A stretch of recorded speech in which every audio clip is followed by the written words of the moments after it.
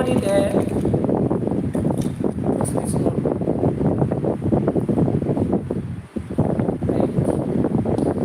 Okay, turn it this way. Turn it. Let's see this.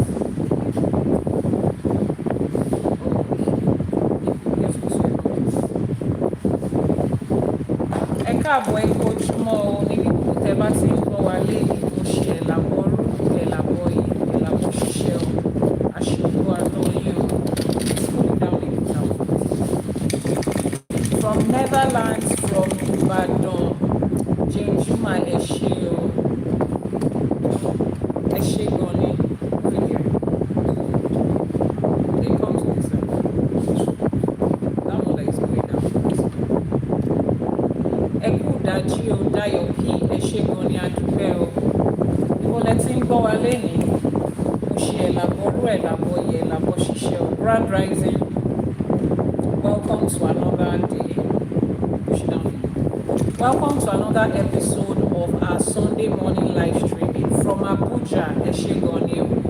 So those of you that are on the Mayowa from Abuja, from Ibadan, Nasarawa, Ondo State, Eshegubo from Netherlands. Please come and move this here. It's disturbing the sound from it. Move it to this side. Let it be directly at this side. And then reduce it. It's off. Reduce, that's what I said. Is it better now? Move it back a bit and turn it to that side, this side. From Ile-Ife. No, no. From Ile-Ife. How are you doing? Eshe Pupo, Eko Jumo. YouTube is okay. All right, YouTube is okay. Okay, we're good. Yeah. Zach, hello, welcome to another episode of our Sunday morning live streaming. So those of you that are on the Global IFA channel, what is our topic for today? It's a very interesting topic. I'm excited to talk about it. It's now on TikTok. What is on TikTok? Please let me know what's happening. Can you hear me clearly? I need to know that you can hear me clearly. I need to know. Pom Pom from Mexico, thank you so much for joining us. I need to know that you can hear me and see me clearly. Keep tapping on your screen. So those of you that are on the Global IFA community, let me know what the topic is. What's our topic for today? Background noise on TikTok. That is not supposed to be. You're hearing us. Okay, that's fine. Loud and clear. That's good. It's all good. All right. Thank you. Thank you. Thank you. Thank you. Kelly, thank you so much for that. What is our topic for today? Thank you so much for the compliment. Mpia Ramusi. I hope I pronounced your name well. Thank you so much. What's the topic for today? What are we teaching today? What are we learning today? Those of you that are on the Global IFA community, what are we learning today? What's the topic for today? What's the topic for today? You see why you need to join the Global IFA community, so that you know the topic we are treating ahead of time. You'll probably be able to prepare your questions, and you know, if you have any contribution, you get ready before then. Jane, please post the topic for today. How can I join the Global IFA? Men and money. Dayo P1, Eshegoni. Our topic for today is men and money. Men and money. For those of you that have been following my teachings for the last couple of weeks, we have been talking so much about finding our way back to our roots as regards finances, as regards building generational wealth. We have been teaching and we've been learning about what IFA says about wealth, about money, about finances. Pearl, a WhatsApp number will be posted on the screen right now. Just copy it and send a message. You'll be added to the Global IFA community channel. A WhatsApp number will be posted. Jane Juma will post the WhatsApp number. So I said those that have been following me, we have been teaching and encouraging ourselves and guiding ourselves back to where we were as a people as people of color, as people of African descent, where we are as regards our finances, our economy, building generational wealth. What was it like for our forefathers before now? When we look at the grand scheme of things globally, right, when it has to do with money and finances, we find out that people of the other color seem to be dominating the world financially. Was that how it was? Was that the way it was before now? Were our own forefathers, our ancestors, were they defined by these financial states that we're experiencing right now? Is that what it was for our forefathers? No, it wasn't like that. So we have been teaching and reminding ourselves, what does IFA have to say about that? What is IFA telling us about finances? And we've been learning one or two things at different times in different places, pointing out to different Odrifas. We have been learning a lot. We have been learning a lot from the Odrifa as regards finances, as regards money. And we have come to collectively lay a certain foundation that when it comes to Ifa, when it comes to African spirituality, when it comes to us as a people, Africans as a people, historically, foundationally, spiritually, wealth or money, making money was not defined to us by just making money. It was more focused on creating generational wealth. BU, thank you so much for that gift. Creating generational wealth, that has always been the focus of our people. But somewhere along the line, we lost that connection. We lost that description of ourselves. We lost touch with that. When westernization came and the influence of the Western world came, a lot of things changed for us. And we all understand that money is a huge part of our lives. It's a huge part of our lives. One of the reasons an average person would describe Nigeria, describe it today, has a lot to do with financial influence. When you hear Yahoo Yahoo and you hear internet fraud, a lot of people have associated it with people of color. Some certain countries are like the first thing that comes to your mind. Now, if you look at it, it's the financial situation that is making a lot of young people delve in that direction. So let's think about it. Most of us that are leaving home, leaving our home country to travel out for greener pastures, we are going there majorly because of finances and because of the things that money can afford. A lot of people have compromised on their integrity, on who they are. Some people cannot even define themselves based on integrity anymore. Meanwhile, Iwapele was what described an average Yoruba person back in the day. Iwa is character or behavior. Iwa rere, Iwapele is good character. Transparency, integrity, patience, consistency, and every other thing in between. That was what defined us as a people at a particular time. So what happened? How did we lose value? How did we lose value? How did we become these people that we are today? That is what our focus has been over the last few weeks. And I promised that I was going to set up a teaching class that is separate from, speaking about IFA as regards spirituality alone, that is going to be focused on finances, on money, financial literacy, financial intelligence, particularly on wealth creation. Victor Akinyele, thank you so much for that compliment. That is what we've been speaking about. So today, we are taking an aspect of it, which is men and money. You and I both know that, generally speaking, money has been regarded as a patriarchal thing. When they speak money, it's men that come to our mind most of the time. Oh, he's making money. Oh, he's the breadwinner. Most of the time, it's men that comes to our mind. It's men that comes to our mind. I need you in the comment section. Let me know if you agree with me or not, that the idea of money, the idea of creating wealth, running business, it is more focused on men. It's more patriarchal. It's more focused on men. How many of you will agree with me I need to know that everybody on this live streaming is following me. You fully agree. All right. So over the last few months, I have been talking about women when it comes to Ifa and Isheshe. Yes, we mostly believe it's assigned to men. Exactly. I've been talking a lot about women in Ifa and Isheshe. So today our focus will shift a bit on the men. Let's understand, why does money have to do with men? Why? Everybody spends money, so why all of a sudden the society just thinks it's about men? Has it always been like that? Is there a particular reason it's like that? That's what we're going to be diving into and breaking down today. But before we start any gathering like this, we are all together here because we want to learn from the mindset of Ifa. We want to know what Ifa says about it. The world has a lot to say about money. There's so many finance class going on everywhere. But we are here because we want to know what Ifa has to say about it. So before we start, what's the first thing that we usually do?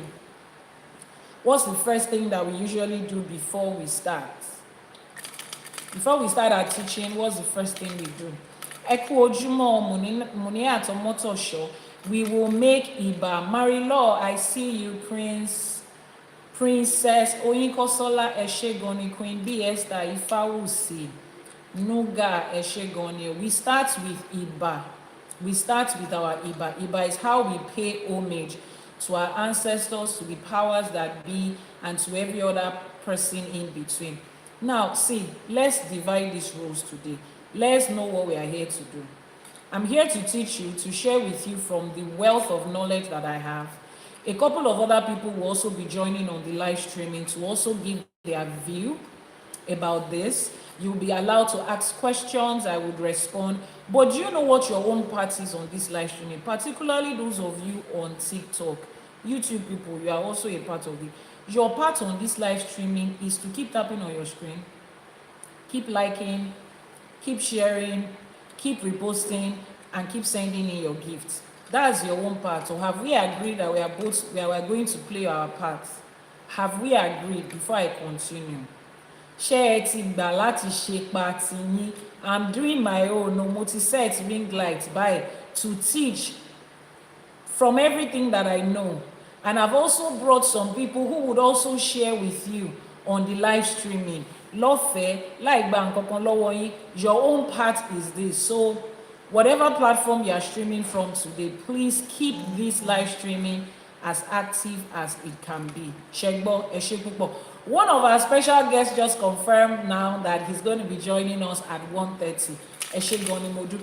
So we are delving into our Iba. Auntie Muniat Eshegoni, thank you for affirming that.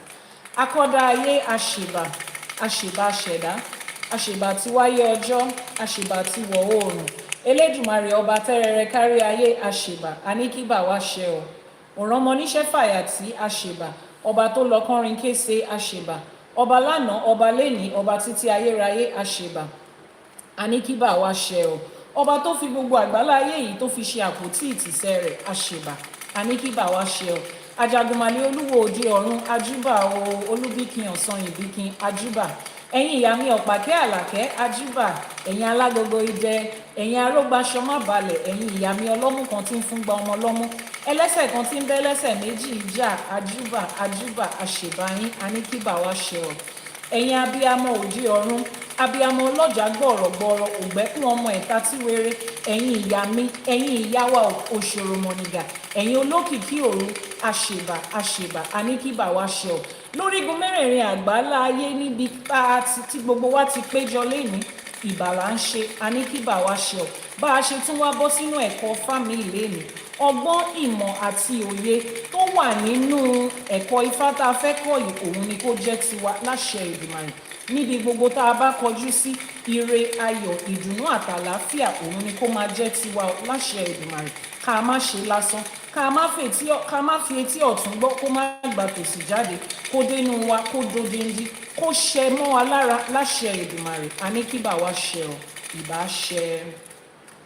Ẹ ṣé gan ni o, a dúpẹ́ o, ẹ ṣé, thank you so much for joining. and we have done our IBA, so we are going to delve into the teaching of today. Mr. Mike, thank you for joining us. Let me know when you're ready to come up as we teach, so that you can also share your own views as to men and money. Why is money a patriarchal thing? Every one of us spend money, so why have they suddenly made money to look like it only has to do with men? Why are women not allowed to hold as much money as men do? And what is the pressure that this even brings to men?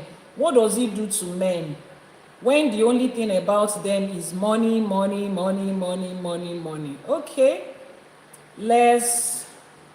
Okay, Royal Arts, thank you so much. I've seen them. I've seen the old refers you posted. Eshe Goni Adupe, thank you. So for those of you on what's it called, on TikTok, the flash goal for today is, let's see what our flash goal for today is.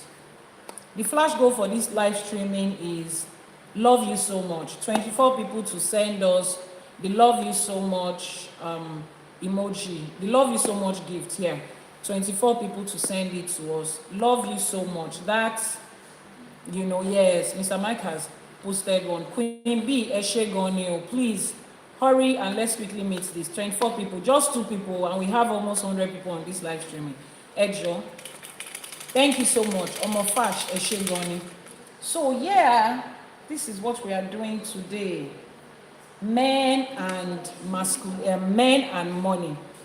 So first of all, I just want to ask a question, because I think I'm going to be doing a lot of question asking today. I just want to ask, from your own point of view, why do you think that money has always been spoken of as something that has to do more with men than with women? What do you think? Why do you think this is the case? Princess Eshe Gonio, why do you think this is the case? Princess Oyenkosondola Eshe, in the comment section, please, I need you to contribute. Why do you think money has always been more of a male-centered thing? Why do you think this has been the case? Is it religion that made it like that? Is it westernization? Tan said they are mostly in charge. Because men are mostly in charge, they need money. And for people that are in charge, they need money to function and be in charge, right? I think because men take more responsibility in the family. Okay, because responsibility have been put on men, because men are supposed to be in charge, so they expect the person that is in charge to be the one that is, earning more, that has the burden of the money, that is defined by money, and that is allowed money opportunities. Fair enough. They are seen as the head of the family, so because they are the head, thank you so much, Princess. Someone says, you will say, the person said, Omofash said, I will say religion. Religion has made it like that, right? Okay, every one of our points is valid. They are the head of the family by the societal mindset, and because of that, there has been a lot of identity of money with them. In fact, when I was teaching in one of my classes about this topic, people literally said that money is defined as a man. Like, they look at money as if it's male. So if you're talking about a child, if you're talking to a child and you ask a child, who pays your school fees? Everybody just assumes it has to be the father. Who bought this for you? Everybody just assumes it has to be the daddy, because men are the ones that are supposed to make the money. Now let's see what that has done to our society. Let's see the pressure that has put on men. Let's see how that has affected a lot of men mentally, and how that has affected relationships, how that has affected moral standards in the society. How do you think this idea of money being masculine, how do you think it has affected our society at large? Just pick one effect that you think that idea of men and money just has to do with the men. How do you think it has affected our society? What are the things you think it has done to our society, either positive or negative? Because it cannot all be negative and it cannot all be positive. So I need your ideas. How do you think it has affected the society? Auntie Lande Eshegoni, our flash goal is still love you so much emoji. Please send in your flash goals and help us meet our goal. The topic is men and money, and I just asked the question, how do you think money being men-centered, what effect do you think it has had on the society? What effect do you think it has had on the society? Jane Juma, thank you so much. Elaboyo. What effect do you think it has had on the society? Ẹ dá mi lóhùn. Tí ready láti sọ̀rọ̀. Ẹ dá mi lóhùn. I'm waiting for your responses. I need to know where you're coming from so that I will know how to correct the mindset that we all have. Auntie Lande, thank you. Men are under pressure to make it. That is one major thing that has happened with money being men focused. The pressure on them has made them to strive more to succeed. Okay, that sounds positive, right? So the pressure that money being masculine has put on men has helped them to be positive. Now, that pressure, according to Marie-Laure, she said it has helped them to strive for success. According to Jane, the pressure has affected them negatively. The question is, how has money, we have concluded now that money has been defined so much as masculine. The pressure for money, the definition of money has been put so much of men. How do you think that has affected our society? Tan said it has created an imbalance. It also created disbalance. Okay, it has created an imbalance. It makes men feel women are lower beings. Okay, yes, because money has now come to define status. Money has come to define value. And because men are the only one that is accorded that status and that value of money, it makes them see every other being who cannot show money as lesser than them, right? Okay. Is it a must that money will come? Is it must that money will come your way if you tefa? Is it a must that money will come your way if you do itefa? Itefa is different. If Itefa doesn't have anything to do with money coming your way, Itefa helps you to find your goal, your purpose, and the reason you are on earth, your destiny. And one of the things Itefa helps you to find is your source of income that has been destined to you. What are those things you are going to do in your own line on earth that is going to create wealth for you? So it is that knowledge that Itefa will give you. Itefa will tell you, is it tailoring, is it engineering, is it teaching that you are going to do to succeed? Itefa will tell you, are you supposed to do it in your home country? Are you supposed to travel? Are you supposed to take on the business or the career of your parents? Itefa will give you that information. You will now put the knowledge of Ifa into that income source that Itefa has told you is for you. That's how you are going to make money. Not that you will just go ahead and do Itefa, and the moment you just do it, money just starts coming in for you. No, that's not how it works. So let's see any other person answering the question before we go on.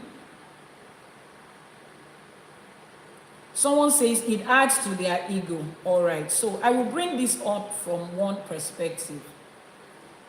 Money is not gender-based. 2025 has shown us that money is not gender-based. Over the last centuries, we have seen women go ahead to make money, to grow money, to establish money, and to make positive impacts in the society if they have money. We have come to understand that there is rarely any profession that a man can get into to make money that a woman cannot get into. So I think we should start by correcting that narrative. Money is not a masculine thing. Money is not a male-centered thing. Every Odrifa that we have talked on that talks about money speaks generally. Odrifa will never tell you that, oh, it's only women that are supposed to make money. Oh, it's only men that are supposed to make money. Or this person is supposed to make more money because he's a man. Odrifa will never tell us that. Somebody on YouTube is saying money has made life in Nigeria very competitive. Many men feel pressure to provide, appear successful, and meet high social expectation. It has caused stress, comparison, and sometimes led to crime. Thank you so much for that holistic response. Exactly. The person asking, can you do IFA? Yes, you can do IFA here. Just send a message to the WhatsApp number that is pinned on the screen right now, posted by Jane Juma. That is the thing that money has cost. So first of all, I need the men that are watching. And as you watch this, share it with as many men as you know. I need them to first of all understand that there is nothing about money that is gender-based. There is nothing about money that is gender-based. Before the infiltration of westernization and Western influence, men and women alike made money. As people of color in Africa, men and women alike made money. Our women went to the market to sell, to make money. Our women were farmers. Our women were hunters. Who remembers the Odrifa that we talked about, that was talking about Awon Yam? It was Odrifa or Sameji a couple of days ago in Ashe for Today. The person that Odrifa was being, that the Odrifa was being divined for, he was a hunter. And Ifa says he didn't know early enough that women also hunt. Our life goal is still hanging there. 24 people, we have just 6 people, just 8 people have sent in their gift. Love you so much. So we need 12 more people. So is it 12? No, we need 16 more different people. 16 more different people. And we have over 50 people, over 60 people currently on this live streaming. Thank you to all those that are repeatedly sending. We need 16 new people, different people. We agree that you are going to play your part too. And your part is to send in your gift and send in your likes and your shares. So we need to first of all correct that. Now that Odrifa in Osameji, the person that the Odrifa was talking to, that person said he did not know early enough that Awon Yami are also, that women were also hunters, which means that there was nothing that men were doing then that women could not do. In the history of Ife, Ile-Ife, we have had a female Oni. We have the story on my YouTube channel. So let's erase that mentality. And there is a reason that narrative was sold. Look at what that narrative is doing to African men all over the world. Look at what it is doing in our society. Women are just deprived of going to school, deprived of learning skills, deprived of anything. They are just made and structured and encouraged to what? Go and get married. The only thing they're expected to do is take care of your wife, your husband, and take care of your children. Now, the burden of that entire family now lies on the man. Oftentimes are not. The only responsibility on the man is not, the only responsibility of the man is not his own family. He has to take care of his wife, has to take care of his children, he has to take care of his siblings, he has to take care of his children's, of his wife's siblings. Then he has aged parents to take care of. Imagine if society had encouraged equally that men and women could be educated, men and women alike could start up a business, could learn a trade. The pressure will not be so much on men as it is right now. The pressure will not be so much on men. But there is a reason that narrative was sold. To make the women inferior, to pressure and break the men. And look at what it has actually done. But men started it. Yes, no, see, Tife, it is not men as a gender that started this narrative. It is westernization that started it. It is the West that started it. And they use different tools to promote it. It is not men as a gender. So yes, the people that fostered that project or that idea among the West are men. But it's not a, when you say men started it, it's not the men that are in front of you. It's not African men that started it. We were okay the way our lives was going. We did not need any change. We were not complaining of a change.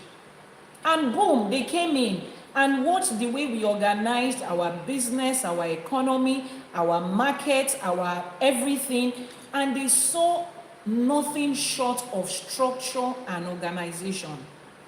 And they're like, how are we constantly going to keep these people in a state of chaos so that they are constantly dependent on us? They had to turn everything upside down, one after the other. Oh, this is the way they have always been doing it. They now come and tell you this is the way it's supposed to be, just to make sure everything is upside down. One by one like that, turning everything upside down. So if you look at what our society is today, the shortcut formula to find out what it was before is usually the opposite of what we are seeing today, to a large extent. So it's not the man in front of you, your war or your fight or your whatever it is. It's not against your fellow African men. No, they are not the ones that started it. Our ancestors was not the one that started this idea. It came from a certain place, targeted for a certain reason. And these are the reasons. Until you understand the reason why someone is doing something, you won't be able to fully grasp the idea of that thing. Until you know the function and the purpose of something, you won't be able to understand why that thing was put there. On the surface, that thing looks good. It's like this thing in my hand now. It looks good, it's functional, I jiggle it and it sounds well. But when I place it on a chair like this, and I ask someone to sit on it, this thing looks innocent and it looks good, until you realize that the reason I want them to sit on it is so that it can pierce through them. That is when you will know that at that time, this thing wasn't serving a good purpose. That's the same thing. Why come to a people and see them structured, male and female, with balance in everything, particularly with money and business and all of that? And then you come to sell them an idea that it's not supposed to be like that. Then you take the percentage of them that scores maybe 60% in numbers, which is female. At the time, we had more female than male. Back in the day, I think the statistics have started changing gradually. And they decided to disempower those people, cut them off education, cut them off making money, cut them off freedom, cut them off the power they have to make decisions. To a very large extent, money is what determines what influence you are going to have, what decisions you are going to be able to make, what impact you are going to be able to make. And then they decided to cut out 70% of the population, let them go there. Then put an unrealistic expectation on the remaining 40. In all, the idea was to entirely cripple a certain race. And that is what we are seeing today. So the first thing IFA teaches us is that was never the idea. Everybody had a part to play in money, in finances, in financial education, financial intelligence, in growing wealth, in managing wealth, and in creating generational wealth. Everybody had a part to play, both male and female. So if we are going to get ourselves out of this trap and rat hole they have put us, it starts with you and I. We need to start to teach ourselves and remind ourselves. The men amongst us, you need to start to tell yourself that, you know what, this burden is not on me alone. It is okay for me to allow my wife to work. And women too need to realize that the men around you are not your saviors. No, every human being deserves the right to work, to earn money, to save themselves, and to be helped and to help others, irrespective of your gender. As a woman, you need to look into your mirror and tell yourself that whoever it is that told me that I'm expected to depend on a man or look up to a man to be able to do everything for me, the person told me wrong. Because look at it, it is unfair on men. I'm not a man, but I've walked in that shoes for so long. I have been a sole provider for a family of 8, 9, 10 for so many years. So I can imagine how it feels. And for me, it was even okay. Why? Because I only had my children and the dependents around me to take care of single-handedly. But I didn't have siblings that were depending on me. My only biological sibling is already grown up and doing fine. The adopted sibling I have, equally doing fine. So I don't have that pressure. I don't have a mother and a father who is expecting me to give to them.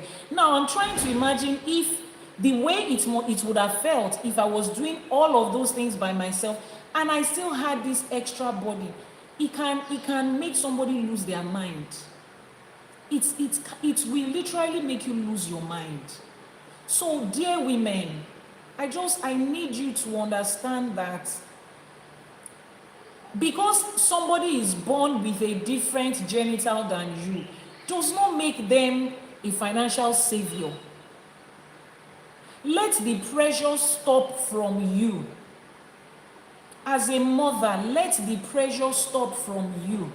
Stop hammering it into the head of your son that you are the one that is going to take care of this family. Now that his father is late, you are the small daddy in this house. That boy is just 12 years old. Why are you trying to destroy him? Why? You have elder girls, you have older children that are female. You don't tell them that. But this 12-year-old boy he no longer has a father. You are a widow. He no longer has a father. He no longer has somebody to look up to as a male. That is even challenging enough. Then you are constantly telling him every day, you are now, you are your mother's husband. You are now our daddy in the house. He's a child. He's not your daddy. Dear widowed women, okay, widows are women already. Dear widows, if you need another husband, go and marry. Go and remarry, is okay. That boy, that son that you have, he's not your husband. He's not the father of his siblings. He's just their brother, and he's your son. He's just a child. Let's stop this. Society did it. Society did it. We are the society. We make up that society.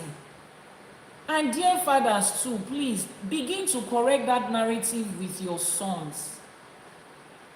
There is no, let's remove this pressure. Anybody that wants to spend money can make money. You are not an invalid. You can make money. 2025 has taught us that. You see women all over the world thriving. You can make money. Now, I was watching a particular series. It's a podcast, right? Ianifa, please tell them, as it's driving men into so many things, even staying away from women. I know, and we're going to come to that. And I empathize with men. I'm not a man, but like I said, when it comes to finances, I have walked in some path. So I can understand what it feels like. And it is totally unfair. It is totally unfair. I was watching a YouTube channel of a certain feminist, and she was analyzing some things. Àròlé ni àwa ọkùnrin jẹ́ o, Dr. Ege. Kò sẹ́ni tó sọ pé ẹ̀ kì í ṣàròlé. Nobody said ọkùnrin ò kì í ṣàròlé. Just follow me as I'm teaching. I was watching a particular lady's video, and she was analyzing from ChatGPT the population of men against women, you know. How many men, and it was actually shown that 51% of the world population, as at the time of that her video, are men, and 49 women. And of all that 51, she went further to ask how many of them are in prison, how many of them are incarcerated, and a large 25% of that 51% are black men in prison. And most of the time, what has driven them to that state, 90% of the time, is financial pressure, is a result of financial pressure. crime rate is higher in men is a result of financial pressure, especially people of color, men of color in the diaspora. I mean, even in Africa, we have more men in prison than women. And if you find out what took them there, it is money related more than 80% of the time. And it is as a result of this pressure. And then now you have the population of men that are working freely is so reduced as to women that are working freely. Socialist King said the pressure is from black women. The pressure is from the entire society. It's not just from a gender. This conversation is not a gender fight. This is a human conversation. As a man, your father also puts pressure on you. You saw the pressure, you embodied it, you learnt it from your dad. My father was a businessman all my life. And I can tell if the business meeting he went for if he went well or not without him having to speak. I can tell when he's broke and when he's not without him having to speak. It came from his attitude. Now, mind you, nobody in the house was putting any pressure on him. My mother was a Deeper Life member. Her church did not build her up to demand for money. They are not materialistic. They are just regular average people that will say thank you even if you give them a drop of water instead of a bowl of food. So the pressure was not coming from home. But that is the way he had been wired, to be happy when he has money and to just be sad and confused, and then he would take it out on the rest of the house. So the moment my mom has an idea that this man is not doing well financially at this time, she gives us heads up. Don't get into the way with your dad. Avoid him. Do whatever it is you're supposed to do. In fact, go to bed early if you can. This is conditioning. So you as a man, you also have the responsibility to decondition yourself from that. Relax. You are not the Messiah. You are not the savior of the world. Be calming down. Anybody that thinks you are not okay the way you are, it's okay. You yourself, do this. Like, breathe and relax. Just take a breath and relax. At the end of the day, if you run yourself into crime and you run yourself 6 feet under, the world is still going to exist though. Yanifa, you don't understand the pressure. I understand the pressure that is coming from outside. You cannot control the pressure coming from outside, but let's talk about the pressure that is coming from inside, the one that you have embodied yourself. You have to relax and let it go. As a man who is married, when you married your wife, you are forming King Kong. Odogo has arrived, President General among the nations, yes. And you have told your wife, don't walk. The wife of an Odogo will not be seen walking. Mr. Man, calm down. You see that money you have today, there is no guarantee that you will have it tomorrow. Let your wife be able to make some money of her own. There is nothing wrong with it, or it does not make you less than a man. Let me tell you, whether your wife is earning money or not, nobody is going to change your manhood into coochie. It's not going to change. You will still be a man. Nobody is going to put a womb inside you because your wife is also working. So let it start with you. Encourage that woman that is in your life, your sisters, your daughters, your wife or wives, your female friends. Encourage them to also start making money. It will reduce the pressure on you. There is a part you also have to play. It will reduce the pressure on you to a very large extent. As you are going into a new relationship, a new friendship, I beg of you, those of you that are still single, ready to mingle, please talk about money. Talk about money. Let that woman know that it is okay for her to earn money. Prepare her mind that it is okay that you might be broke sometimes. If she's not ready to go on that journey with you, Oga, just free her. Because that's the reality of life. Oh. Except your daddy is Elon Musk, Bill Gates, Dangote, Mike Adenuga. Except that is your daddy, Oga, there will be times when you will not be able to meet financial expectations. So prepare the mind of the woman you are with like that. It does not make you less of anything. Look at yourself in the mirror. You are not defined by money. I'm still going to come to that. Men need to understand that. And you need to understand where that narrative came from. The moment you understand where that narrative came from, you will be able to drop it. There's this podcast that Ebuka, it's a Nigerian podcast titled Mentality. Ebuka is the host of the podcast. I think his co-host is Banky W. He had that particular episode that had Sheon Kuti and one other guy in it, right? That particular episode, I was watching it with my husband and I saw a lot of things in it. I saw a lot of things. Now, before I go, let me answer the question step by step. Mike says sometimes the pressure comes from outside and inside as well. Exactly. You are not defined by money and it's okay. Nigeria is a materialistic society. That's where I'm coming to right now. So Cruz says he or she said they are facing a lot of challenges. Please, can you send a message to the WhatsApp number that is now showing on your screen? Okay, I don't get that question. All right, so I was watching that live streaming, right? And first of all, on that live stream, on that podcast, Banky W was representing the religious angle. He's a pastor, right? So he was representing the religious angle. So everything he said came from the angle of religion. Sheon Kuti, he's a child of the famous legend Fela Anikulapo Kuti. So we already know the mindset that Sheon is coming from. He's representing Africa in the true sense of it. He's representing IFA. He's representing a mindset that is totally against Western infiltration, right? And then there is the other guy, I've forgotten his name. He is literally representing the state of mind of an average Nigerian or African right now.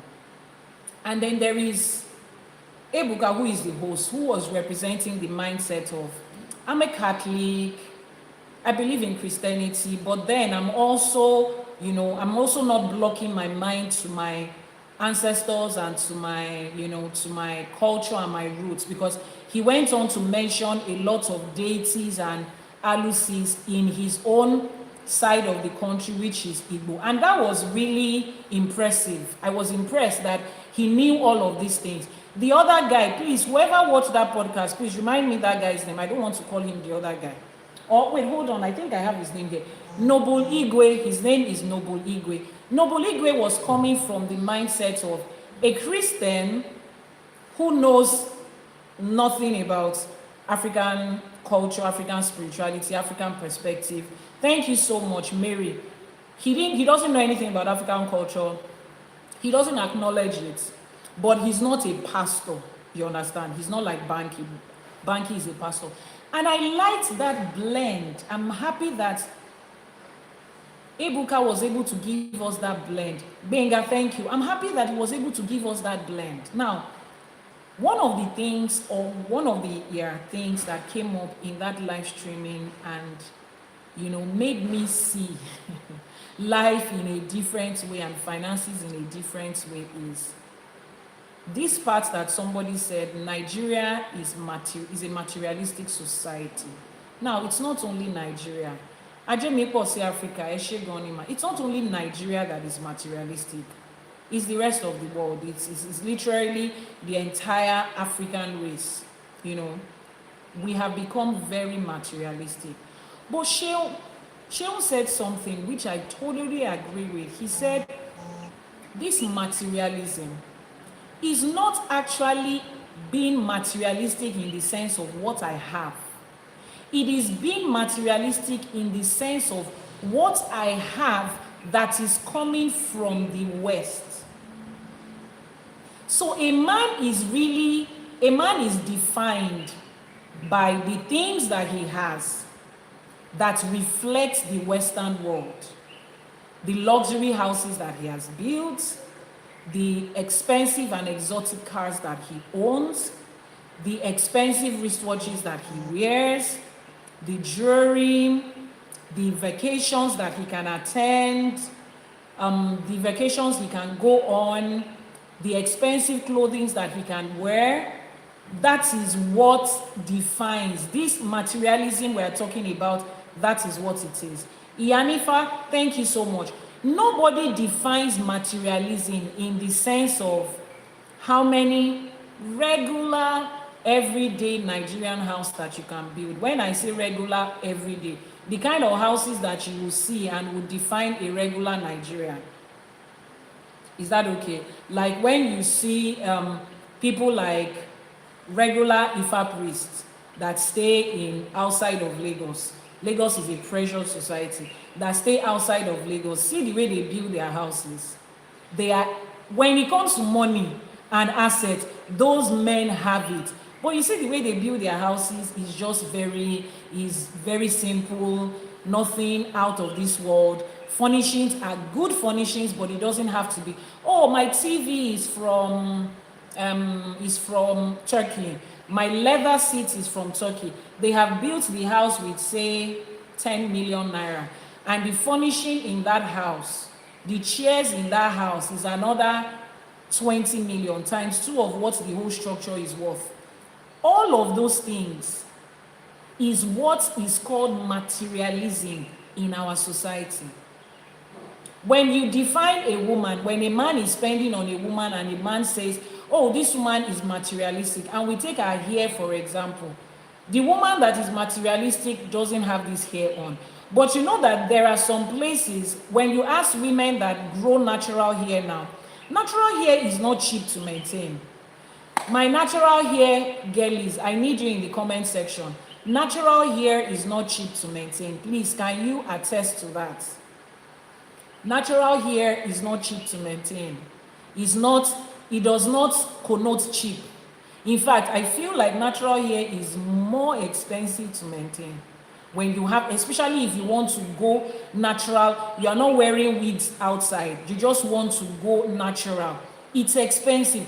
But you know that the average society will not see a woman who is on natural hair as expensive.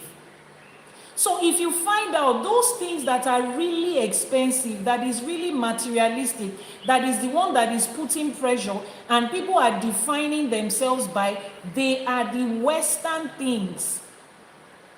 They are the things that has come from West, from Asia, from other continents. Is not what we have. Nobody defines a girl as materialistic if she says, oh, before you marry me, you have to buy 3 plots of land and 1 acre of land. We look at that girl and we define her as sensible. At least, even if this one is asking for money, she's asking for money to get landed property. She's not asking for designer bag. She's not asking for jewelry. She's not asking for human hair. So you see that in the real sense of it, it is not that money that is materialistic. Somebody says cornflakes instead of ogi. Do you know that there are some ogi?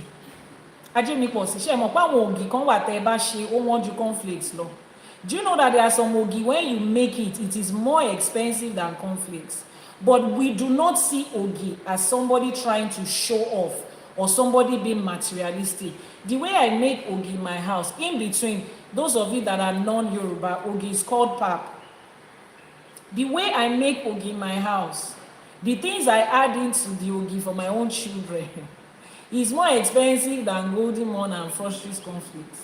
That's the truth. But nobody sees that as expensive.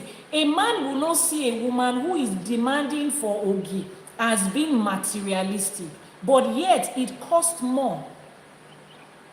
So it goes to show that this pressure of materialism is not African based. It is not.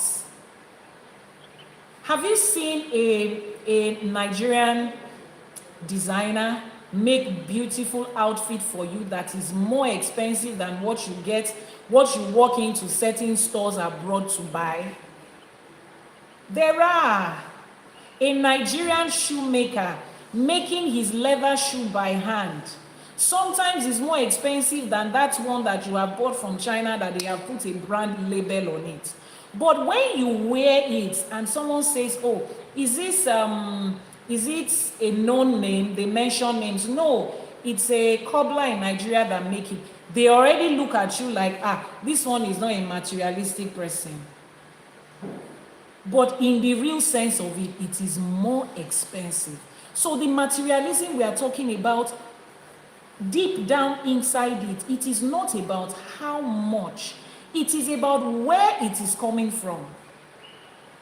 It is about where it is coming from. If we focus on African-owned things, we focus on Nigerian-made things, you see this materialism, it will fade away gradually. It will fade away gradually. It will fade away from our society gradually. Please keep tapping on your screen. What's happening? Keep tapping on your screen. Keep tapping on your screen. We're talking about men and money, and we're talking about how we got to this point where money has now become a masculine agenda, a masculine idea, and what effect it is having on us. Now, one of the things I picked from that, one of the sad things I picked is, you see this pressure that is on men. I know you would, those of you that are not IFA devotees, you will say, Ifa has come. She is always attacking religion. This is not an attack. This is just us being truthful. 70% of that pressure that is going on every day right now is from religion. And at this point, I will tell you that it is more from Christian religion than it is from Islam. Yes, but that's not the point. Religion as a whole, particularly Christianity, has not helped with this pressure. During that podcast, there was a particular verse of the Bible that Ebuka brought up.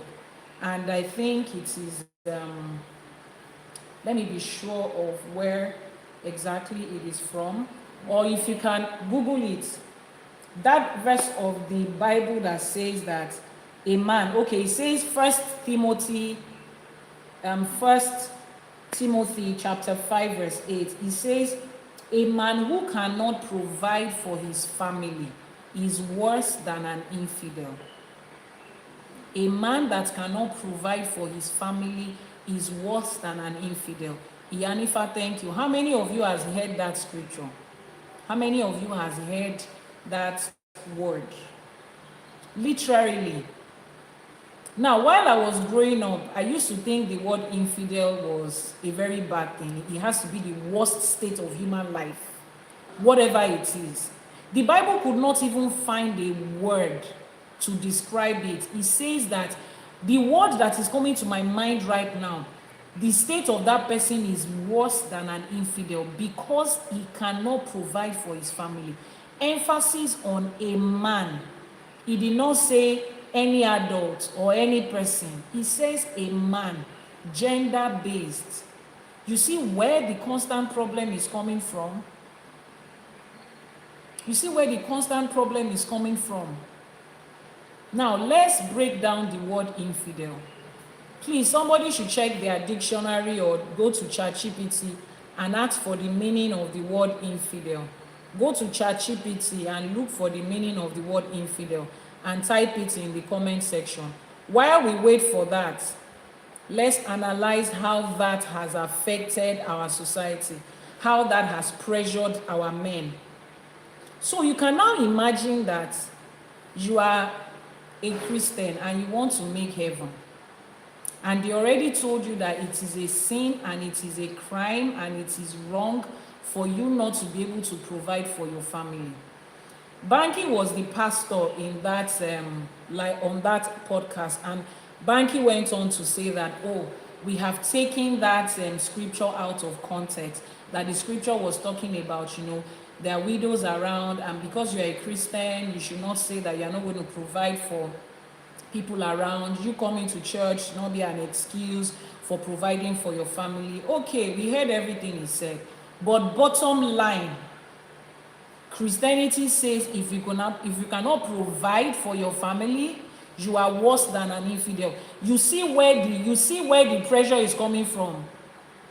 It does not even give men the chance to say, if I cannot provide, can my wife provide in the interim? No. The man does not have that choice. It's either him or him. And the moment he has been doing it for 20 years and suddenly he can no longer do it, he's worse than an infidel.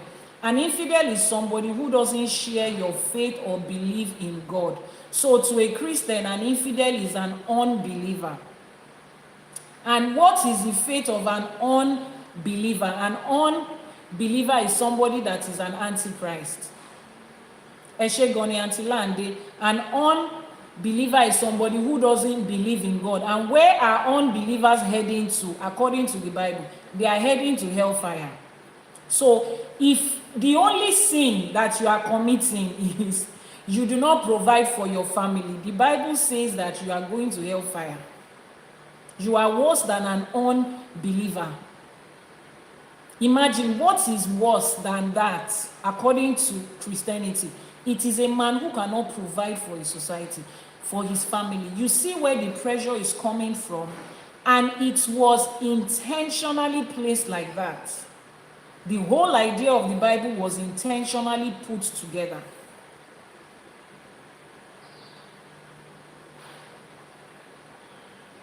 Eledumare shown that IFA focuses on community. Exactly. We are raised as Africans to be a people of community. If the father of the house does not have, his wife can provide. If both of them don't have, family members can help. Family members can rally around them. The community around them can help.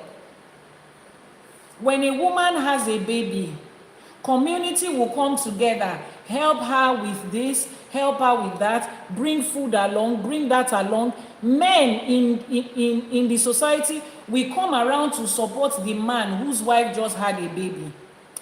Your wife just had a baby. We know you are going to have Mimi. They will come around and bring food stuff from their farm. The person that has goats will bring goats. This one will bring his own. That one will bring his own.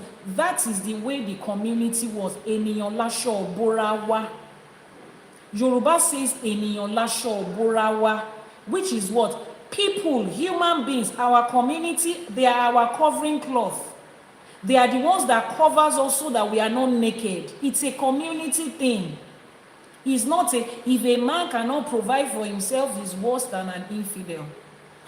Now, Sheon said something on that live streaming. He said, why do I care if a set of people call me infidel? What's an infidel? An unbeliever. I am an unbeliever already because I do not share their faith. I do not believe in Jesus. I don't believe in church. So it's okay. I'm an infidel. So just leave me with whether I can provide for my family or not. Now, this is not supposed to encourage you to be irresponsible. No. This is not supposed to say you can have and then abandon your family. No. This is telling us that the pressure is not real. That pressure is not real. Let it go. Let it go. Don't define yourself by it. You as a man start to correct that gradually. Now let's pick the topics one by one. One of the questions that was asked and that I also want to ask is, as men, Mr. Mike, please let me bring you up now. Are you ready to come? Please send an invite. Send an invite and let me accept it. Okay. I just sent an invite to you, Mr. Mike, if you're still on the live streaming. I have questions that I want to ask men, that I want men to answer. So if you're a man and you have been on this live streaming for, you are somebody that I know, if you want to come up, just type in the comment section that you want to come up. All right. Mr. Mike, are you there now? YouTube, I will move this screen to you so that you can hear me. Can you hear me? Yes, I hear you. Okay. Is my sound clear? Yes, it is. It's clear. Can you guys hear, especially on YouTube, can you hear our guests? Did you hear our guests? Okay, I think you should say something so that they will know if they can hear you. Hello, mic check, mic check, mic check. 1 2 1 2. Hello, one. Okay, I wanted to add 1 2 1 2 because it wasn't complete without 1 2 1 2 when I was growing up. Hello, 1 2 1 2, and I wondered why they used to say 1 2 1 2 though. But yeah, everybody can hear you. Thank you so much, Mr. Mike. Babalawo Olúwa pẹ̀lú mi, Babalawo Ifá pẹ̀lú mi, ẹ ṣé gan ni, ẹ ṣé gan ni. Thank you for joining Afro Film Herald. That's my very good friend, my buddy on this journey, and he's also here to, contribute. So the question I'll be asking is this: so, as a man, right, in what aspects have you felt that pressure the most? I know the pressure, this financial pressure, men and money being masculine, it is almost everywhere. But you as a person, at what point did you feel it the most? That it hit you that, man, if I don't have money, is more like, what am I doing here as a man? At what point, what experience was it for you? Or at what point, if you had more than one of such experiences? Let me start with Mr. Mike. Yeah, thank you. Okay. To be honest, it started with me since a child.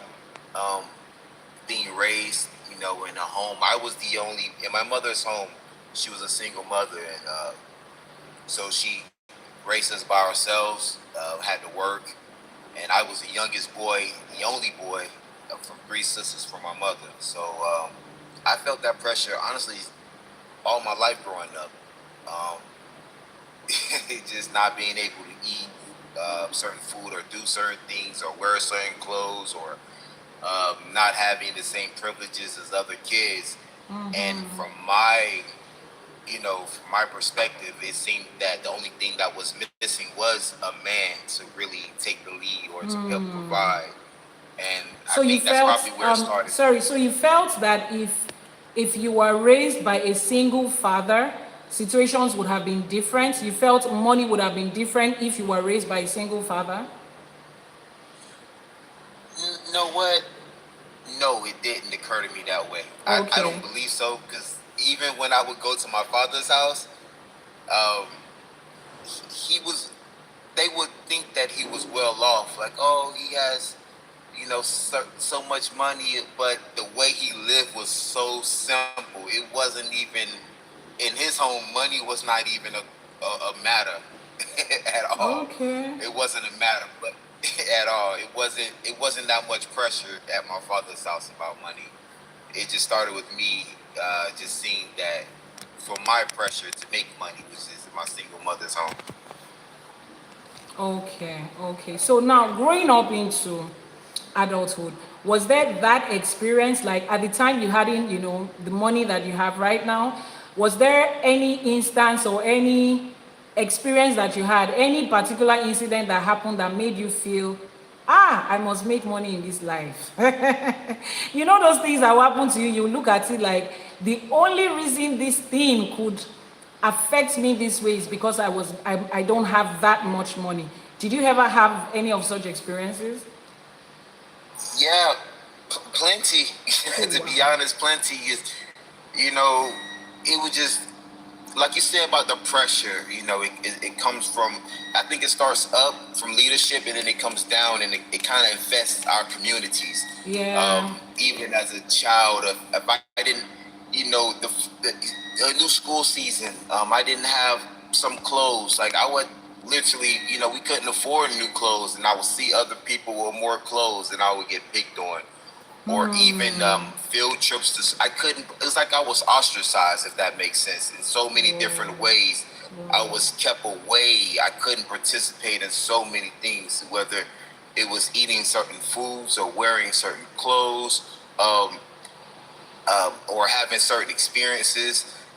yeah, it kind of, it was a constant reminder everywhere I Wow. turned. It was like, Wow. man, if I had more money, that would solve my problem right now. You know, Wow. if I had more money, the lights would be on in the home. If I had more money, people would like me more, respect me more.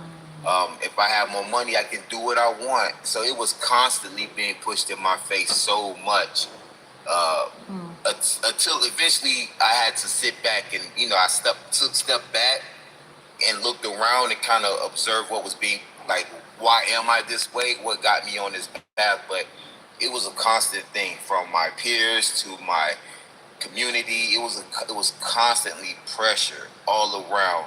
It was constant. So did that in any thank you for that. Did that in any way also define the way you pressured yourself? Did that and that so if it defined the way you pressured yourself, that pressure that you had to put on yourself to make money, did it affect you positively at some point or negatively, or was it a mix of both? It was definitely a mix of both. Okay. When I because like you're saying, um, I was all my life. I always been a thinker. I'd always been aware. So I would see the both sides of money. I would see people with the nice cars as well, or the living a good lifestyle. But then also I would see those same people being miserable.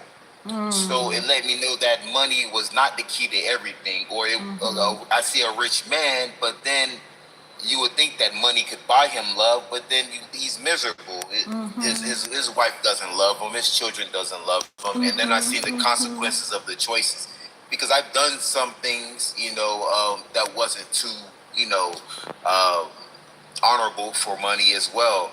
And so I always observe those things. I will see people, what they would people steal for money, or they would unalive people for money. They would just do these low things just for the love of money. So that was always a balance to me as well, because I would see the positive and I will also see the negatives as well. So that was a hidden reality for me. Okay. So, what was the positive side of it? Like the pressures? Did it push anything to make you better? Did it do anything? Did it have a positive effect on you? That pressure, all of that money pressure? I would say as a yeah, no, it's more of a learning experience. I take the Okay. experience in, because once you achieve, and I think my first goal, I remember I was younger, and I just wanted 1,000. I don't know, $1,000 was so much money to me that that time, but I wanted $1,000. But then I realized once I get $1,000 that, okay, you have to spend the money. So it taught me. Then I'm back to $900 again, or I think I spent it all and I got broke and I was back in the same position. So it Yeah. was just the learning curve, and I'm grateful for the learning experience, because I've experienced the highest of the highs with money, and even the lowest of the lows. But I think the positive thing that it allowed me to do is realize that, hey, I can make money, okay, because of course we need money to survive. So I learned how to make money and how to attract money, but then also how to keep the money coming around. But then Yeah. also I don't value it, because like even to this day, people look at, like, my friends, they call me Money Mike, Money Mike, Money Mike, Money Mike. Seriously. But it's not because I make a lot of money. It's because I started to understand how money actually works, or currency, and how it actually works. And mainly because I help other people I've helped people make way more money than I've ever made myself. Oh, So I okay. think, yeah, so the best experience for me was, I really, as you're saying today, kind of along with the topic, but it helped me realize that money is not everything. Money is, it's great to have, but at the end of the day, money, it has no soul, it has no mind. It's just a tool. Yeah. So now I learned how to use that tool to my Yes. advantage. Yes. So some people are oppressed, but those that really have it and understand the tool of money, they may not be too well. They are oppressed because a lot of people are not utilizing money the way it should be utilized. It's their it's their master. People are still serving money. You know, so yeah, that experience, I think it liberated me to the point, and I can say that money is not my master. So it's my servant. Yeah. Yeah. Oh wow. Thank you. Thank you so much for that. So the next question will be for Babalawo Ifapelumi. Please, can you get your mic on? Eshe Pupo. Thank you so much. Are you with us? Your mic is still mute. So Ifapelumi, Afro Film Herald. Are you there? We can't hear you. Are you there? Yes, I'm here. Okay. All right. Thank you. Yeah, thank you so much for joining us today. I really appreciate it. I'm here. Do you hear me now? Yeah, I can hear you. I think there's a little lag in the network, but yes, I can hear you. I can hear you clearly. Thank you so much for joining on such a short notice. I really do appreciate it. Eshe Pupo. So we've been talking today about money. Yeah, about money and men. Money and men, how money affects the male society.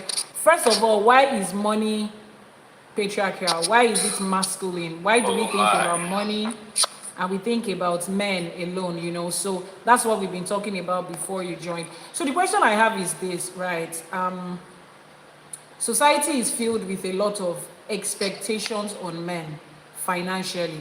At what point did it dawn on you? Like, at what age were you when it dawned on you that, Omo, as a man, I have to make money and the world is just expecting me to make money? Like, my whole essence of life is going to be defined about how much money I made.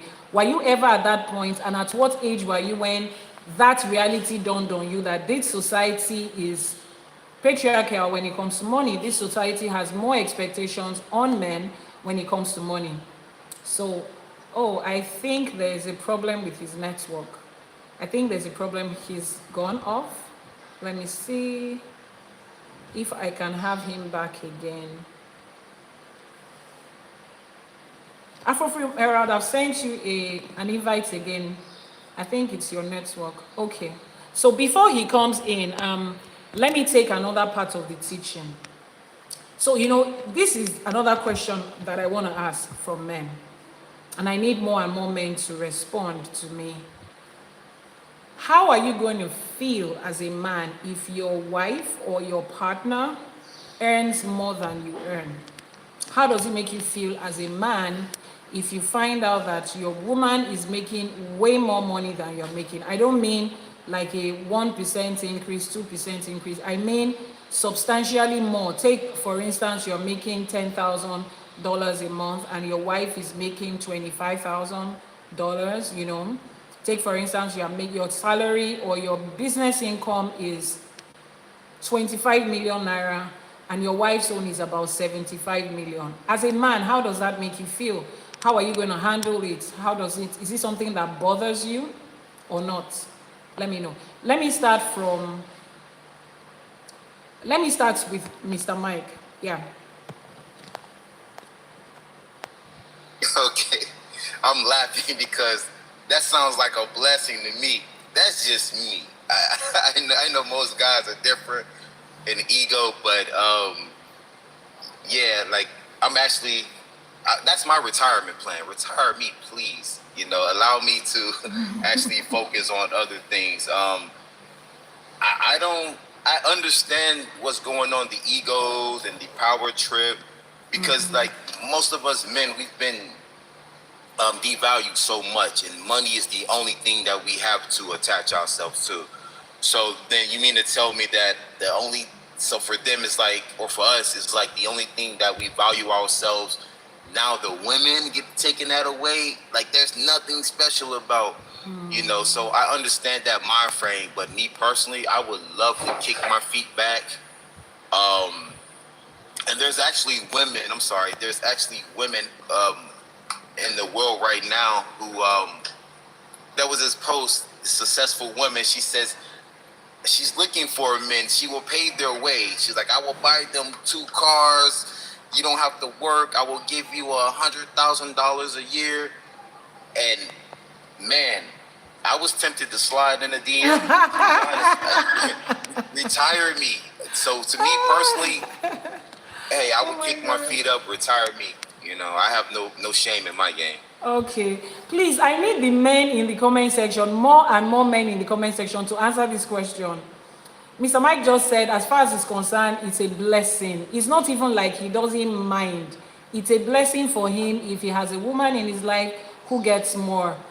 Dayo P says, it doesn't matter. I've had a period when my wife was earning 22% more and I still put 70% in the household. Wow, imagine.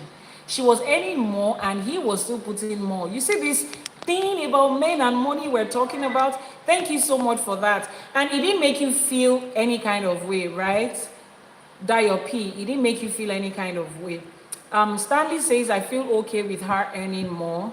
That's great. I mean, Mr. Mike, you used the phrase now. You said retire me. Like that's a so I think you come from the same school of thought that Sheon shared on that live on that podcast. So there was this particular guy. Now I need to scroll back to the guy's name. I don't know his first name. Noble, okay. Noble said something on that live streaming when he was asked how will he feel if his wife earns more than him.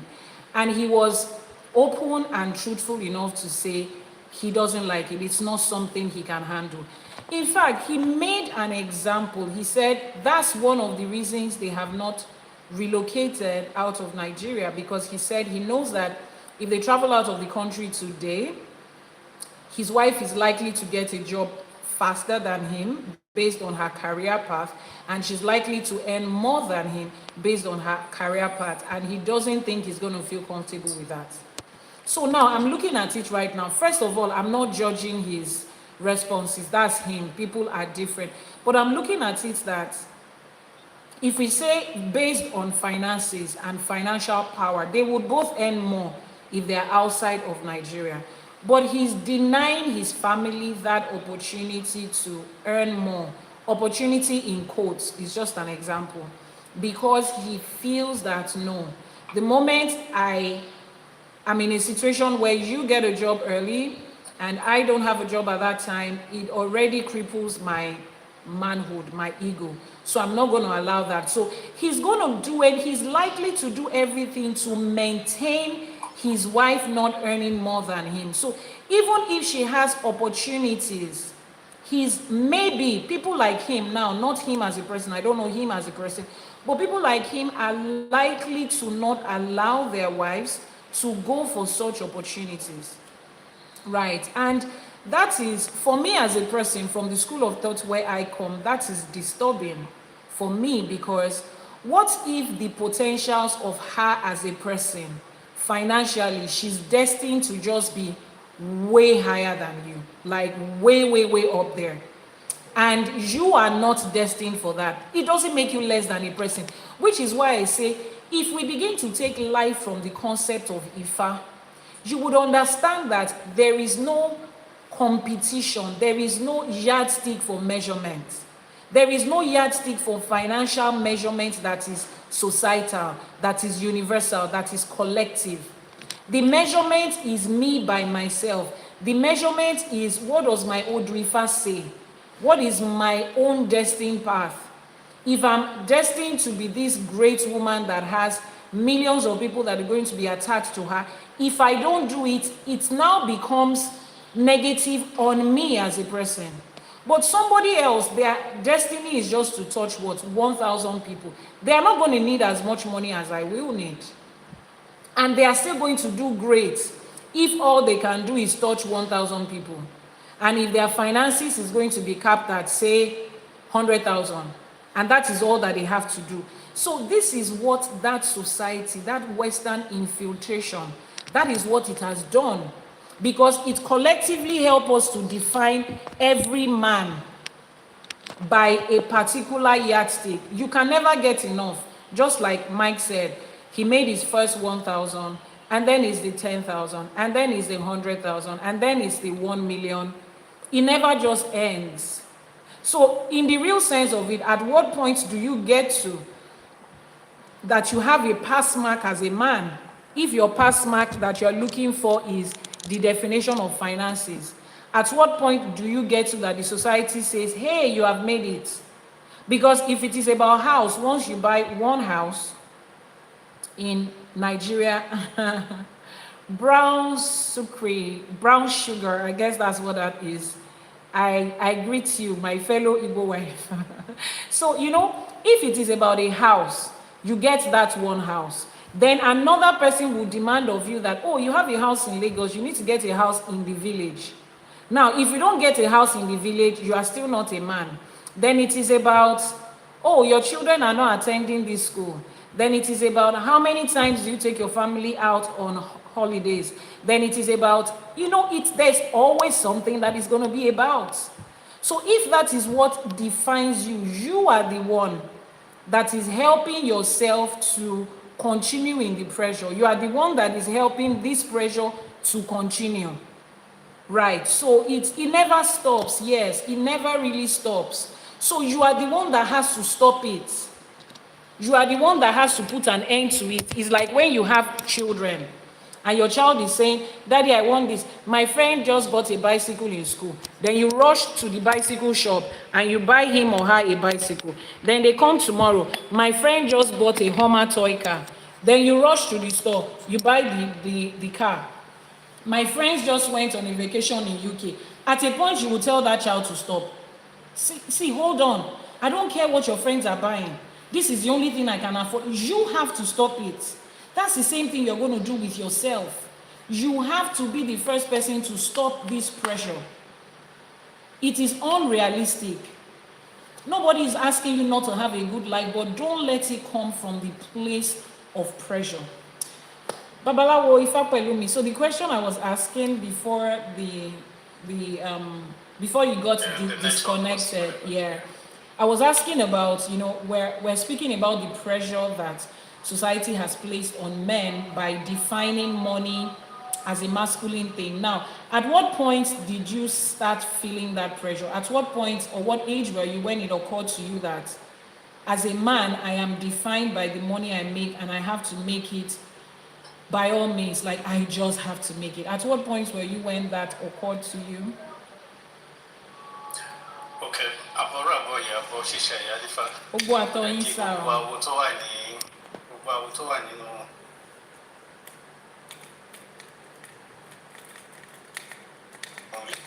àbọ̀rọ̀ àbọ̀yè. Mo wá kí gbogbo ilé o gbé ṣe dáadáa lábá yín. Hope everyone is doing very well. We're doing I'm great. so glad to be here today. And I thank you for the opportunity. Thank you. You're welcome.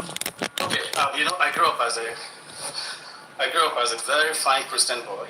And, we didn't have much in the house. However, something else was given to us to compensate for that. Seeking first the kingdom of God, just seek the kingdom of God, every other thing will be added. So there was no pressure at that moment. So we were growing up in faith that, yes, everything will be fine. Blessed are the poor, for theirs is the kingdom of God. So I grew up with all this philosophy, so there was no pressure. However, when I got to a point of realizing what purpose is, why am I here? When I started asking myself those questions of purpose, purpose-centered questions, why am I here?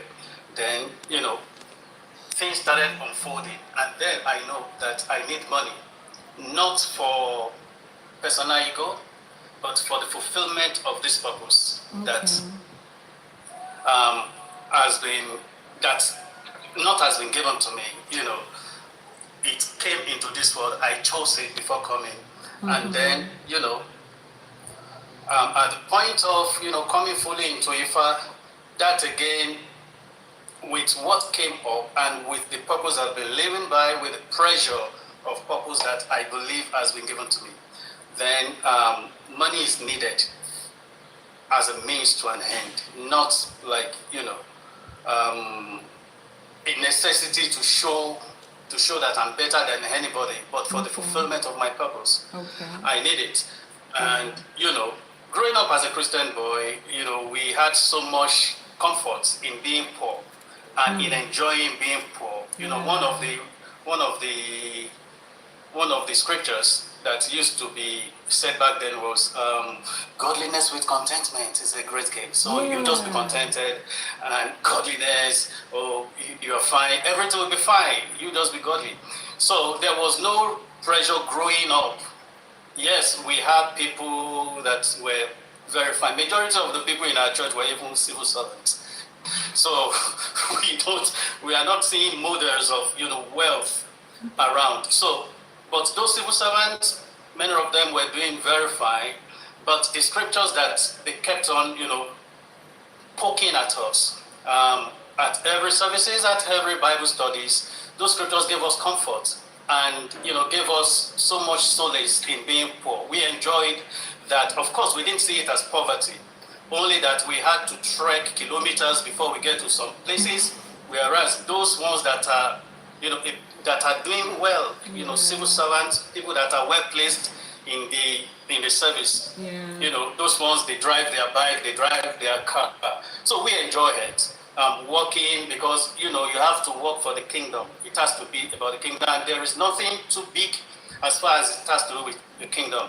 So my appetite for wealth was crippled by those philosophies, and I enjoyed growing up that way because I enjoy reading the Bible and I want to make heaven. But as I said before, coming into this reality, IFA, and when I got married, yes, I got married as a Christian guy and my wife. Of course, godliness with contentment is a great gain. I'm able to pay my house rent. I'm able to do little things for myself. I'm not going to pressure myself. I don't go to places that much, so I really don't have too much burden. However, coming into this realm, the load of the purpose that is ahead, the purpose that I'm fulfilling, there is no how I can fulfill those purposes without money. So now the reality is staring at me, has been staring at me, and thanks to my ancestral memory, which has been preserved in Ifa, and going through the memory, then I understood that, oh my boy, you have to enjoy having money. You have to enjoy seeing money increase. It's fun. Wealth is great. Yanifa, there are three major ire that we desire as Onisheshe. Iriowo, Iriomo, Ira Ikubale Oro. Yeah. So Iriowo is right there. Right there. So I wish I started up as Onisheshe, because where I am at the moment, here in Oyo, you see secondary school boys already developing their own property. Wow. That is far-fetched in Lagos. Living in Lagos, everybody is paying rent, everybody is running, the life is at a very fast pace. You don't even know your neighbors. Everybody is just, well programmed. But over here, because they were given birth into that philosophy of Iriowo, Iriomo, so to them, building houses is okay. It's just normal. Is there having money, living a comfortable life is okay it's just natural to them. It was really unnatural to us when I was a Christian, because a little money like this, you raise your hands in the church that I have a testimony. I have a testimony. Guess what happened? During the week, I was just doing something and I saw an alert, as though money is that of a big deal. But in this realm, As though that's not supposed to be your experience. As if money is supposed to be a miracle. A miracle is something that happens once in a while. Something that is not regular everyday life. So we've been conditioned to think that having money is not supposed to be natural. Nobody gives testimony of, it rained in our neighborhood yesterday, or the sun was shining yesterday, because we think it's natural. Right. But money is not considered. Wow, that's deep. Yeah. So over here, it's okay. It's okay. You see, people that cannot even read and write, they are very, very fine. They are living so large that when you see the kind of life they are living, you will covet it. Because they were born into thinking abundance. Yes. That is our own ancestral inheritance. However, we've been cut off from that reality, and we've been planted in this philosophy, Christian philosophy and Islamic philosophy, that any little money like this, you are the best in the community. You are already, intimidating everybody. Your doors are no more closed. Your doors are no more opened to people. You just become a king and you start intimidating even police. You are driving a small car and a bike guy is trying to pass you, maneuver around you, and you want to hit that bike guy that you just must cause trouble, because you believe that realm is unnatural. You something is special about you because you have money. No, money is our realm. Money is natural to us. So as long as the purpose is discerned, then you just walk in that realm. You enjoy seeing it increase, and you even enjoy seeing it deplete at some point. For instance, if you have a project and the project goes into millions and millions, and I need to contribute to that project, then my money has to deplete for fulfilling. If you must fulfill that purpose, and I must fulfill my purpose, why you are fulfilling your purpose? Because my purpose is to see this. That is why I couldn't say no when I saw you, when I saw the invitation. My purpose is to see this journey, this movement, flourish. So seeing money grow and seeing it go down, on purpose, give us so much fun because we know we can never lack. We enjoy abundance. Let me stop there. Eshe Goni Babalawo, I'm super grateful. I wrote down 2 things while you were teaching, and I think I want to talk a little more about those 2 things. The first thing I wrote down was read. You mentioned something. You said you see people that cannot even read and write and they make money. You see that thing. Just before you came in, I was making reference to what Sheon Kuti said in one video when he was talking about, you see this pressure and materialism that we are experiencing. It's that materialism that we measure ourselves by. It's actually the acquisition of Western things. It's the acquisition of Western-based things that is giving us pressure. Absolutely. Just like you said now. Absolutely. A secondary school, 18, 19, 20 plus in Oyo, they are building houses. It's natural with them. Yeah. Nobody is raising a shoulder because he bought a land and built house. No. Even when their children leave Oyo and they have to go somewhere else, the moment they make the first money, what their father and their mother is putting into their head is, Mama, I saw one land somewhere, come and build a house. Now, this infiltration of westernization and religion has made us look at people that do not have Western education as they are not supposed to have money. So we look at it like, you hear people say, so even a market woman who cannot read and write, she has bought a mansion. I'm like, does anybody say, a graduate who doesn't have masters has built a house? Nobody looks at that as a big deal.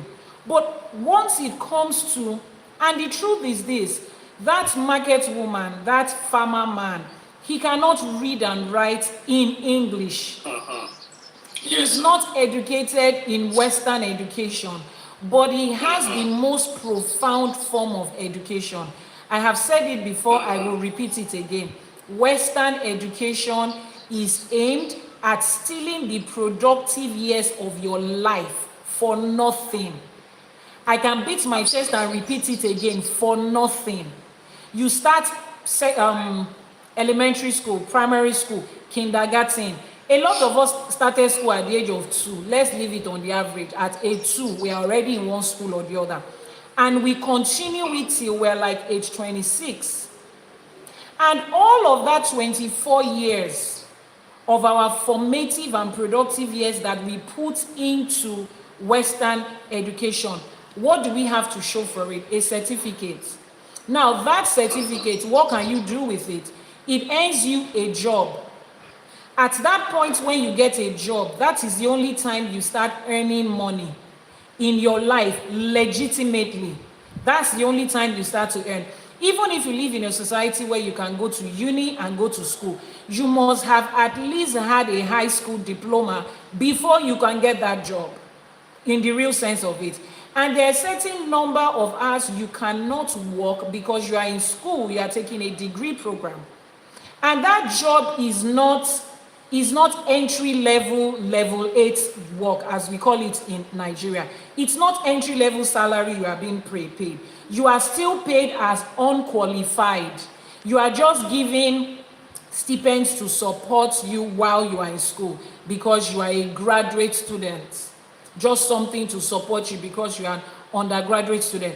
But the only time you are designed to earn that big money is after you have done sacrificing and giving them 24 years of your life, then you start to earn money. Now, when you get that job, nobody takes your CV and checks your certificate, confirms it, and tells you to come the next day and start to earn what? 5 million naira per month. No.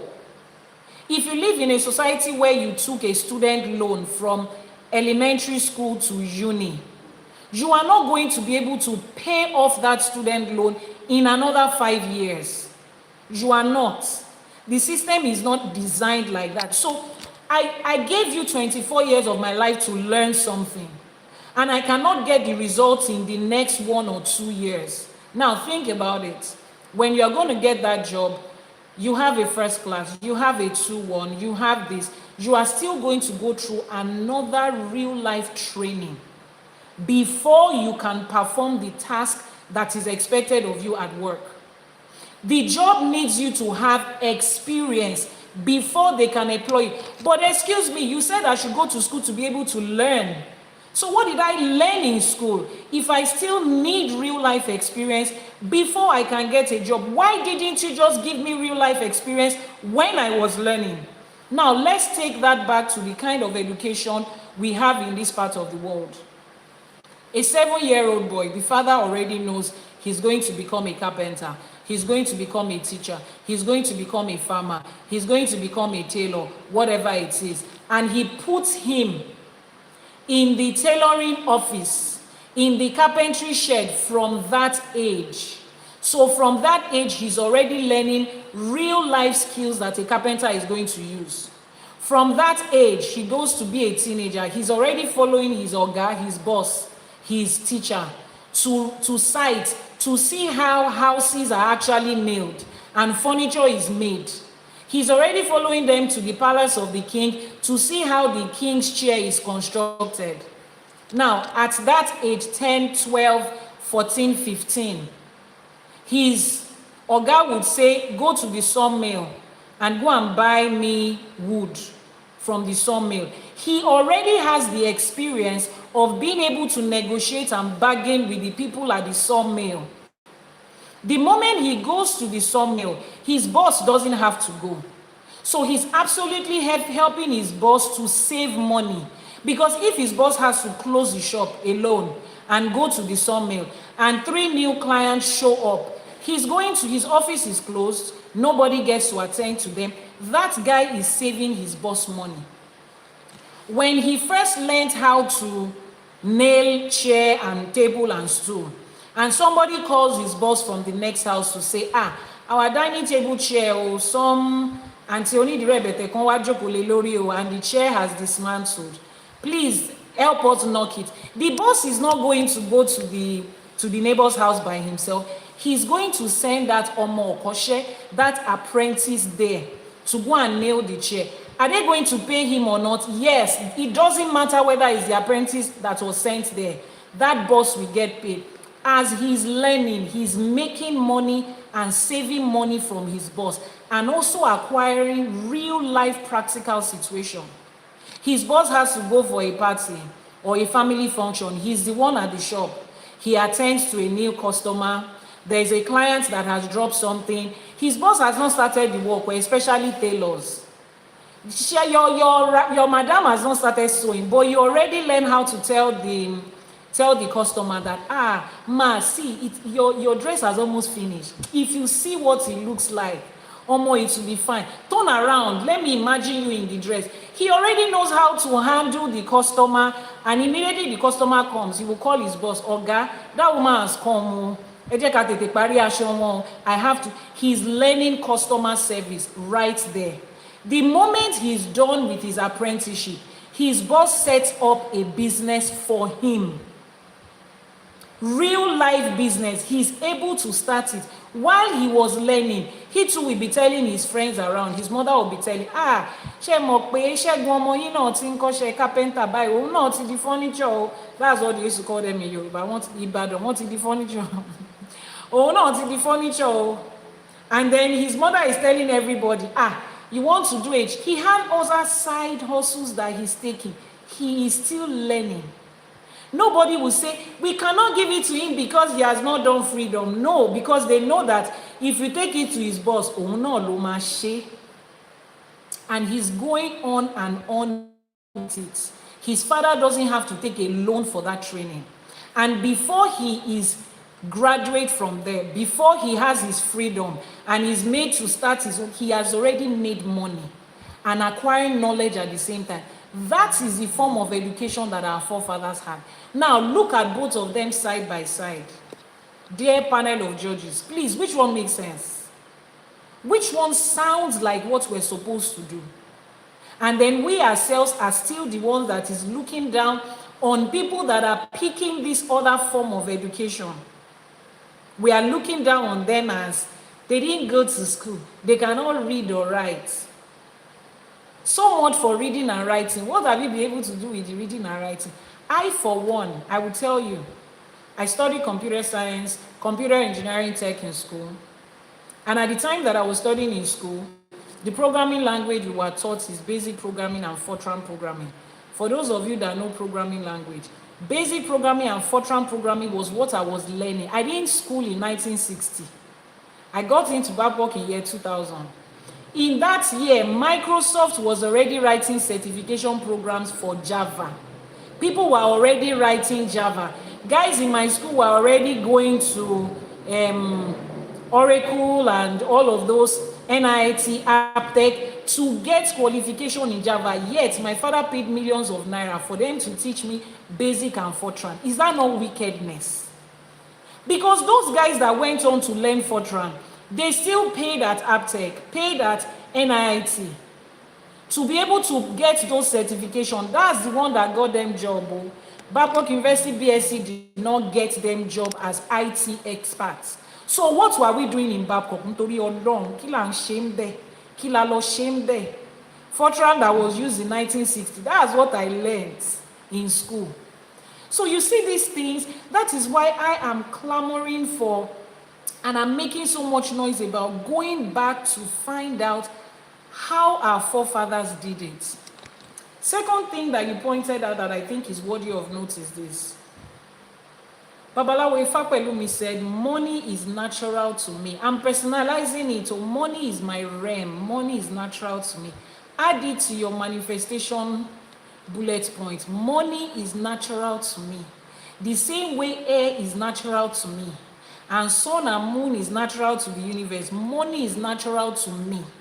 Money is not something that you are supposed to be thinking of acquiring. You need to ask yourself why money is not flowing with you naturally.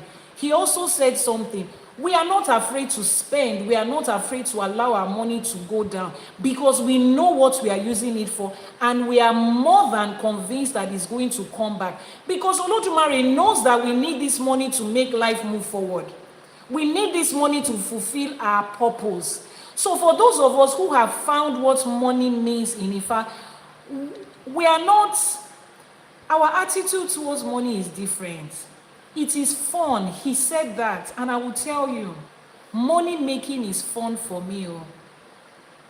The other day I was typing something through ChatGPT. I was asking a question, and you know, the chat will ask you questions. So it was asking me about business experience that I have, blah blah blah, and I stated, oh, I have these different companies in these different countries, and the chat actually said, I look like I sound like someone that is not stable.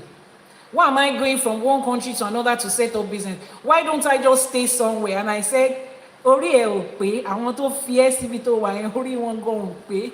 Torí you are reflecting, you are reflecting the people that created you. Ori gbogbo yín nǹkan ṣe yín. You see, for a moment, I was responding and typing to that chat, but as if he was human, because I'm like, is something wrong with you? I enjoy what I'm doing. I like to wake up one day again and they say, oh, there's an investment opportunity in Thailand. I read it, I go through it, I invest, I make money. I'm telling you, we should just really slap that ChatGPT. And that is the truth. Now, imagine the number of people that would have gotten that kind of response from the child, and then it now makes you feel like, am I really doing too much? Am I really supposed to focus in one country? Am I really supposed to? No. Money should be natural to you. It should be fun. That's the way IFA has defined it. Just like the Baba said, he said, Ore owo, ore omo, àti àìkú tí ń ṣe baálé ọrọ̀. Owo is money, finances. Omo is children. Àìkú tí ń ṣe baálé ọrọ̀ is long life, which is the foundation of all these things. Remember that Odrifa, is it Ogbe Onwori or Onwori Ogbe? That Odrifa that we treated that day. He said, Ogbe wẹ̀yìn. He said, tá a bá wẹ̀yìn wò tá a rọ́mọ, inú wa máa dùn. Tá a bá wẹ̀yìn wò tá a rọ́lá, inú ò ní bí ni. If you look back and you see children, you look back in your life when you are old, and you see children, Eshe Goni ma Ogbe wẹ̀yìn, and we see children, we are happy. If we look back and we see wealth, we are happy. We are looking back at them. And the only reason we can look back is because we have long life. We have lived long, and then you are sitting down on your rocking chair and you are just looking at your life, and you see the children you have raised and produced. You see the wealth you have created and the number of people it has affected. That's the essence of life. But it has to come from you not seeing money as something that you are grabbing. You know how people do, let me quickly take it. That is where you see people cheating other people, snatching from there. If I take 2 naira extra from here, and 10 naira from there, and 15 naira from there, and it's getting, no, relax. You are acting like somebody that is stealing from their own fridge. There was a day that my kids went to see, they went to see a friend of mine. Their kids with her own kids too. So they go in, and then they go into their mom's room, and they see the mom in the closet. She shut herself up in the closet, and she was eating chips in the closet, and she was taking candies.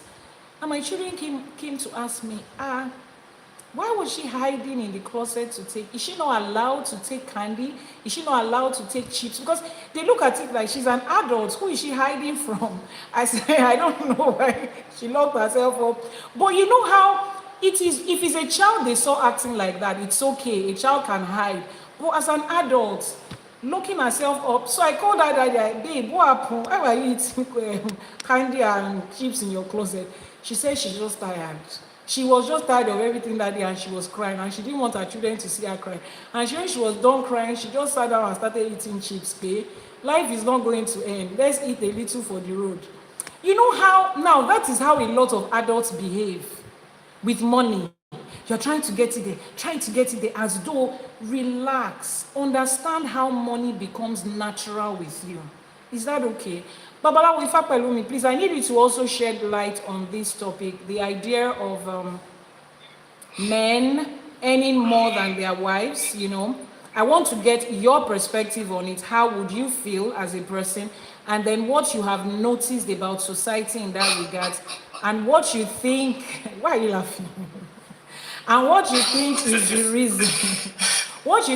the reason, society sees it that way. The whole idea of the wife earning more than the husband. Eshegoni, let's hear your take on that. Okay. I don't think I understand the question, please. Okay. Wife earning more than the husband. No. Is there anything wrong with that? Okay. Is that the question? So the question is in twofold. You as a person, how would you feel if your wife is earning significantly more than you? That's one. Then in the society at large, how do you think majority of men feel? And why do you think they feel the way they feel? Depends on how you think they feel about that. The question is very, very interesting. And it's sounding so deep. Okay. It sounds simple, but it's very, very deep. You said, how will you feel if your wife, my wife. Yes, personally. She's my wife. Oh. Yes. My wife. She's my wife. Yes. Everything she has with herself belongs to me. Whoa. The question you asked, how will you feel if your wife? Yes, your wife. She's my wife. So being my wife is even more important to me than whatever she has. So that a lady tells me yes is everything. Okay. Now, when a woman tells me yes, someone like me yes, of course you must have weighed your options. Yes. Because my mind don't function the way every other people's mind function. It's purpose and purpose and purpose. I've been away from my family for close to 2 months. Studying, learning, working, asking questions, making research, finding what should she be doing. If she's a multi-billionaire, she's my wife. The question is, how will you feel if your wife? Yes. She is my wife. Now, there are two people living in the house. They are just partners. They are not husband and wives. It may be difficult for them to manage the situation. Now, if there are men and women that are even husband and wife, they are just answering that names because they did wedding. Yeah. So doing wedding doesn't make someone your wife. Now, every woman needs reasons to submit to a man. A woman will not submit to you because you are a man. A woman needs to know why she needs to submit to you. So you need to give her reasons to submit to you, not by beating her, not by abusing her, but giving solutions. She is doing business, but you are the business advisor. You are the one, it's your brain that is building the business. She's the one doing it. Yes. Yes. She comes back home, she's telling you that, okay, we need to get a bank loan. And I said, why bank loan now? And she said, we need money, we need to really invest heavily in that business. Why? Okay, sorry, let me talk to a friend. And I call a friend, can you raise us this amount? And the person says, oh yes, how long will it take you guys to return it? And I say 6 months, or give us 7 months.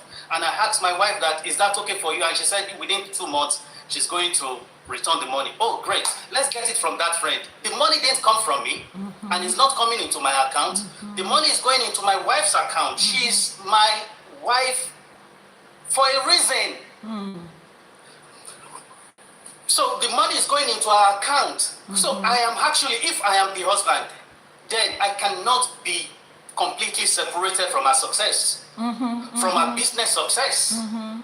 So my wife having too much money, my wife having money like, I don't know, it's a pleasure to me because she looks back and she tells people that maybe I walk into the organization and someone is saying, Oga, what are you looking for? And I say, oh, I'm looking for madam. And the person said, oh, sit down there. And I sat down and I called my wife, babe, somebody said I should sit at your gate too. And she comes down from upstairs and say, oh, sorry, you don't know him? That is the brain that created all of you. If I am somebody's husband, and she can call me husband. You see, it's one thing for a woman to say behind a man that my husband or call me. Yeah. You growing up in Ibadan, I'm sure that people would ask mommy sometimes, bless her soul, when she's going, and people will ask her that, Olowo ori yin ko? Yeah. Yin ko? Oh my God. Yeah. And I like the use of those words. I love the use of those words. Yeah. Absolutely. So for someone to qualify as my wife is so much. It's not because she has breasts, it's not because she's looking physically beautiful. No. It's so much. So for me to really come to you and convince you that I'm the man for you, then before you tell me yes, you must have weighed everything that, oh, this guy that is not moved by everything that is moving the rest of the world. Yeah. You've weighed your options and you tell me yes. Yes means submission. I have submitted to her beauty, to her intellect, to her spirituality, and she's telling me yes. And I consistently give her reason to see me as her husband. My wife will not call me and she's asking me a question and I will say, I don't know. Why would you say you don't know? I can tell her, babe, I know you got this, you can handle this, figure it out. But you don't tell your wife, I don't know, every time. And she gets used to, I don't know. And then she will now need to call her secondary school crush. That Bawale, please now, can you please help me with this? Now, Bawale is always delivering. Oh my goodness. Then, intellectually, emotionally, our emotion will start going to Bawale. So that kind of man, because he's now going to feel threatened, because there are some calls the wife will make, and she won't be making those calls before the husband because she knows the implication. But she needs to make those calls. Yeah. If her business must flourish. So as a man, it is dutiful for me to consistently, there's my babe. Let her know that sometimes I just deliberately forward a certain amount to her bank account. Oh baby, Bailey. She's not expecting it. And she looks at me, say, Please, can I say something at this point? I'm giving. Sorry, please. Okay, Please, to all our Okay, viewers, sure you can hear the way it makes someone feel when you just say, oh baby, bye. Please, it's not only your wife, for the Babalawo and the Yanifa in your life. Me, I need more people that will just look at me and say, look at this fine Yanifa, oh yeah, take. You people, it's true. Because the number of hours I come to sit down here, to be teaching you people like I am your mommy and your daddy. As you are receiving that money, just remember that Yanifa is somewhere. Just say, fine girl, I love you. Me too, I will say I love you. Don't worry. As long as you are sending money, I love you too. The love is mutual. All of you are hearing. But on a more serious note, seriously speaking, this is, you see, the way he described it now, if you are not married, doesn't marriage sound beautiful to you? Some of you think that we are just doing this for the camera. You guys don't know that this is our everyday life. You don't know that some of us actually enjoy life. We just enjoy it. We are in relationships that we enjoy. We have friends that we enjoy. Yeah. We have friendships that we enjoy. We have detached ourselves from that expectation. This is how a wife should be. This is how a husband should be. This is how this. No, just relax. Just be human. Ejo, thank you so much for allowing me to pause you a bit. Yeah, I'm listening. Thank you, Yanifa. So it is my pleasure to see her flourish. You know, my wife now, when we met, we met when I was working in a polytechnic as an accountant, and then when I saw her, I knew this. The first day she came to my office to pay for her school form. Wow. This is my wife. Then I started being nice to her, being kind to her. I didn't tell her because I didn't want to scare her. And then, you know, she was doing well academically. However, I wasn't fully satisfied, but not through pressure. I just gave her reason for her to do more. And she became the best in the department. I was fine with that. So if I love to see her being the best in the department, I love to see her be the best when she got into universities and she's doing so well as a student. Now, my pleasure is to see my wife, I'm too secured, to see her grow in wealth, to see her business keep doing so well.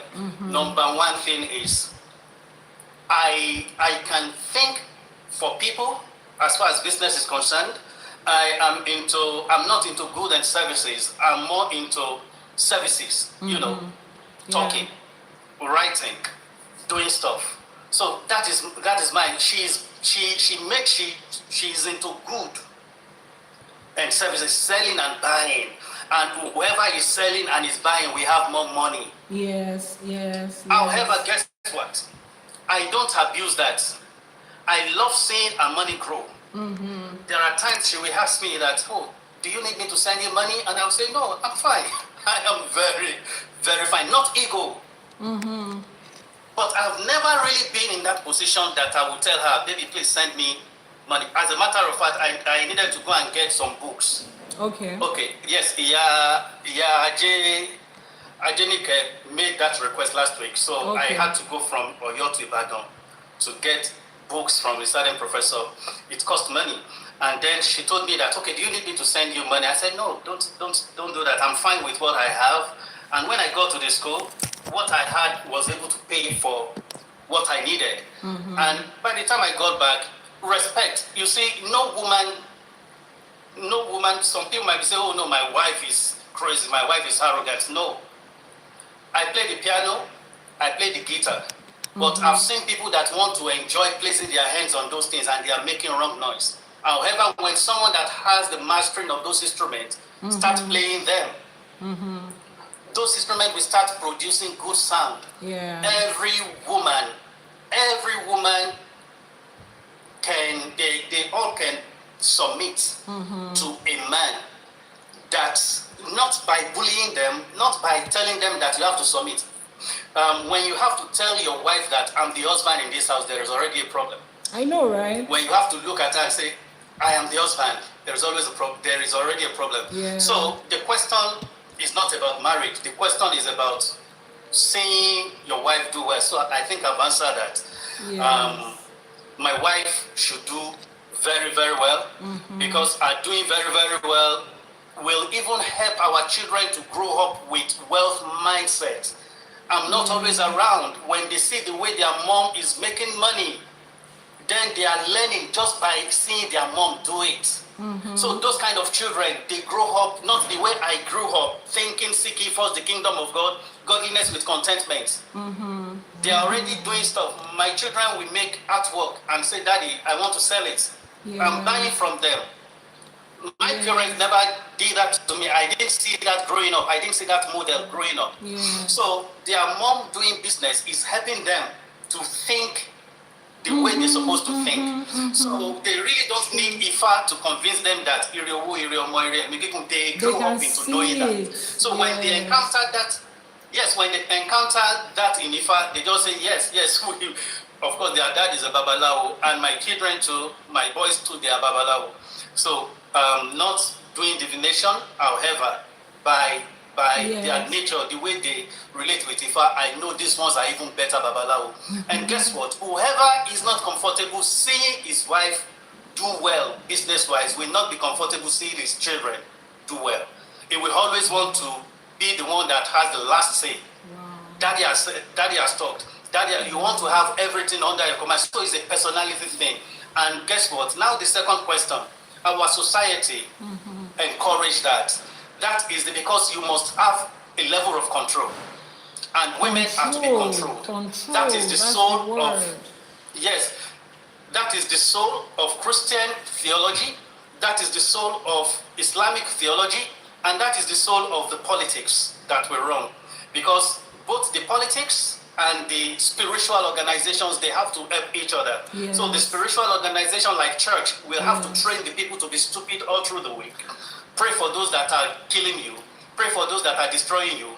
Be patient. Seek only the kingdom of God, and they release them on Sunday that, go and face your week. Be stupid all through the week. And then the politicians make use of that, oh yes, these people are already stupid. They are communicating with the GOs, the politicians, that Daddy Alpha, how many members do you have in your church? Because when people are able to be organized, then they can easily be controlled. Then our own ancestors felt, no, controlling people is not it. And because even the women that were among the pantheons, you can't control them. You will damage, you will destroy yourself when you try to control someone like Oya, when you try to control someone like Oshun. There is going to be earthquake. So we knew that in our spirituality. Okay. I can hear you. Do I go on? No. I can hear you. I was speaking to my daughter. Okay. I can hear you. Okay. So we understand how things should be by nature, because even though they took our spirituality away from us, they couldn't take our DNA, the DNA of our ancestors. They couldn't take it away from us. So somehow, someone like me, I have plugged myself into the philosophy of my ancestors, so I'm not intimidated by anybody's wealth. Wow. I see you doing well, and I whisper worry for you that may she be doing very well. That is why you have over 100,000 followers.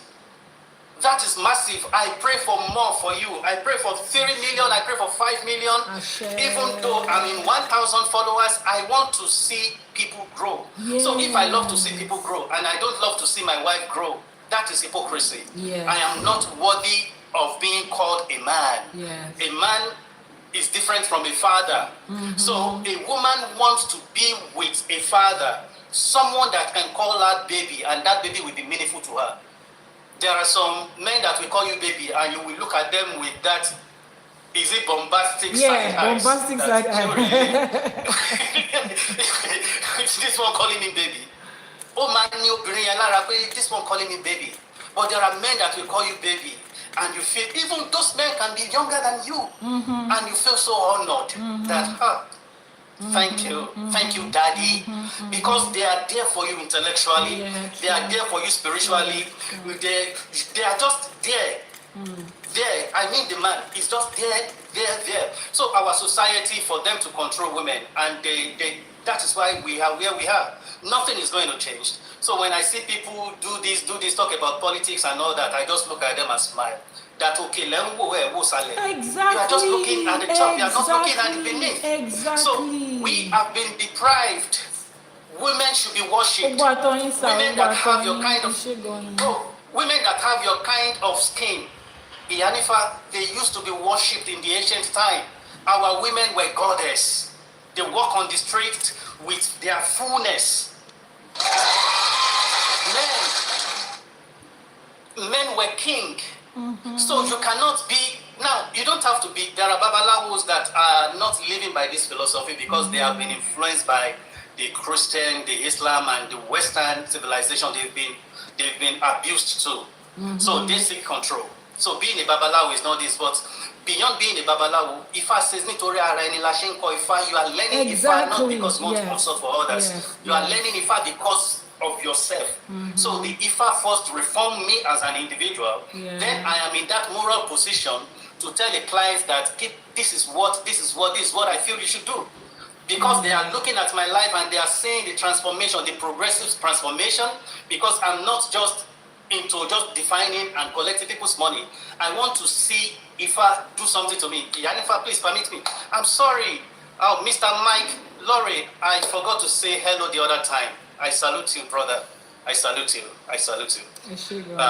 Okay, let me go ahead quickly.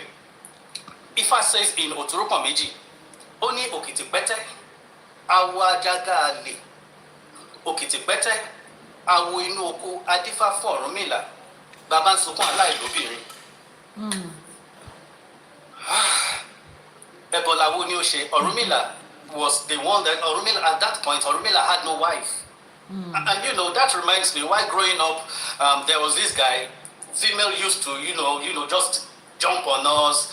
We attract ladies because of my musical and other gifts. Ladies just come to me. Then I have to choose which one should I. Which one? Church boy. I know, right? All those church boys with a cappella. Hey, I'm not saying you, but let me just say this. All those church boys that year with a cappella, with musical instruments and baritone voice, they use that thing to off pants a lot. No, I didn't say you. No, I didn't say you. No, I didn't say you. I said those boys. We know them. We know them. When I was in Babcock, all those a cappella boys. Hey, oh well. But it's true, I guess. We all can relate. Yeah. So we have to pick. Then you are stressed. Valentine is coming and you are hiding. A birthday is coming, you are hiding. You just want relationship. You really don't have what it takes to sustain it. And then some men are grown, they are in their 40s, they are in their 50s, they want marriage. And when they talk to a beautiful lady and the lady tells them no, they hate that lady. But a woman wants to be secured too. At least give her an assurance. Yes. Give her an assurance. So now, Orunmila was in that position, looking for a beautiful woman. He needed to get married. And then he went for divination and they told him that Orunmila, you need to leave every sacrifice, every offering that has to do with you marrying. And you need to focus on the Ebo and Etutu that will help you to build great home. And Orunmila did all that. And Orunmila focused. And to build great home, you have to focus on business. You have to enjoy doing business. Yes. And because you need home. Home is where somebody can call home. Not that your son will go or your daughter will go to her friend's house and she won't like to come back home. So your place is home. When your children look forward to coming back. When your wife look forward to coming back. So Orunmila did what the Awo told him to do. He sacrificed, and the rest, they say, is history. He started having a lot of wealth, and then women started coming. because the man is now controlling great amount of wealth. Ifá says òkìtì pẹ́tẹ́ awo inú oko adífá fún Ọ̀rúnmìlà bàbá ń sunkún aláìlóbìnrin ẹbọ làwo ni ó ṣe orúkọ ẹbọ rẹ̀ dà no bàbá ń sunkún aláìlóbìnrin wọ́n ní kó fi ẹbọ obìnrin sílẹ̀ ẹbọ ilé ni kó máa ṣe orúkọ ẹbọ rẹ̀ dà oyin awo oyin Ifá wa tọ̀nà yílé po ẹ̀yin ò mọ̀ pé iná rere lọ̀pẹ̀ ń tàn. So Iyanifa is always talking about getting initiated. That is a part of, when the other philosophy says your path is a shining light, it is not shining light, it's shining darkness for them, gross darkness for them. Because they have to fast, they have to pray, they have to suffer, they have to go to mountain, they have to give first fruit, they have to give all their money, they have to sow seed of their house, they won't be able to pay, and their path is not shining any light. That is why we have all these cathedrals, and our country is not getting better. However, that is a plagiarized version of our original ancestral wisdom. Yeah. When you get yourself into the realm of Ifa, then your path becoming a shining light, and it keeps shining brighter and brighter every day. That was stolen from your ancestors actually. It wasn't original to them, because they have to do so much, take what is not theirs, and wherever the sole of your feet gets to, you take it. That is thief. That is criminal. You don't take what is not yours.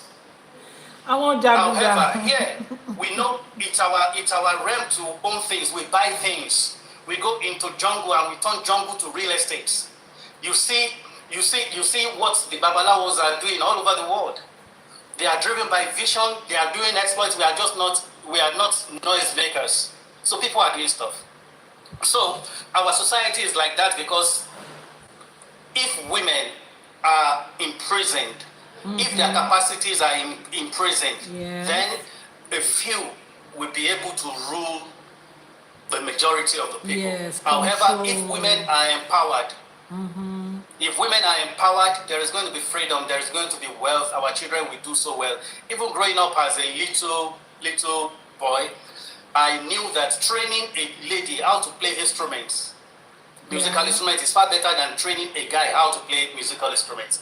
Because if mommy knows how to play the guitar, it's going to come natural to the boys, to the children. If the mommy knows how to play piano, it's going to come natural to the children. But daddy is always busy.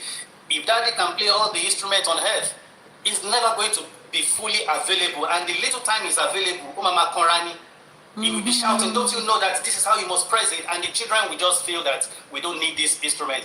That is why majority of our musicians, our legend musicians, that is why majority of their children cannot even do anything substantial when it comes to music. Juju music is dying because there is no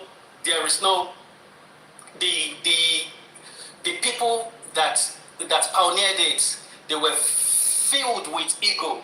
They have to be in control. You don't have more women doing juju music. We really don't.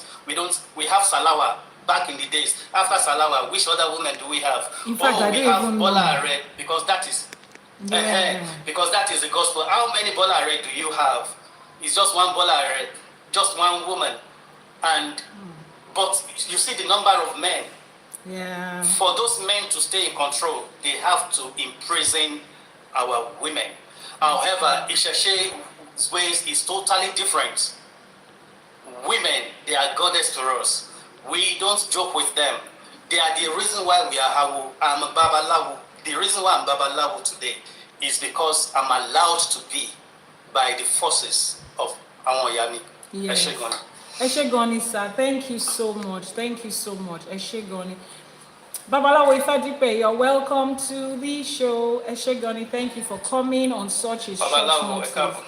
Eshegoni, sir. Thank you so much for joining us. So I'm so happy because people are enjoying your conversation. I could see it's getting hot in here. Everybody said it was hot. There was fire going on here. Yeah. I'm so grateful. I'm so glad. And I'm glad that we can all relate. I really don't need to say much. I'm glad that we can all relate. Someone says, since I don't have a man that will pamper me, I will work hard and make money and pamper him. Oh, that's so sweet. Now, let's flip the coin to women. That question that I asked, right? As a woman, Is it okay for you if you earn more than your man? Are you comfortable with getting married to a man that you earn more than, a man that is not as financially stable? No, don't let me use the word stable. As financially buoyant as you are as a woman, because at the end of the day, it's women that really determine these things. I've heard men come to me to say, I think I have a spiritual problem. Every woman I talk to says no. And then when I ask the man to describe himself and his state, and to a large extent, it's not spiritual, it's just because he doesn't have all the glittery diamond thingy that the world is expecting a man to have. That's why a lot of them are turning him down. So, from the women now, let me ask. Jane is on, she's up, so she's going to be the first woman to answer that question. Auntie Ajemiposi, Auntie Lande Ejo, Emma Bawa down question, you know. How do you feel as a woman if you earn more than your man? Like you are already earning so much, you're financially stable, you are earning so much, your business is doing well, and then you are supposed to marry. And the guys that are coming to you are like, you know, they're not broke. Oh, I'm not saying, no, let's even say it in any form. And please, I'm sorry, I don't want to use the word broke, but you know, the guy is not just as financially buoyant as you are. If he asks you out, are you going to say yes? Can you see a husband in him? Let me start with Jane. Jane, please unmute your mic. And everybody wants to hear your voice. We have all been seeing Jane Juma, Jane Juma. We want to hear her voice. First of all, let me give you a warning. She has a very sweet voice. So if you don't pay attention, it's the sweetness you'll be hearing. You will not hear the words. You can see how she's laughing. She's not like me. My own voice is like Agbero. She's not like me. Oh. She has this sonorous, feminine. What did they say we should go and do now? They say we should what? There's something they tell women to do. Tap into your feminine energy, become elegant, and you know all of those things. Not all of us that are like that, but Jane is one of them, and I need to acknowledge that. So let me know what you think. What do you think about that? Okay, good afternoon, everyone. I think this is amazing. It's amazing because I think a while back, I used to think that I'm thinking out of the box. Yeah, so let me just try at first by the question that you ask, especially with men and money. Yeah, because I think that I've been denied a lot of opportunities, me being a woman. I think we even with my dad because immediately, normally what always happen, especially in Kenya, I'm a Kenyan. So after your high school, you're done with your primary, high school, then afterwards, immediately before you get your results, what you're supposed to be doing is that you go and learn IT, the packages, the normal packages. So I really used to post my dad, like to beg him, please take me so that I can go and learn. I need these things so that he can be able to help me. But I was not that lucky to be able to get that opportunity. So I just had to survive and do things the way I know how to do it. So on that note, I felt like it was not fair on me, but I did not take it personal. But I used to learn a lot of experiences of which whereby it came to a point whereby, because I know my energy, I have an energy that is very strong. I'm someone that have to, wherever I am, I have to like be part of it fully. And I have to do like extra more. So it came to a point whereby my lariat, because I was born with boys, I'm the only girl. We have like 5 of them. So I'm the one that used to take care of all of them. Despite me being denied that opportunity, of which I believe that if my dad could have just at least tried as much as he can, just to enable me to have the opportunities that I should, to be able to better me, to be able, at least I would be able to do much better than I'm doing now. Let me put that aside and to answer the question that you just asked, Yanifa, and I really appreciate everyone for sharing this. This is just, it's just amazing to me. So the thing is that for me, out of experience, the guy that I was dating, we started from, he had nothing. I was the one that was working. To me, it was not a big deal because I believe if we are together as a family, definitely, if I'm the one that is good enough to be able to take care of the family at that point, I have no problem with that, and I love it. I love it big time because naturally I'm a workaholic, but if I can take care of my family, take care of my man, because I believe that if you are part of me, like everything that I have belongs to you as well. So I don't feel like it's a big deal for me per se, because I've done that not only to one person, but I've been doing that. It's part of me that I don't feel like it's a big deal, and I love it. But if you want to show me that, I don't deserve like whatever I'm doing, you don't see it, and you don't acknowledge it. That is the part now that I miss it, and maybe I can start to act on that. But that one now is normal. But for me, I don't feel like it's a big deal. It's not a big deal. Yeah. So if I'm successful, my man is successful, my family as well, everyone, because I love a happy home, successful home, and being with someone that sees your value, not because you're a woman, but at least you can do things better than him, and for him too as well. He takes it and he trusts in you and he supports you, because normally the support that we need, especially for us women that are more successful than men, we don't get that support. I think most of the time we do fix ourselves because the society does not accept us, and they are not giving us that opportunity that we should be having. Yeah. Thank you so much. Thank you. And you know the sad part, her experience has been the experience of a lot of women. There are opportunities that are there. These opportunities are not gender based, but starting from our home, our own parents were the first to deny us as female that opportunity. And then they did not allow you to have that opportunity. And then you get to the marriage world, the dating pool, and you want to date, and a man is asking you, I don't want a liability, what do you bring to the table? When I was supposed to learn the skills that would equip me financially, my parents did not allow me to. So you see how women are just caught in between. There are this group of women who are not allowed to get enough financial equipment for them to be to be financially free and to get money. There are the other group of women who were allowed to do it and they went all the way to do it. Now there is a dating pool. Men say, you don't have enough, you don't bring anything to the table, you don't have financial whatever, you didn't go to school, I don't want a liability. Then there are the other men that says, oh, you have too much. If she has too much, she can't respect me. I can't allow her to have as much as me. You see how dysfunctional the society has become? The same men that are complaining right now that there is too much pressure, financial pressure on men, they are still the ones that will not allow a woman to earn as much as she's supposed to earn. And when I say as much as she's supposed to earn, allow her to earn as much as she can earn within the confines of her being a moral, loyal wife and everything. So you are not allowing women to do that. Yet you are complaining that your girlfriend is asking you for urgent 2K. She was not built financially to be able to handle her things. Her brothers were allowed to go to school.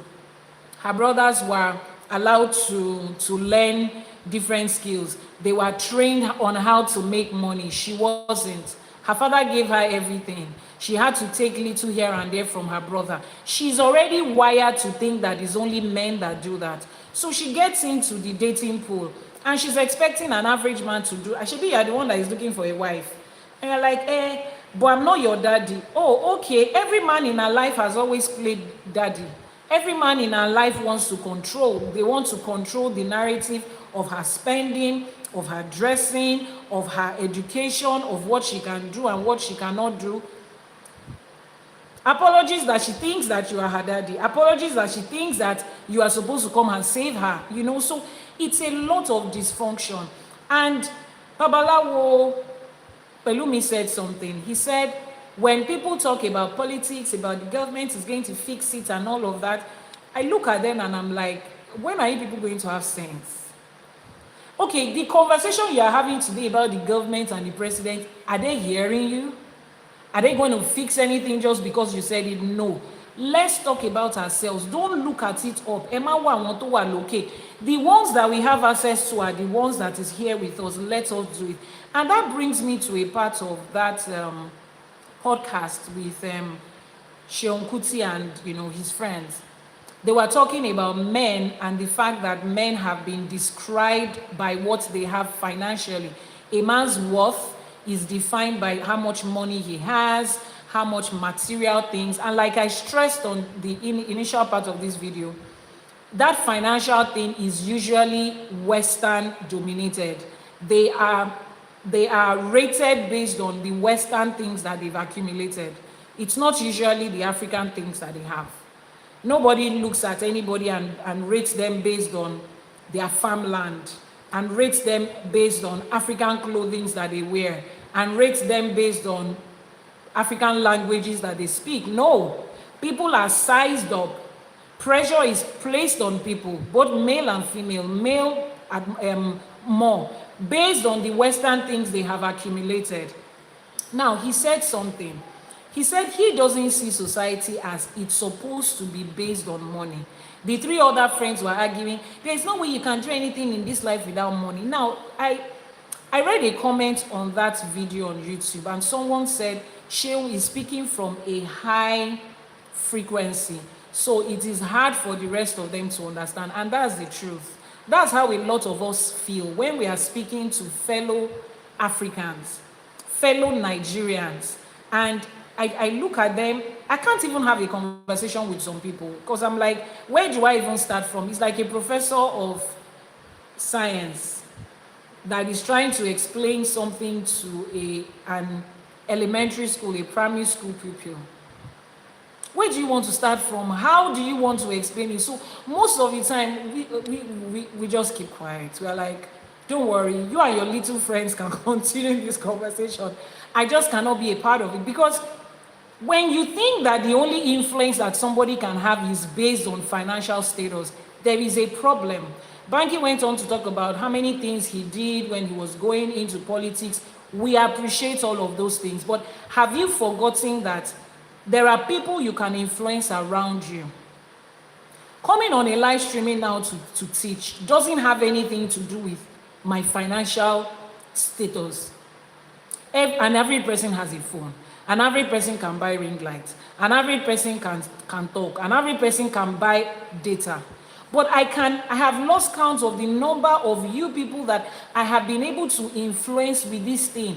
Little by little, you guys are changing. Your mindset is changing. Your mentality is changing. You are raising your children better. That change you are looking for in the government, this is where it's going to happen. So as you are stepping out of this live streaming, you are going home as a wife to understand that all that pressure you have been putting on your husband is not fair. You are going back to tell your husband, babe, for real, I appreciate everything you are doing. Like, I'm just looking at it that only you are doing this, only you are doing that, only you. You do this for my mom, for my dad, for my sisters, for your own family members. You do it to the neighbors. You are doing it. You would go home and appreciate them, even if your husband has not been as financially expecting as he's supposed to be. Understand that by default, that man carries a lot of pressure. If he has not detached himself from this mentality, he's carrying a lot of pressure. He faces it at work. He faces it at home. Look at him and tell him, see, I am one less. You have one less person putting pressure on you, and that's me. I'm also going to call my mom and my dad to understand the fact that the pressure of their life should not be placed on you. Let him be able to breathe and say, oh, wow, so my wife gets it. At least one person gets it. Teach your children that. Teach your children that. As a man, you also go home, sit with your wife and explain to her that, see, babe, I understand the responsibilities that a man has to do, but I need to explain to you, it is too much pressure. So many times I want to break down and cry. I just don't know how you're going to feel if I do that, but can you just allow me? I know you want to buy this. I know we want to do this. Can we take more time? Tell your wife if she's not doing anything, babe, at this point, there's nothing wrong if you start to work. I'm sorry that I told you that I'm President General among the nations and my wife is not supposed to work. I'm sorry. I just realized that you are also a human being and you have capacity and you can do something for yourself. So I'm allowing you. What do you want to do? Before you met me as your husband, what was your dream? What did you dream of becoming as a woman? Sit down and listen. Is then you will realize that she had a dream of becoming a doctor that was going to save African children. But she was not even allowed to go to school, let alone stepping into medical school. And it's okay, she doesn't have to go back into medical school. She can go to ifacollege.ng and register for Orisha herbalism and traditional medicine. She will still be able to learn how to medically take care of people. Let her do it. She wants to build a business. Sit down and start to find out what is it going to take to grow that kind of business. Let her know that it's okay. My husband, this one you are saying, is the finances going broke? No, I'm not going broke. It's not about being broke. It's just about you being able to fulfill who you are and what you are here for. I need to know your own dream too, and I want to help you fulfill it. And it does not change anything with me. I was taking a couple through this conversation. And by the time we were done, it was online, we were on Zoom call. And by the time we were done with the conversation, the woman said, Yanifa, can I talk? I said, yes. She said, please help me ask my husband if the next conversation we are going to have, I don't want him to feel bad. Are you still going to love me? The man said, I don't know what you're about to say. I said, Mr. Man, tell her you are going to love her because you have to love her regardless of what she's going to say. We all laughed and he said it. And the man told his wife how much she was earning for real. And the man, I saw the shock on his face, but he was conscious of the fact that Yanifa is on the other side of the screen. Babe, what? She said, I didn't know how you are going to be able to take it. And I didn't want to ruin this relationship because of that. So I asked the man, how much did you think your wife was earning? He was like, between this and this, what the woman earned, what she earns is about 8 times more than what her husband thought she was earning.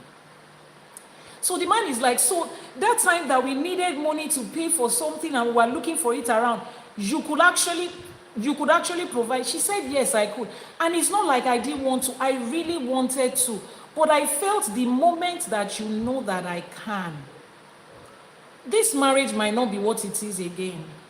People, you might start to feel a certain kind of way. This beautiful home we have, we might just break it up. And a part of me was happy, that at least they know now that together they are worth 8 times more than, And I felt bad because a genuine woman who loved her husband was scared that the man, knowing how much he earned, was going to mess up their relationship. So the question the man was asking, so what have you been doing with your money? She said, that's another thing you're about to find out. You see that something that you said you wanted to do that day, that I borrowed money. I didn't borrow it from work. It's my money.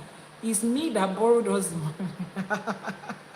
And Juma started talking about assets she had acquired for their children. They had 2 children at the time.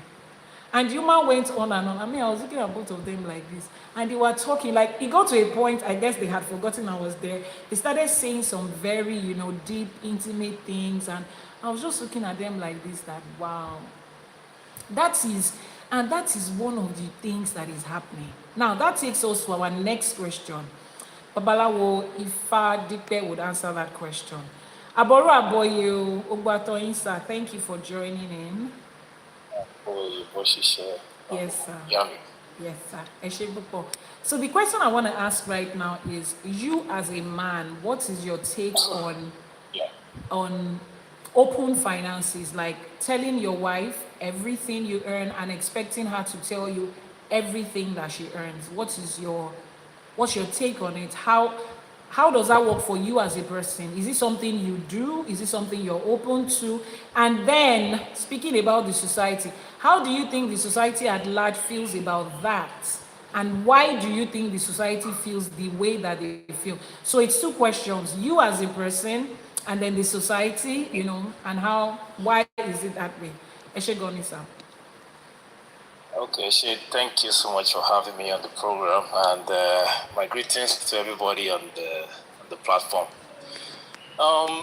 Yes, as a person, right, I wouldn't mind, right, But as a person, as an individual who is currently in a state of deconstruction, just like everybody else is, right? I won't mind. But I'm also tagged with a lot of systemic files, which I call systemic files, that are still running inside me, inside the program that I'm running. There's still some system files there, that this system that we live in, that we exist in, has put in one space, in my mind, in my brain, in my consciousness, in my emotions. Those system files are still there. Who is there? And because the system in itself reinforces, these files within me, that's where that place of the open financing sustainability comes in. How can I sustain this? Am I dealing with the right person? Okay, will I not be casted? Will I? So there are so many emotional baggages that goes along, the open financing. In the sense that, okay, I'm bringing X, wife is bringing Y. We put everything together, to make things work. Which, of course, ideally should be the case, because it is clear, at least in today's world, that women are taking more greater power now. I mean, they are assuming more managerial roles. They are taking more businesses now. You go into the banks now, you see a large number of women in comparison to the men. So women are also taking up, financial. I mean, they are earning big money now, actually. So they are also running these systemic files too. And the example that you gave gives a good idea of what is actually going on in everyone's, pretty much most families. That the woman or the man, in this case, as the case may be, are having different financial capabilities, but they will only be putting the trickles, in the family, because no one wants to give the idea that, oh, look, I'm earning this X amount of money, and okay, you are the one that took care of the housing, you are the one that took care of the school fees, you are the one that took care of this, took care of that. So we are literally in a situation where we are showing what is in our right hand, keeping the rest in our left hand that is not visible for the other party. And it's not the fault of any of these two people. It's the system in which we are born into that has programmed this type of lifestyle in us. So while I would be okay with open financing, I'm still dealing with, for instance, if my wife is earning more money than me, and she also don't want to openly tell me that, okay, I'm earning X amount of money. But I see that in some certain things that she begins to take some action. Maybe she just offsets some bill, without you knowing. Maybe she just does things, without you knowing. And the family is going on fine. She just offset the bill.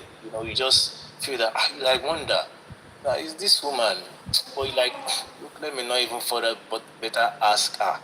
But even if I ask her, she also will just present the one in her right hand and keep the one in the left hand, eating from me. So I think the remedy to that actually is that when both parties fully deconstruct themselves from this money value-based system that we are running, that's also finding its expression, in our homes. It's a value-based transactional system. Whatever you bring to is about what you bring to the table. It's about how much you bring to the table. If you're not bringing this much, then your value, respect to that marriage, is still questionable. I mean, I won't value you as a man. I won't value you as a woman because you are not doing so much. And if I'm the man that is bringing 100%, my value towards you as a woman who is bringing probably 10%, I will value you based on what you are bringing to the table. You understand? So it's a mismatch of situation that we are finding ourselves.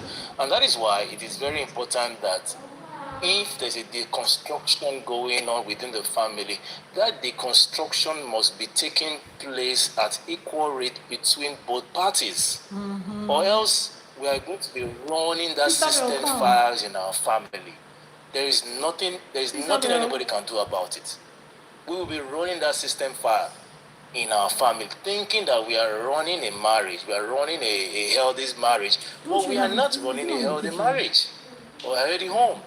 We are just running a value-based transactional kind of marriage, and which of course, when you look at the larger scope of people doing the same thing, you feel okay with it that this person is doing it, this other person is doing that. And again, it's now reinforced again by the church system and the Islamic system and all that system that we have in the society, where you see that, okay, if a man cannot, what they say now, if a man cannot provide for his own family, is worse than an infidel. All those manner of teachings reinforces, number one, the position of a man against the position of a woman. And so if a woman is in a system where, okay, the man is the head of the house, the sole provider and everything, if she's earning maybe $1 million, why would I want to disclose that $1 million in the family? Because if I bring that $1 million and this one, my husband is earning less than that, his authority will be in question. You understand? So I think the first remedy is to deconstruct these two parties, to be able to let them see that what exactly is the reason for this our togetherness. Why are we together? What is the purpose that we actually came here together for? Because money is not the real reason why, let's make money, let's get money, let's get everything. It's not the real reason why this relationship is actually existing.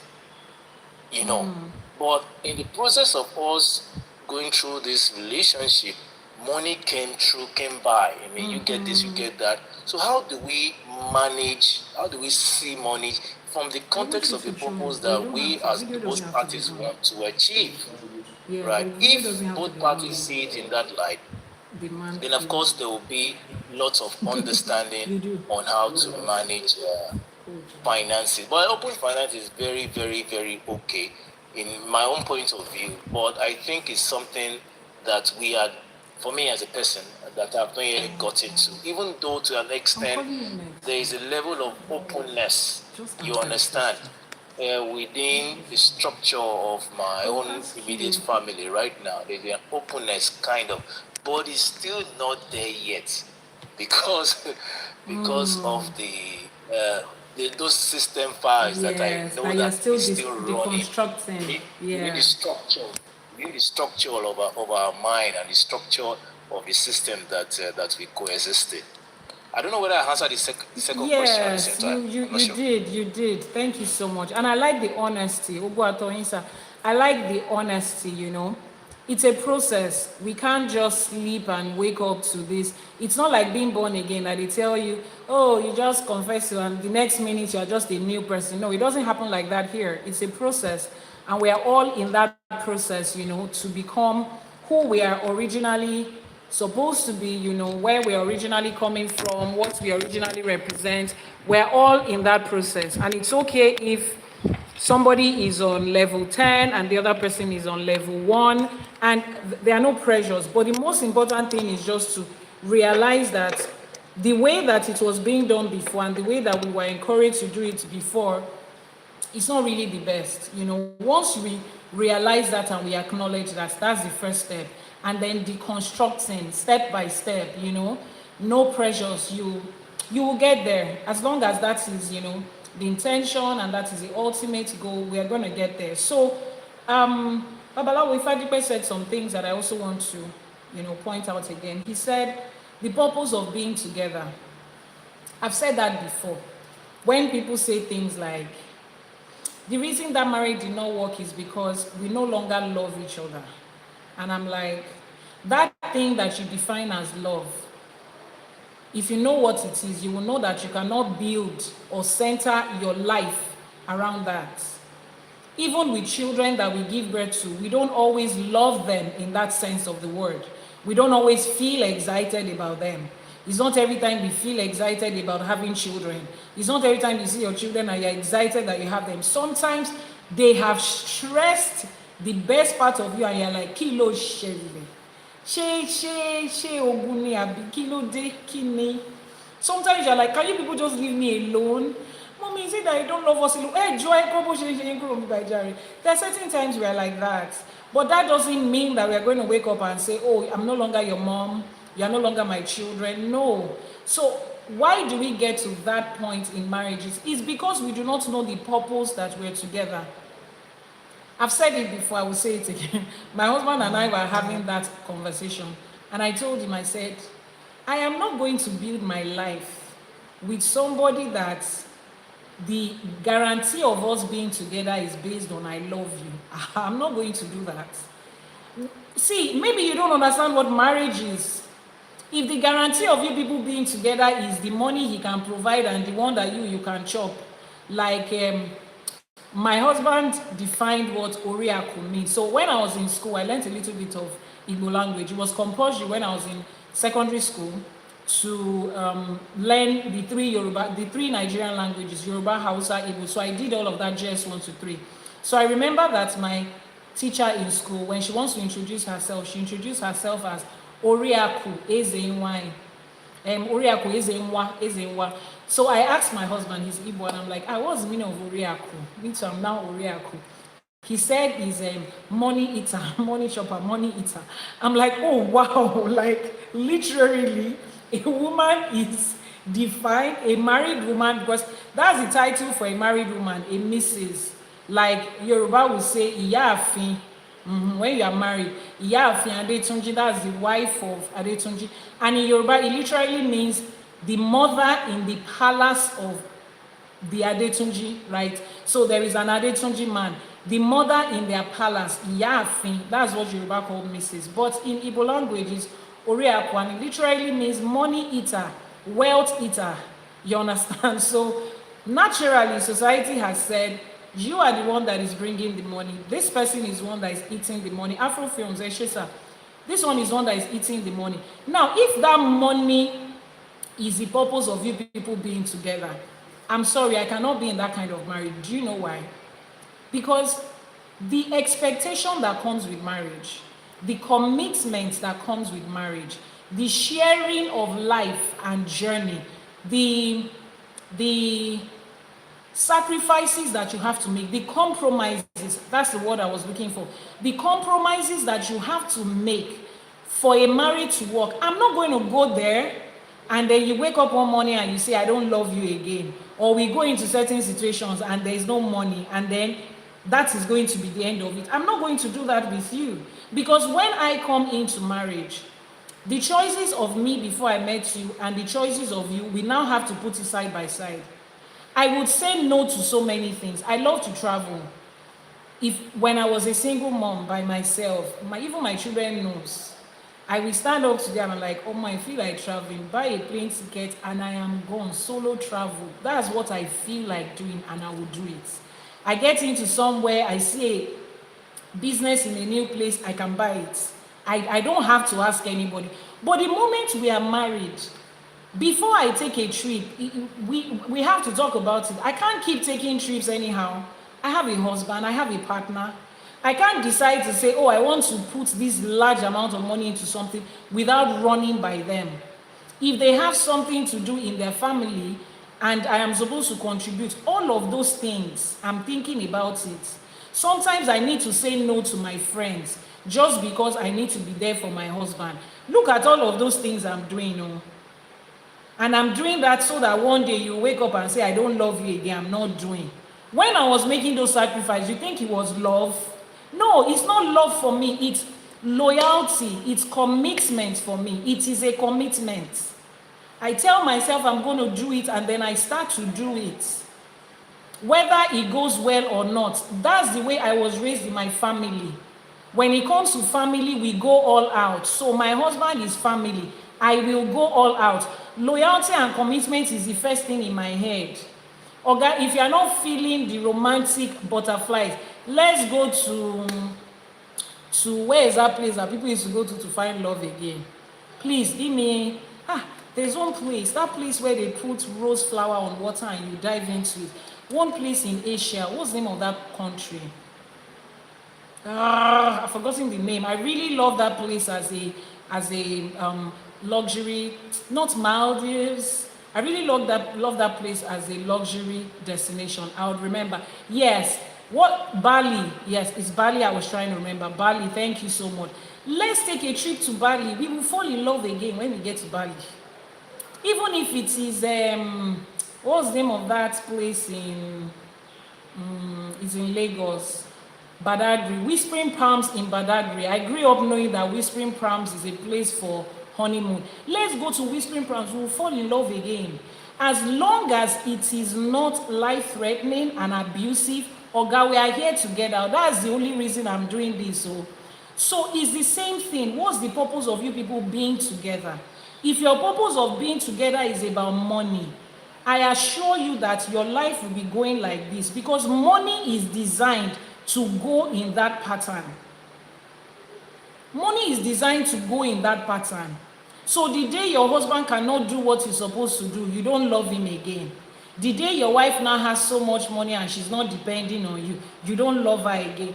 Me as a person, I cannot do that marriage with you. We can be lovers, or we are falling in love with each other. She is love. We can be doing sugar mommy and sugar daddy. I be sugar mommy and sugar girl. I be sugar boy and sugar man, whatever they call it. Is money we are exchanging? Yes, we can have that. But when I'm in that kind of relationship with you, sugar mommy and sugar boy, or sugar daddy and sugar girl, I am not committed to you. I can take decisions without thinking about you. I can decide to go on a business trip tomorrow and then call you and say, babe, I've gone. Why didn't you take me along? Sorry. So that ends it. I can't do that to a husband or to a wife. So if I'm making all that sacrifices, being loyal to you on every level, I'm turning down gifts from men because I now have a husband, which I would have received when I was single. Then you now wake up one morning and say, I'm not feeling this thing again. Or God will go to the filling fuel station and refill that feeling.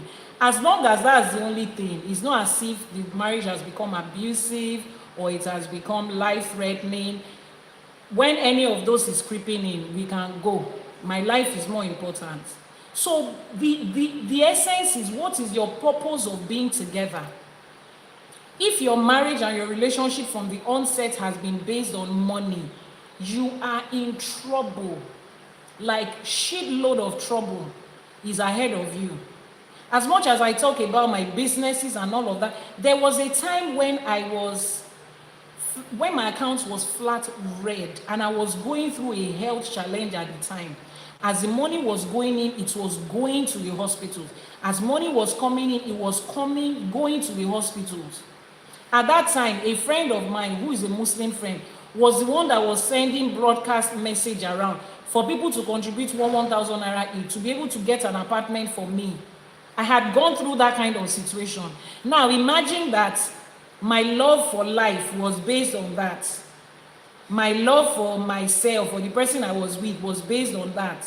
So the relationship would have ended because of that. Imagine that the love that my children had for me was based on that. They would have left me and gone to their father, because I was a single mom at the time.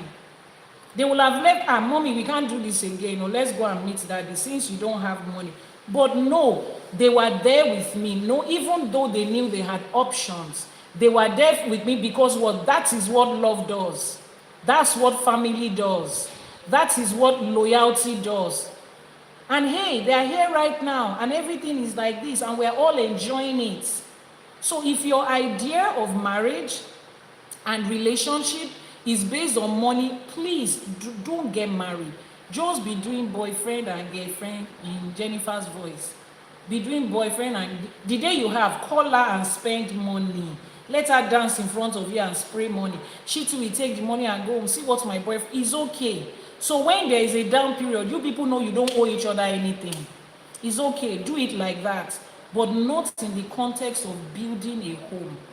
So I know we are all going through a deconstruction phase, and that question, I would answer that question too. So how do I feel if I earn more than my partner? I think that for me as a person, that has always been the reality for me. I don't, in fact, I feel like, okay, don't let me say I don't know. Before I came into IFA, I thought I had a problem because I just found out that I ended up with men that I was more financially buoyant than. And to me, it wasn't even a criteria. I was not raised that way. My father taught me something while I was going into the uni. My first degree was from Babcock University. It was a private university, and at that time, you know, it was rich kids that were in Babcock. I was second set in Babcock. I got into Babcock in 2020. First set was 1999. And my dad told me something when I was in school. He said, boys will come and tell you that I want to buy this for you, and I'll buy this for you, and I'll do this for you. Let me remind you, they are spending their father's money. They have not started working, they have not started any money. So whatever it is they are giving to you is their father's money. And you can always come to your own father too, and I will give it to you. So if a boy brings out a whatever it is, 10,000 naira to say, oh, take my girlfriend, his daddy gave it to him. And your own daddy too can give you. When he was saying that, I'm sure he didn't realize how much it was going to affect me and how much it is still affecting my life and laying foundations for things. My father taught me there was nothing gender-based about money. My father made me realize that boys that are not able to give you is because their parents don't have. The boys that are able to give you is because their parents have. It doesn't have anything to do with that boy to a large extent. And I went through school with that mindset. So when I was dating, it wasn't a, oh, you had to have money. It was a, oh, do I like you? Do we like the same things? Do we have, you know, do I enjoy my time being with you? You know, it was all of those other little things. How do I feel when I hear your name? You know, all of those high school uni thing. That was what it was for me. It wasn't about a boy buying something for me, because I know that whatever he buys, his daddy gave him the money, and I can always call my daddy to give it to me. And it was okay if my daddy says, baby girl, I don't have it right now. That was also okay. I was raised like that. It was okay. So we need to start to tell ourselves and our children certain things. And my father raised me to be, I used to go with him to his business meetings. And I used to see how, you know, the men would talk about money and the few women there would talk about money. And I used to wonder why there were just a few women at their business meetings. And I wanted to be that woman. I used to see how the few women would walk in and walk out and how everybody would say, madam. I liked the feel of it. And I knew early enough that I had to make money, and it was fun for me. So it was never part of my own upbringing to find how much you are earning. Now, on the flip side of it, I will not date a lazy person. I'm too hardworking to date a lazy person. Even if I accidentally do date a lazy person, I'm going to frustrate that person, because when you see the way I work every day and the way I demand for work every day, you will not be able to cope with me. So I will not do that. But you have to be this. Then I love the idea of growing up together. I saw certain things while I was growing up. There was this guy when I was in uni. I think I was in 300 level. I was having my IT, you know, that CWES IT thing. So I was working with a company in Ibadan. Idea Consult was that company at that time in Ibadan. And then there was this Igbo guy that would come and bring his computer for fixing. And he just, you know, started liking me. And we used to hang out together. And he was a married man. But we were not dating. It was just a let me pick you up, and then we would gist and talk about computers and about IT and all of that. And he was talking to his wife on the phone that day. I don't know what the conversation was, but his response to her was, I clothe you, I house you, I feed you. What else do you want from me? I literally own your life. So whatever I ask you to do, you must do it. And he used a curse word on her and hung up the phone. And I looked at him and said, Ken, who are you talking to? He said, my wife. Don't mind that woman. I said, it's either you call her and you apologize to her, or you and I are just, I'm not speaking to you again.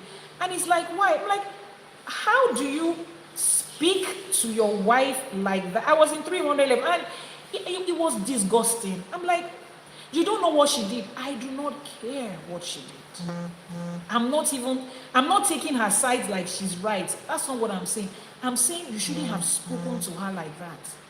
And when I left his car that day and I was walking home, that thing kept on recounting in my head that another human being can open his mouth and tell someone, I clothe you, I house you, I feed you, I house you, I literally own your life. I told my girl, I said, girlfriend, you see this money, you have to make it, and you have to make it yourself. No man is going to come and tell me, I clothe you, I house you, I feed you. How? Where was I when you were making the money? That's the question. That you have to be the one that clothe me and house me and feed me. No, now. And I don't know what their problem was, so I'm not taking sides with the woman. Let me say that again. I'm not saying she's right, but there are other ways to have said it. In fact, if he was saying, you're stupid, yeah, shut up, keep quiet, I probably wouldn't have reacted. And it was then that I started to tell myself that, see, if I'm going to be with a man, I want a man that we grew together. Me, if I can't call you don't know how I made this money. You just came here. No, I don't. I personally do not want it. I'm not saying that for every woman, you have to grow and start with a man. No, you can marry a man that is made and is wealthy. There's no, for me as a person, I just fantasized about my husband and I growing up, and then we're able to talk about, remember that time when we just started? Remember when we didn't have this? Remember when we didn't have that? Remember how this happened? That was just joy for me, you know. That's me as a person. So all of those little things here and there didn't put that idea in my head that a man had to be earning this much. I just needed to see potentials in you. I needed to know that you had the mental and physical capacity to do this. I needed to know that you were not a lazy person.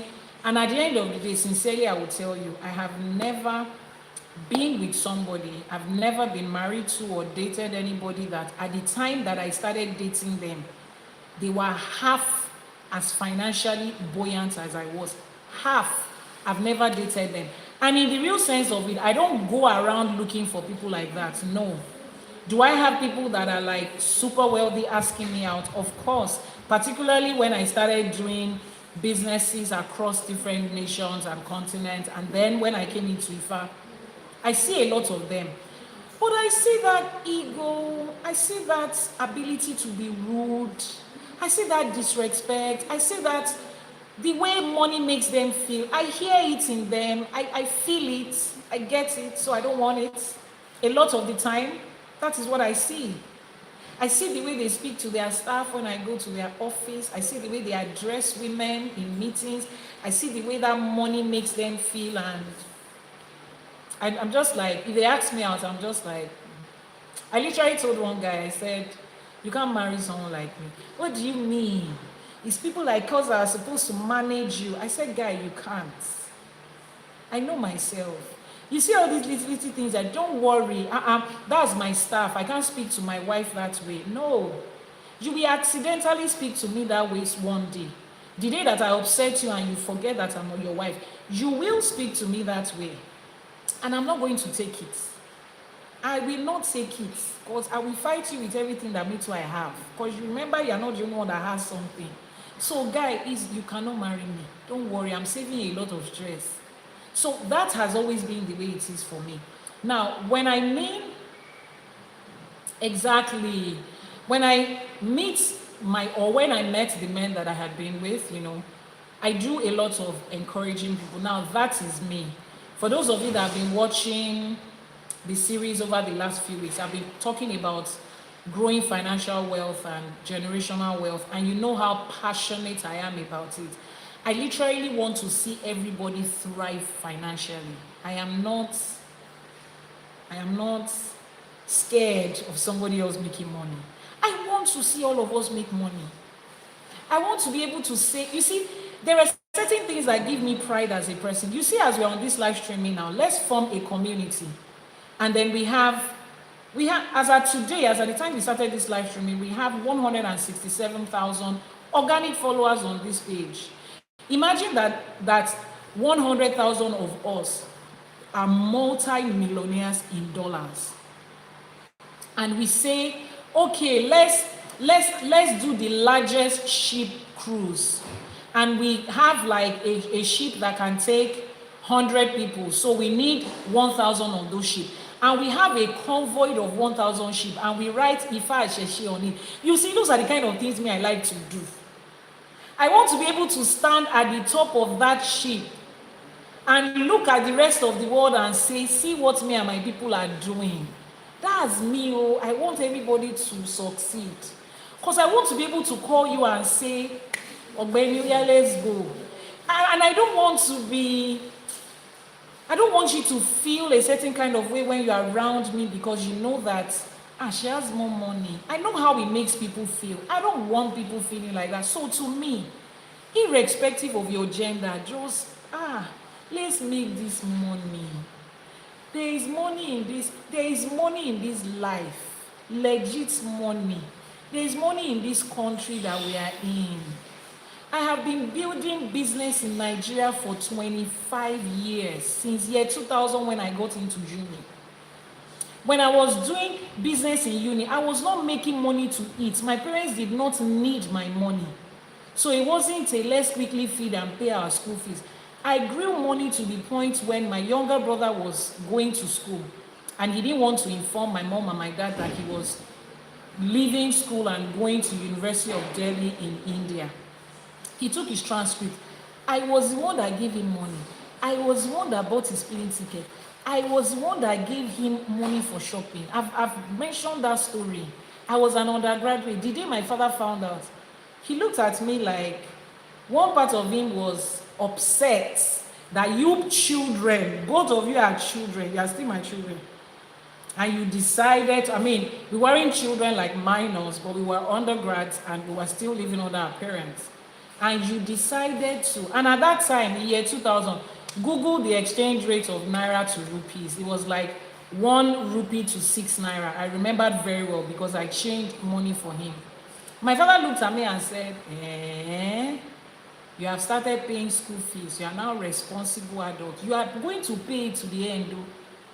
And trust me, my father did not give my brother money till he finished that program. I was the one that paid that school fees to the end. From the money I was earning in school as an undergraduate in Babcock University. And mind you, business was not allowed in my school. You were not allowed to do business. People that went to Babcock, the year that I went to Babcock, can attest to it. And those that knew me knew that I was doing business back to back. My father gave me confidence. He said, if the school authority, if they catch you selling, come and tell me, I'm your daddy. Since I had the support of my mom and my dad, that I've been doing business since then, and I've been selling to Nigerians. Anybody that is telling you there is no money in this country, they don't like you. They don't want you to look at Nigeria. They want all of you to go abroad and be sweeping the floor.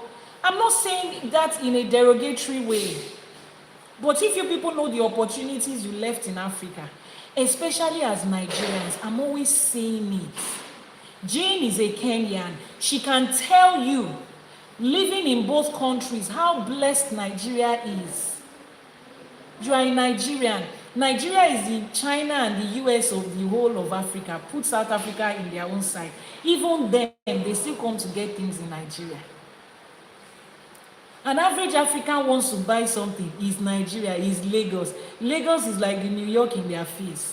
And you people are still there. Anyway, that's my own take. I don't have a problem with earning more than my man, or it's not even a problem.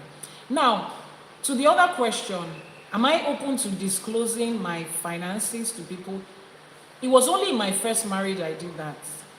And I saw how it came to bite me in the butt, right? Because at the time when we were having, the marriage was beginning to have issues, domestic violence was the reason I left. So at that time, what I did was, I was earning more, right? And at the time we first got married, he was still taking a program at the University of Ibadan. He was not born with privilege. So when he met me was when I encouraged him to go back to school, blah, blah, blah, and all of that. But very hardworking, decent man. I can't take that from him. So, when the marriage started having issues and all of that, and before then, I would take money for my customers into his account. So my customers will say, this is a man's name. I'm like, oh, it's my husband. Oh, I like the fact that it's your husband that collects the money. It was romantic, it was good. And I did that because I didn't want him to constantly have to ask me for money, Just let's spend it, let's take it. At least I'm seeing the alert. It's not like you remove my money and go and buy a house behind my back. There is no withdrawal that I will not see. So by the time we started having issues and, trying to see what was going to happen and everything, all the money I had saved and stacked up in his account, he went away with it. And my daddy looked at me and said, Daddy, I won't forget. Because I was telling my dad, I was crying, hey, if he doesn't even want to talk to me again, my money is in his account. My daddy said, how did your money get to his account? So I told my daddy. My daddy said, with everything I taught you about business, I am not going to ask him, because under the law, that money belongs to him, is in his account. My father did not lift a finger to ask for that money, to fight for me as regards that money. He didn't do anything. He supported me through my divorce. In fact, he was my greatest supporter, because I was coming from a Christian home. And everybody was like, go back to your husband. Don't be the first person. There's no divorce in our family. Yeah. My father stood by me. He stood by me. He tried. But you see that money, he didn't even ask him. He told me, with everything that you have learned from me in business, you don't have sense. He said under the law, he's the one that has the money, is in his account. People paid it to him. You don't even have proof that you transferred so and so to him, so that we'll say, on so day I transferred it to him so that he'll keep it. I learned in a very hard way. And I told myself from that moment, no. If you are not earning as much as I'm earning, and you need me to help you, ask from me and I will give it to you. But then when I came into IFA, and I started to understand what marriage was for me as a person, when I did my IFA, and if I was able to explain to me the kind of woman that I am, and the kind of person I will get married to, and my purpose, the person's purpose, and our journey together, I had a better understanding about money. Because I'm like, if I cannot share my financial status with you, if I cannot share my money with you, why am I married to you? Why am I married to you? Your dad would have done the same. So if I started changing a lot of those things for me, a lot of those things started changing for me. And, I'm now in a place where I understand why my path has been open to so much money and so much wealth is because of the things that I have to do. Take, for instance, IFA College. Somebody that is struggling with finances cannot float a project like this. It is a capital intensive project. You want to set up a university, ask people that do it. You cannot start making profits in the first 5 years. Forget, you are not thinking profit. You are thinking investment and investment and investment. So if you are somebody that just wants a business where you can quickly make money, you cannot, spirit cannot give you this assignment. Irumolers cannot give you this assignment. So the only kind of people that can be giving this assignment is somebody that has a lot of loose cash at their disposal, and somebody that understands that I can continue to make money over and over again. If I invest it in it, it will continue to come. So then it was beginning to make sense why, it's like that. And Now I'm at a point where I don't mind if my husband knows how much I earn. I don't mind if he does. Now, at the moment right now, does my husband know all my financial capacity and estate? No, he doesn't. And why? We just met. We just met. We just got married. We just met. So it's a gradual process. And he's not even, my husband is an Igbo man. And you know Igbo men are money. An Igbo man is not interested in how much his wife is making. An Igbo man, just a proper Igbo man, I'm not talking about the controlling ones, the one that their mind have disconstruct. I'm talking about those ones, especially when you have those ones who have lived abroad and understand how, you know, it is in an environment that is not so gender based. They've seen women thrive and succeed. So he's not interested in, I want to know how much you earn, I want to know how much you earn. He's like, the day I know, I'm sure I won't be surprised because I know you. You understand? But it's not coming from a place of, I'm not hiding anything at this my age. One of the things I looked forward to growing up, one of the things I looked forward to in being an adult is to be able to do things without anybody questioning me. I was going to, if it was possible to triple my steps in getting into adulthood, just because I want to be at a point where I can do what I want to do, say what I want to say, spend the way I want to, take decisions on my own without anybody questioning me. Oh, that was me. If you have questions, please type it in the comment section. So I'm at a point in my life right now, I cannot be in a relationship where I'm hiding money. I want to buy a house. I will now go into one corner. Hey, Josa, come and meet me at the back of the market. Let me sign the document. I don't want my husband to know I'm an adult. Kilo Shelley. Why? At what point do I want to be free? At what point do I want to be free to do what I want to do? No, I cannot do that as an adult. So I am not even in a relationship where we're hiding this, we're hiding that. No. So, but society is what made it like that. And people's experiences, I told you my experience in my first marriage, and a lot of other women have also experienced that. A lot of men too have had their own fair share of experiences with being completely open with finances. What do they do in IFA College? Forgive me, please. What do they do in IFA College? College is a school. IFA is knowledge. So what we do basically is to learn about IFA. Go to the website ifacollege.ng. ifacollege.ng. You will see everything that we do at IFA College. So you see this particular question we asked about being open with finances. On that podcast, Mentality, Ebuka's podcast, he asked that question. Before they answered, Ebuka literally beat the table and said, I can beat my chest to it. There is no Nigerian man that discloses his full income to his wife. Before he allowed the rest to answer.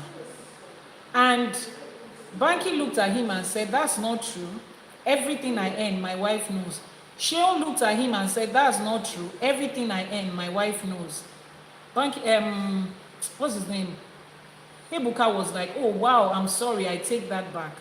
Imagine that before that show, Ebuka was 150% sure that every Nigerian man hides their true income from their wife. You see where he's coming from, you see where maybe the way he was raised or the experiences he has had. And then Banky is a Christian, so according to him, in the Christian faith, they are open. He doesn't hide anything. His wife knows it. In fact, they operate a joint account and all of that, and that's beautiful. Sheol, on the other hand, he and his wife don't operate a joint account, but everything is open. He says, he's always oh yeah, show me what's in your account. You to see what's in my account, okay. And they asked him why would he do that. He said, I want my wife to know what I'm worth, so that she will not go outside and be bragging. My husband is this. Oh, Benny, I need you to know what I'm worth.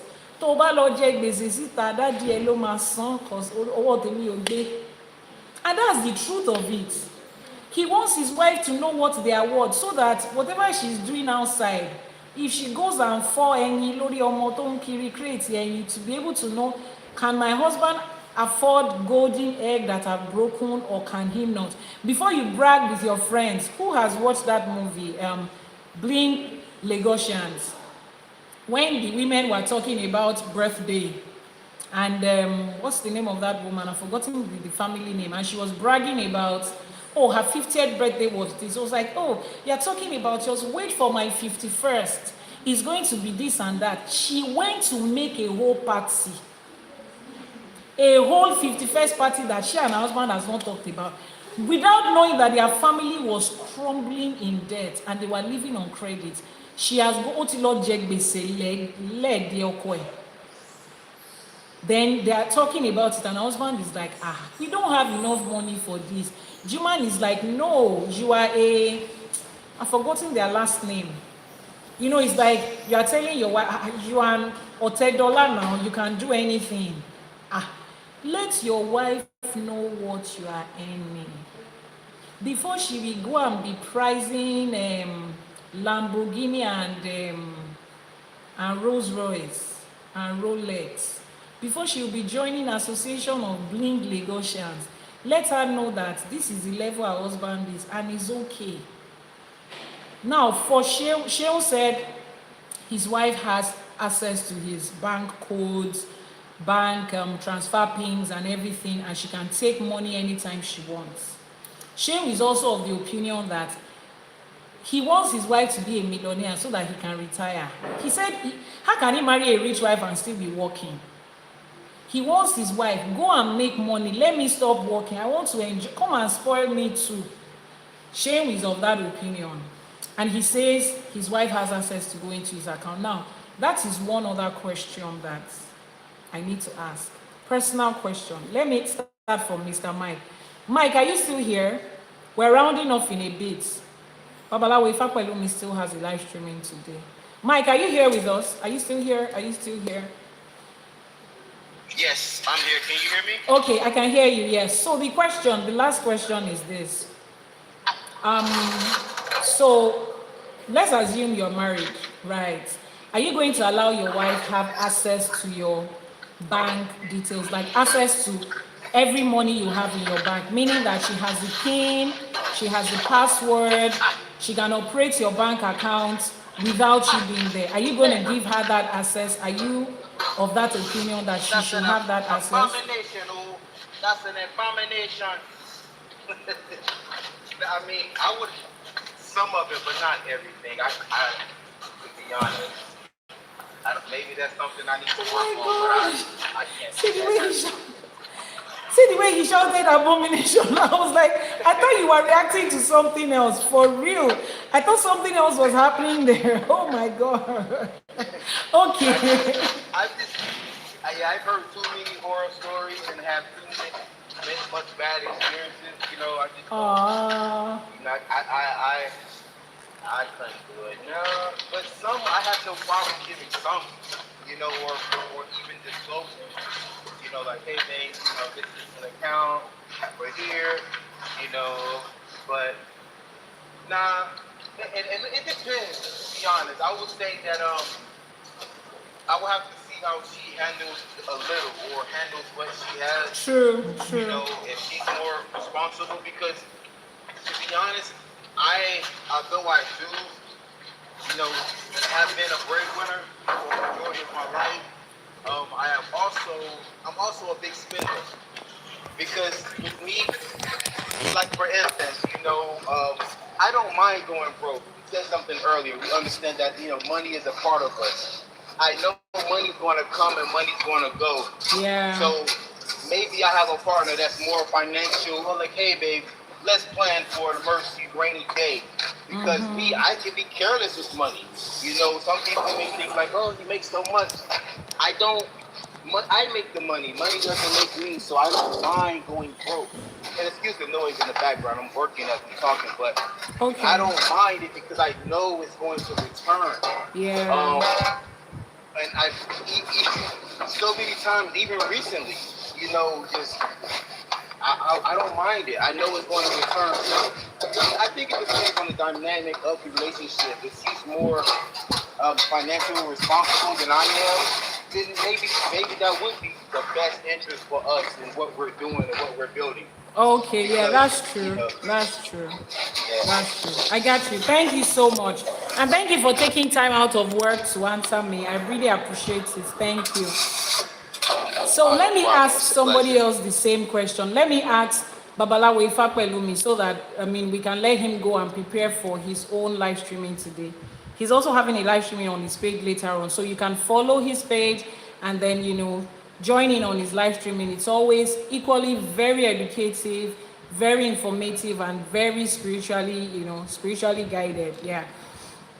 Babalawo Ifapelumi. So please, the question is would you allow your wife access to all your bank details, your bank codes, transfer pins, and all of that?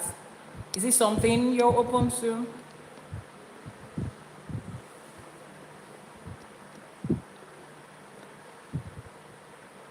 Your mic is off. Your mic is off. Your mic is off. Okay. Yeah, okay. Okay, thank you. All right. Yes. All right. So, the question is really, really profound. And the question is, your wife. Yes. It takes so much for anyone to become my wife. It takes so much.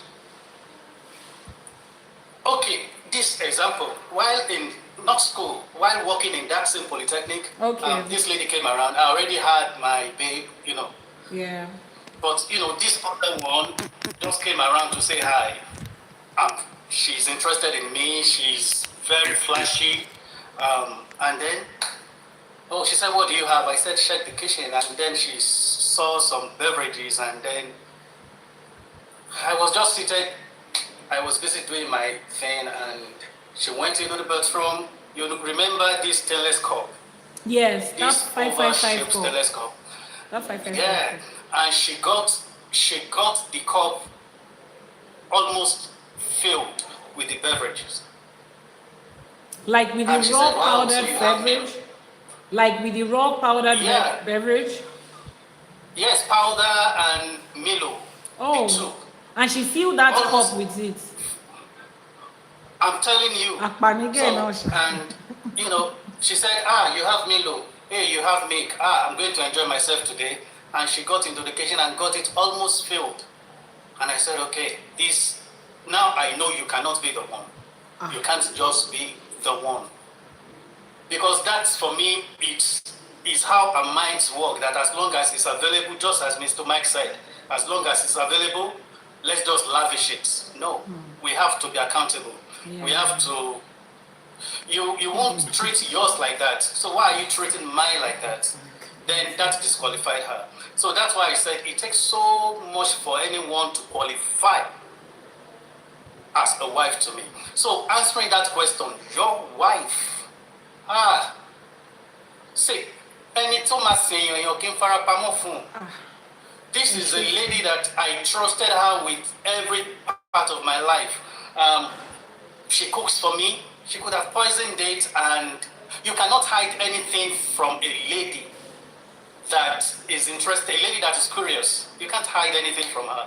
She has your life in her pouch. This is my account compared to my life. If I commit because of my view of life, because of my value of life, for anyone to qualify to be called my wife, she already has my life. I being vulnerable to her is not a big thing. My bank account is actually the lowest part of me. My bank account is not as important as my life.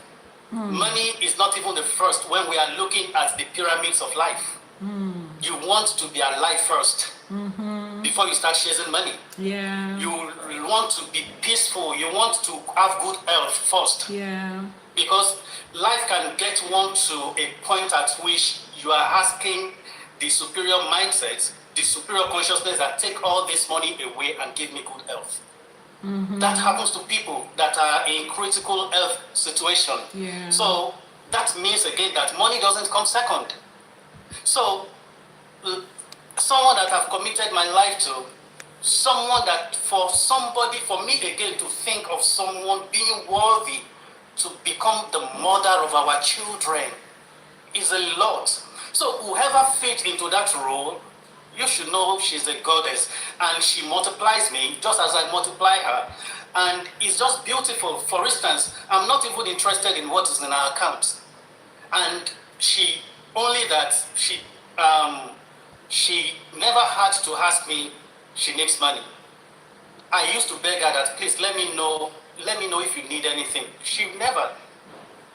I can count how many times she made any request of money, because I just feel she should need money now, and she should need money now.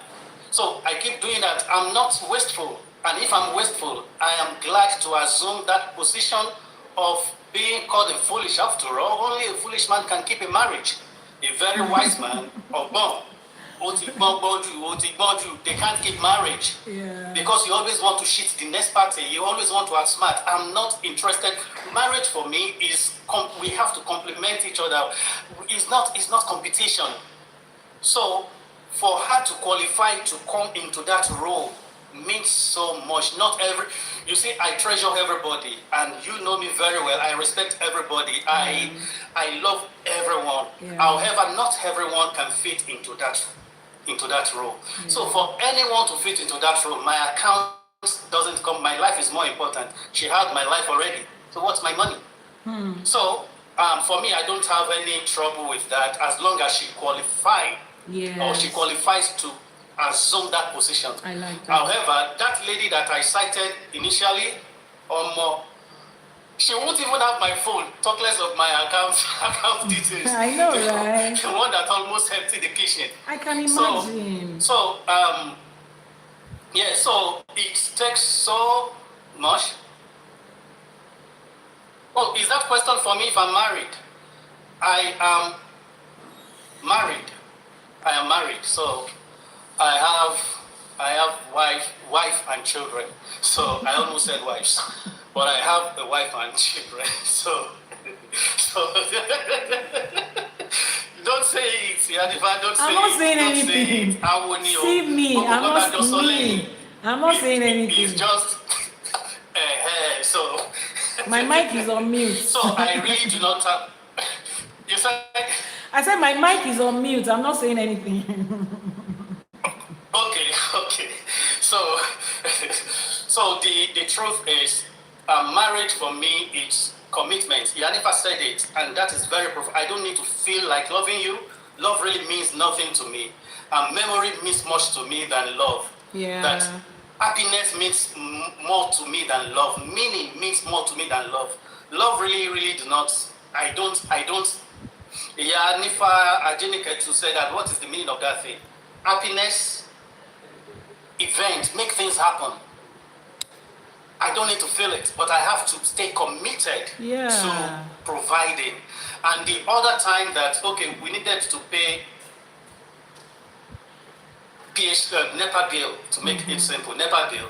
And, I'm in Oyo. So she had to take up those responsibilities. Yeah.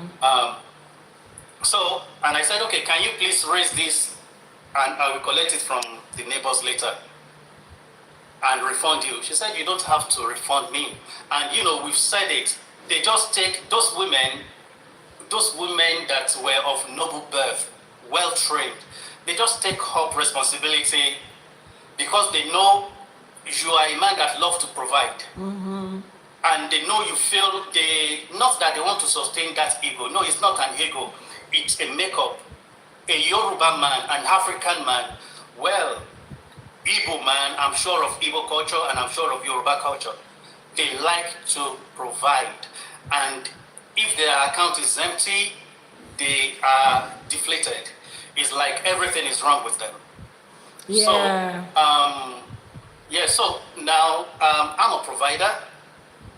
She has given me a life. It means so much to me for a lady to say, I'm not going to answer my father's name. It's your name. And guess what? My own surname, my surname was Folari, just Folari. But when we got married, I said, no, there is something that is happening in my own life, and I really need to personalize that name. Then I changed the name from Folari to Pelumi iPhone Folari. That's our surname. That's the name of my the names that my children, myself, and my wife. So we are the only Pelumi Folari on earth at the moment. So now a lady throwing away her father's name, assuming my name, that's so much. That is trust. So she has trusted me with her life. So why can't I trust her with money? However, not every lady, not everyone, because I know the person that I'm in a relationship with, that I am married to, I know her, I know she will never abuse that. She will rather think of, increasing whatever is available. But also she is not a spender like that. So she likes to feel good, she likes to take care of herself, she likes to take care of her family. So I feel so secure with her. Probably if it's another woman, I won't go that route. However, it's going to even be difficult for me to let that other woman come in because there are expectations. There are expectations. There are things that I must see. Now, I am a babalawo. I don't do things. I don't travel without consulting IFA. I don't make some major decisions without consulting IFA. So why do you think I am thinking of marrying to someone without consulting IFA?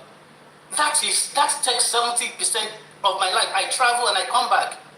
I needed to make a decision and I consult IFA. Those ones are not as major as marriage. So if I can do those little things, okay, I want to travel, I consult IFA. I want to do a business, I consult IFA. Now marriage, I have to consult IFA. So if IFA says no, my emotion means nothing to me. It's no. Friendship is okay. We keep enjoying it. After all, we've actually concluded. I intentionally used the word concluded with the point that you made, that commitment. We are committed to this. It has nothing to do with our feelings. The point is, regardless of how we feel, regardless of the debate or disagreement we had in the afternoon, we must not sleep on top of it. We must wake up as though nothing happened yesterday. It's a commitment.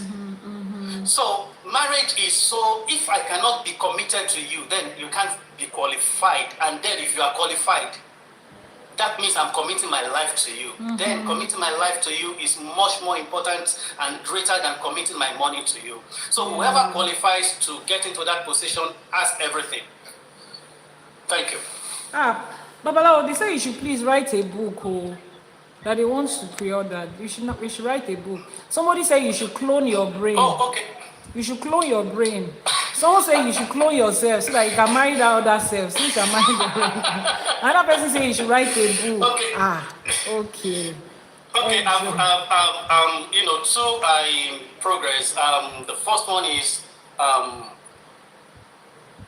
the one that I'm working on is Who Called You Black? Who called you black? Because we like to refer to ourselves as a black man. Who called you that name? Before you personalize it, before you start defining yourself that way. And then because immediately you assume that as a black man, then you can easily agree with the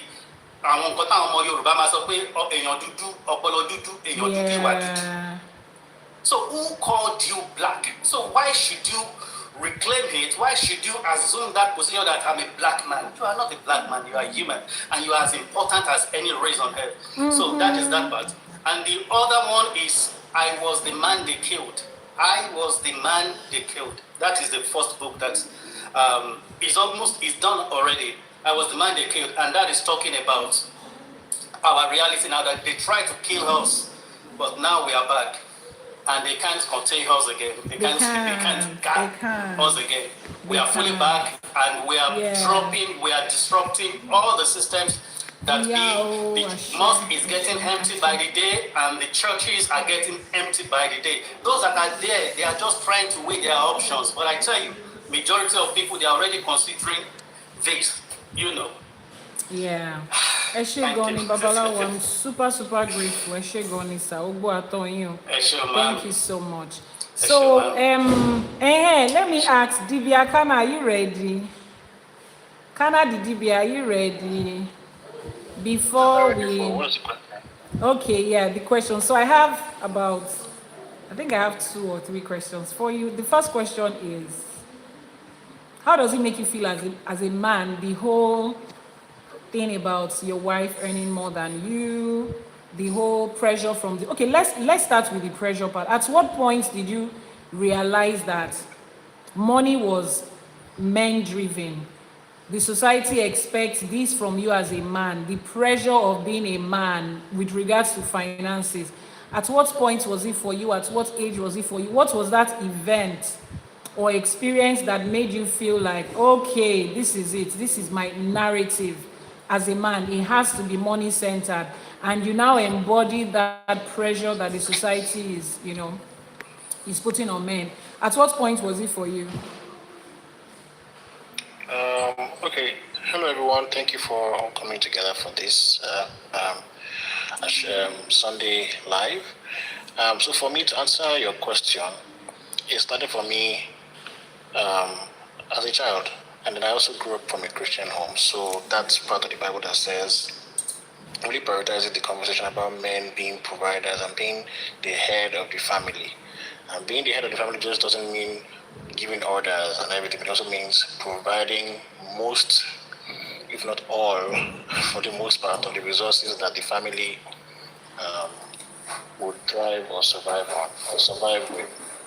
And so being in an environment, a Christian environment like that, from my own family, and then from friends, families, and then the extended family as well, and then the church as a body, and then also being in Nigeria, you look around and see that that's the running narrative, and not just a narrative. Everybody's working towards that definition of being a man. And then, with culture globally, watching how you're not a man if you cannot provide this. You have to have this amount of money for any woman to respect you. You have to have this amount of money, you have to have this amount of resources before anybody can listen to anything you have to say. So it's right from childhood, but as you grow older, or in my case, just observing and seeing that these things are not mutually exclusive. It's just as a result of narrative from certain strong cultural influences. So in that case was Christianity. And then also the Western influence on original Igbo culture, because I'm an Igbo man, original Igbo culture saying that men have to provide exclusively, but that's not necessarily the truth. But just, as I got older, I was able to tease out the effects of Western influence on Nigerian culture as a whole, either through imperialism or through Christianity, and understand, okay, this is what's going on in terms of looking at the entire historical analysis and seeing that influence is causing us all to behave this way, unconsciously or consciously, with that narrative running through our minds, that as a man, you have to provide most of the resources. And so, it was from childhood that all that narrative got, into my consciousness. So, yeah. Okay. All right. So the second question was about as a person, how do you feel as a man if your wife earns more than you? Does it affect your ego? Is it something you will choose naturally? Like, I know this woman earns more than me, and I just, want to be with her. I just love her, and I'm going to be with her, whatever the case. Or maybe somewhere along the line, what people get into different financial situations, and then the wife has to be the one doing everything. She's the one that is earning more. Does it affect you as a person? And then how do you think the society at large feels about that? And why do you think that idea is the narrative of the society? Yeah. Thank you. Well, like I said, we live in a society that is predominantly Christian. And so that drives the narrative that, and also historically with stuff where it says there's this thing called hypergamy, that women are always looking forward to the man with the most resources. So whether it comes to power and finance, and so in a way, we all know that power and finance are interlinked, and so. In a sense, today the strongest man is the man that has the most money, pretty much in that order. So women would vie to be associated with such men. and also we just experienced growing up. But just me being an observant person to notice that this is not necessarily the truth for all women. It might be the case for many women, many who haven't examined why that is the case or if that needs to be the case.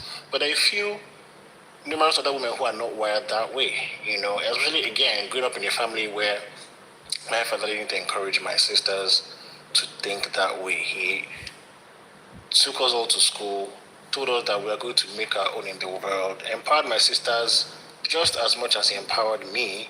So that helped me not see my sisters in a sort of, beyond, physical ability, but in terms of mental acuity and capacity to generate resources. I've never been able to see my sisters as less than myself. So that helped me to also extend that outlook to other women in the world as well. And so it's just been an experience of, okay, this is true, where some women will prefer to be with men who earn more than them, but there's also some women who do not live in the world in that way.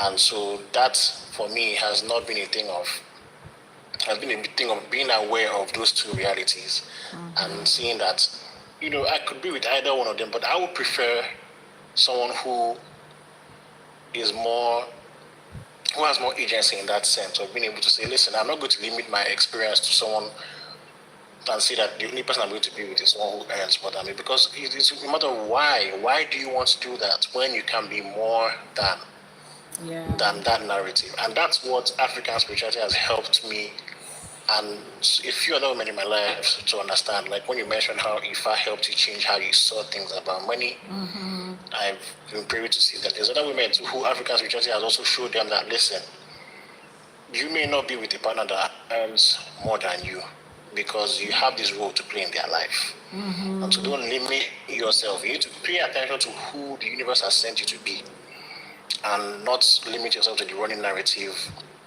in your geographical location right now. And so, that's the answer to that question. Okay. It hasn't really affected me the older I got and gained more knowledge about these things. All right, thank you. So the last question will be, would you share your bank details, your bank PIN, and transfer code and password with your wife? Will you share it with your wife? Pretend as if I'm not. Will I share it with my wife? I'll share it with you now. There's no, and I think just to tie back to what Belumi said earlier and what Mr. Mike said earlier, it also depends on the kind of woman. Because, we love different kinds of people, but it's understandable to know, this person that I love, this person is good with money, okay? This person cares about me, and they care about me in extension to the resources I'm bringing in, right? And then on the other hand, there's people who will say, I love this person, but this person's attitude around money is concerning. And so you want to be able to, in a way, love them by not showing them, giving them those details, because we have our limits. He said we love them by not giving them those details. Wow. Oh, yes. Yes, we're not giving them those details. By being careful around such, because you know who the person is. So it really depends on the person that you're with. But for me, I know I can definitely give my wife my bank details. Okay. So yes, before I call Babalawo Ifadipe, let me say this. You see, Ifapelumi said something. He said he kept on stressing my wife, and I liked how he kept on stressing that. And I need you to understand what he meant when he keeps stressing my wife, because there is a definition of the kind of woman that can be his wife. There is that definition. And I feel like a lot of us didn't define certain things to ourselves, especially when it comes to money. We didn't define to ourselves the kind of person or people that we want to be with. We just felt, as long as he looks this way, as long as he speaks this way, as long as he earns this much, as long as he is like this, is like that. We don't talk about people's attitude towards money. And I'm not blaming you for that, because we were not raised in an environment that was focused on financial knowledge and financial intelligence. Is that okay? So when you start to date, like, I know that if feminists were on this show, when Pelumi was saying that the girl came in and she took a cup and, you know, she filled it with beverages and she was like, ah, you have milk, you have this, let me take this. And he says that's the reason he didn't marry. I know that there are some category of feminists that will be upset. What is it? It's because of T that he did not marry him. Who wants you anyway? Nobody wants you either. Do you even want yourself as an adult? Are you, if they play this video to that lady today and she sees that he's the one that he was referring to, is she going to be proud of herself? You get into somebody's kitchen, you are not the one that bought it. Oh, I make a 555, or that milk àti sugar àti kìíní sínú ẹ̀. Ebi ló pa ẹ́ kúrò nílé yín ni. No, even me, I will tell you the same thing. Is it hunger that chased you from your house? And that is it. One is Sunday to bá máa dá láti Saturday láti máa mọ̀. Sunday that is going to be bright and shiny. From Saturday, you will know whether tomorrow is going to be great. Future is bright. You don't need torchlight to look at it today. If you are using torchlight to look at bright future, kò sí nǹkan kan bẹ́ẹ̀, ẹ má tanra yín. There is nothing bright there. Bright future will show us rays of light from afar. So a woman that will know how to manage money, she probably did that like based on, I'm in somebody else's house. Let me quickly take this because I know I'm not going to be able to take this at home. You already know what's the essence of you doing life with that person. That's the question I ask people. Oh, I can't share this with my husband. Oh, I can't share this with my wife. Why did you marry them? So Yanifa, if you think about a lot of other things, she has skinny with a lot of other things. I mean, I have come to understand that money is a huge part of our lives. We need money for a huge part of our lives. So if your attitude towards money is not good, we can't even be friends. Let alone, I'm not so, nice then. So you will see it in my attitude towards you. When you're acting somewhere around money, the way I will be looking at you, you don't like it. We will not be friends. You won't feel comfortable around me. When you are doing like this with money, you will not. It's not me as a person. It's not my thing. So that is why you need to define. You see the way he was stressing my wife. Iyawolakbe, wife, somebody I'm doing life with. Someone that cooks for me and I can eat. Someone that is going to raise my children. Someone that will be there for me in case anything happens. Someone that has left everything that is hers to come to me. Then I will now be keeping money away from person. It feels somehow. You understand? Now, I know a lot of us are married already. And we are already in this situation. And this is not supposed to condemn you. Okay? This is just supposed to tell us that assuming we were raised with the mindset of our ancestors, we won't be here. Trust me. If you see, a lot of these things you are hearing right now, Pelumi said something. He said he was raised as a Christian boy. So while he was a Christian, he didn't have this mindset, right?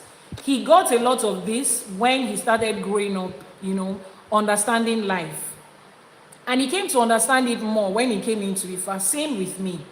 So a lot of us are learning more as we are connecting back to our roots. And we are changing the narrative gradually. I'm not telling you to divorce your husband because your husband cannot share his bank accounts with you. But you need to gradually make your partner realize that, money is the least of the issues. So if you are scared that I can run away with your money, are you not also scared that that person, the reason you don't want to share the bank details, a lot of people is, hey, she will now just wake up one morning while I'm sleeping in the night and I've offended her, she will just run away with the money and go. Why are you not scared that you can wake up one morning and she would have put something into your drink or your food overnight and you would have just gone? Why is that thought not crossing your mind? It's because of your own attitude towards money. So this is an advice for people that are not yet married. You're going into a relationship. Understand the attitude of your partner towards money. Mr. Mike said something and I would repeat it. If you know you have a partner who doesn't have good spending habits, doesn't have good investment habits, doesn't have good financial intelligence, and you are in that relationship right now, I'm not asking you to go and share your bank details with somebody that you know that even their own money that they worked for, they don't know how to spend it wisely. I'm not asking you to do that. But for those of you that are going to be going into new relationships, and you are going into a new relationship, I beg of you, let that be a major part of your consideration. If you are somebody who is not good with finances and you are still learning, some people are like that. Mr. Mike said he knows himself. He's a spender in that sense of it. He needs a woman who is going to bring balance into his life from that angle. So these are things you need to talk about. Partners are different from wives. Your partner is different from your wife. Your wife is your life partner. Is that not what they call wife and husband? Is that not what they call spouses, life partner? Or did I miss the memo when it changed? If your wife is not your partner, what is your marriage? It's not a partnership. Am I using the wrong word? Is your marriage not a form of partnership? I'm just wondering. Oh, your wife is not a partner. Please, what's your wife? Oh, she's your what? Please educate us in case you have. My wife is me, we are one. Oh, okay, you are one. Okay, it's correct. You are correct, you are one. In IFA, we are not one. We are two separate human beings that are doing partnership together. In IFA, the two has not become one. Èmi ò tí kà nínú IFA. Ẹ̀yin babaláwo tó wà nílé bóyá ẹ̀yin ti kà tán ní the two has become one. If I not say we are one, torí ojú IFA tèmi and my life, ó ṣì yàtọ̀. I'm still a human being on my own. We are just doing life together. Togetherness, partnership. That's what IFA teaches us. So, but for those that believe that they've become one with their partner, is awesome. I pray you enjoy that oneness. But for us, it's partnership. Some partnership are not upgraded to husband and wife yet due to trust. Yes, exactly. So some people have entered into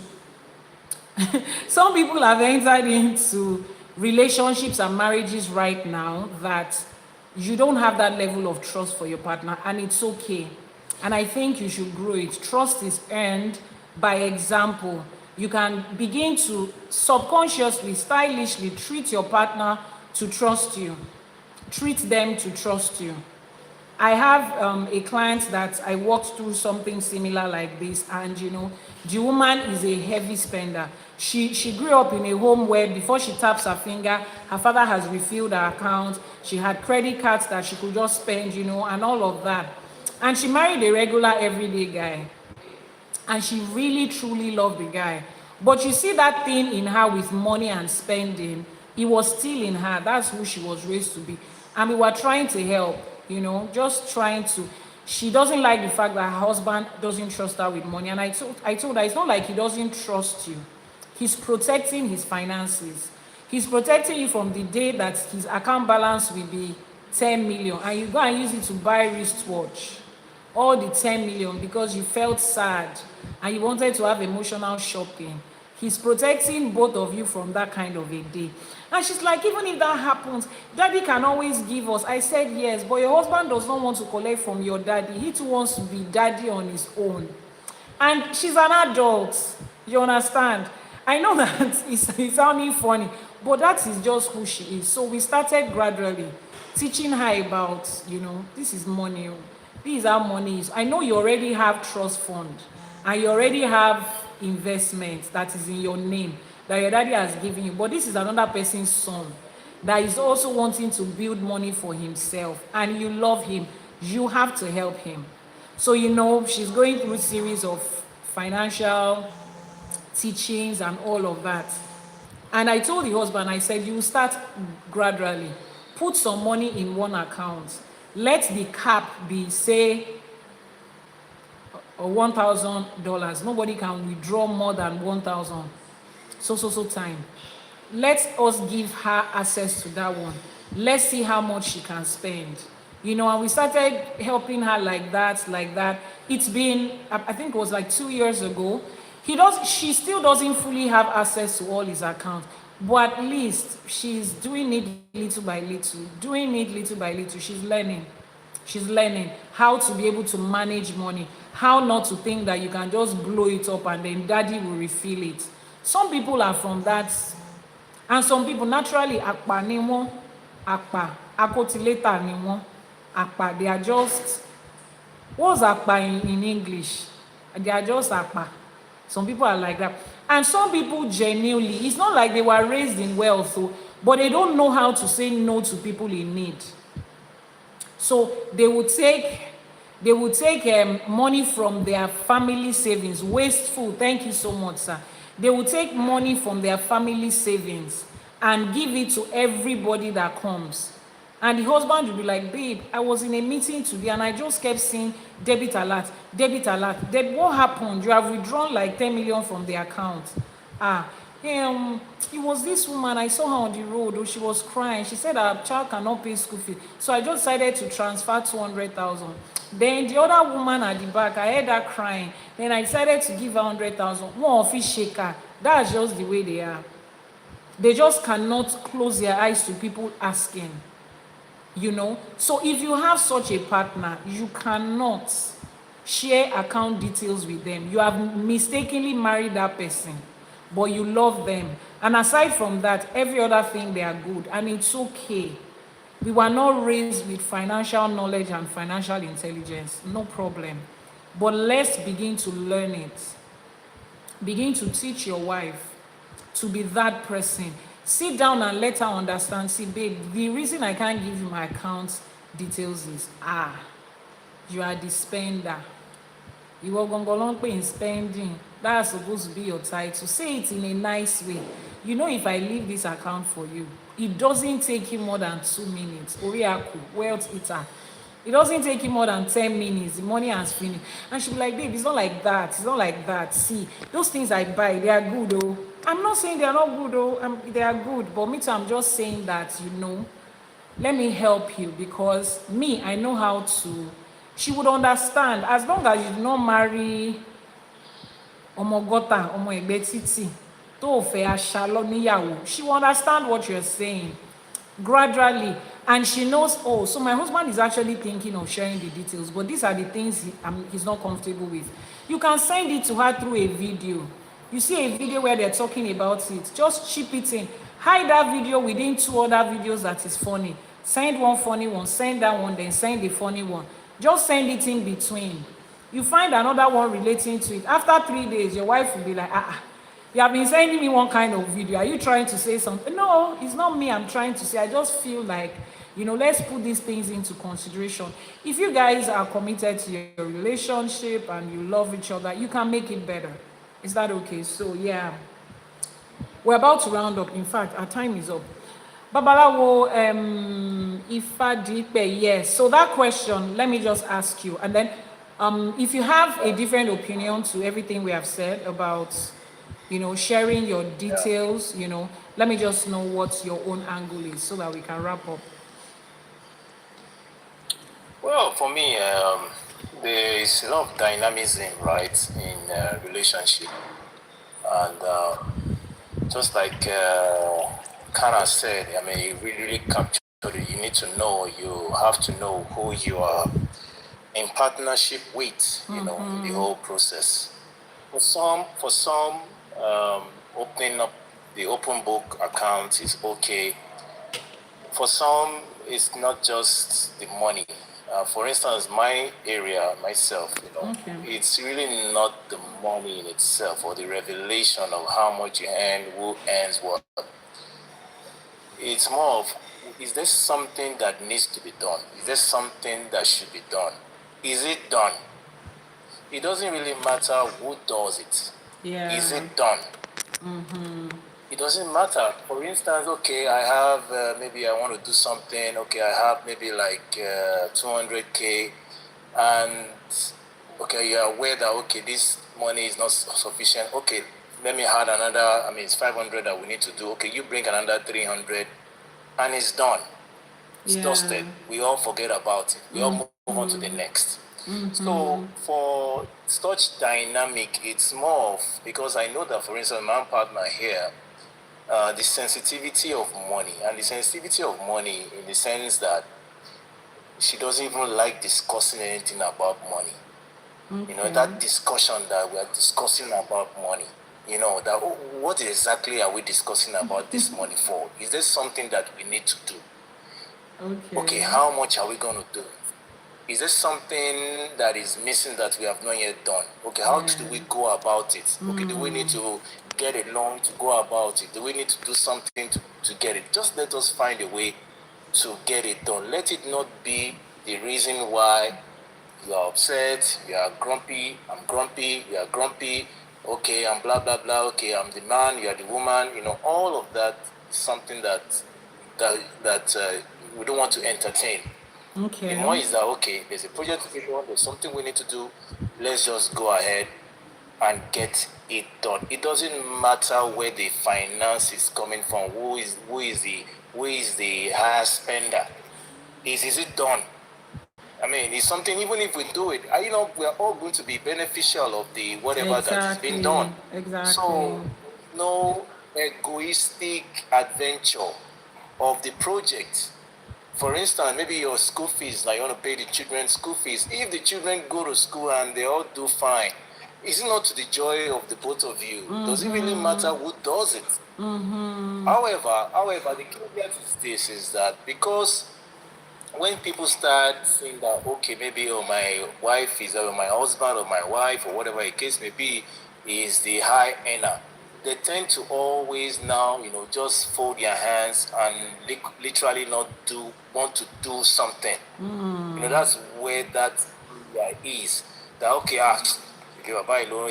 This guy is the one that is spending money. Let me do less and not be. So it's not about that. So if both parties understand that their relation, whatever that you are doing in your relationship is projectized. Everything you are doing is actually projectized. Yeah. The feeding is a project. Housing is a project. The school of your kids is a project. Your own personal thing is also a project, and it can be financed by anybody, by anyone. The main thing is that, is it done? Does the person enjoy what he's doing? Is it, maybe the person has an health challenge. Okay, I bring something, you bring something. Okay, you can use my own health service. Since yours is not working, use mine. You understand? In as much the person, the project is done. True. And it doesn't affect, the core. The core of our relationship is the commitment, the communication, the understanding. Those ones you cannot buy by money. True. Or you cannot buy by finance. That's true. That's the core.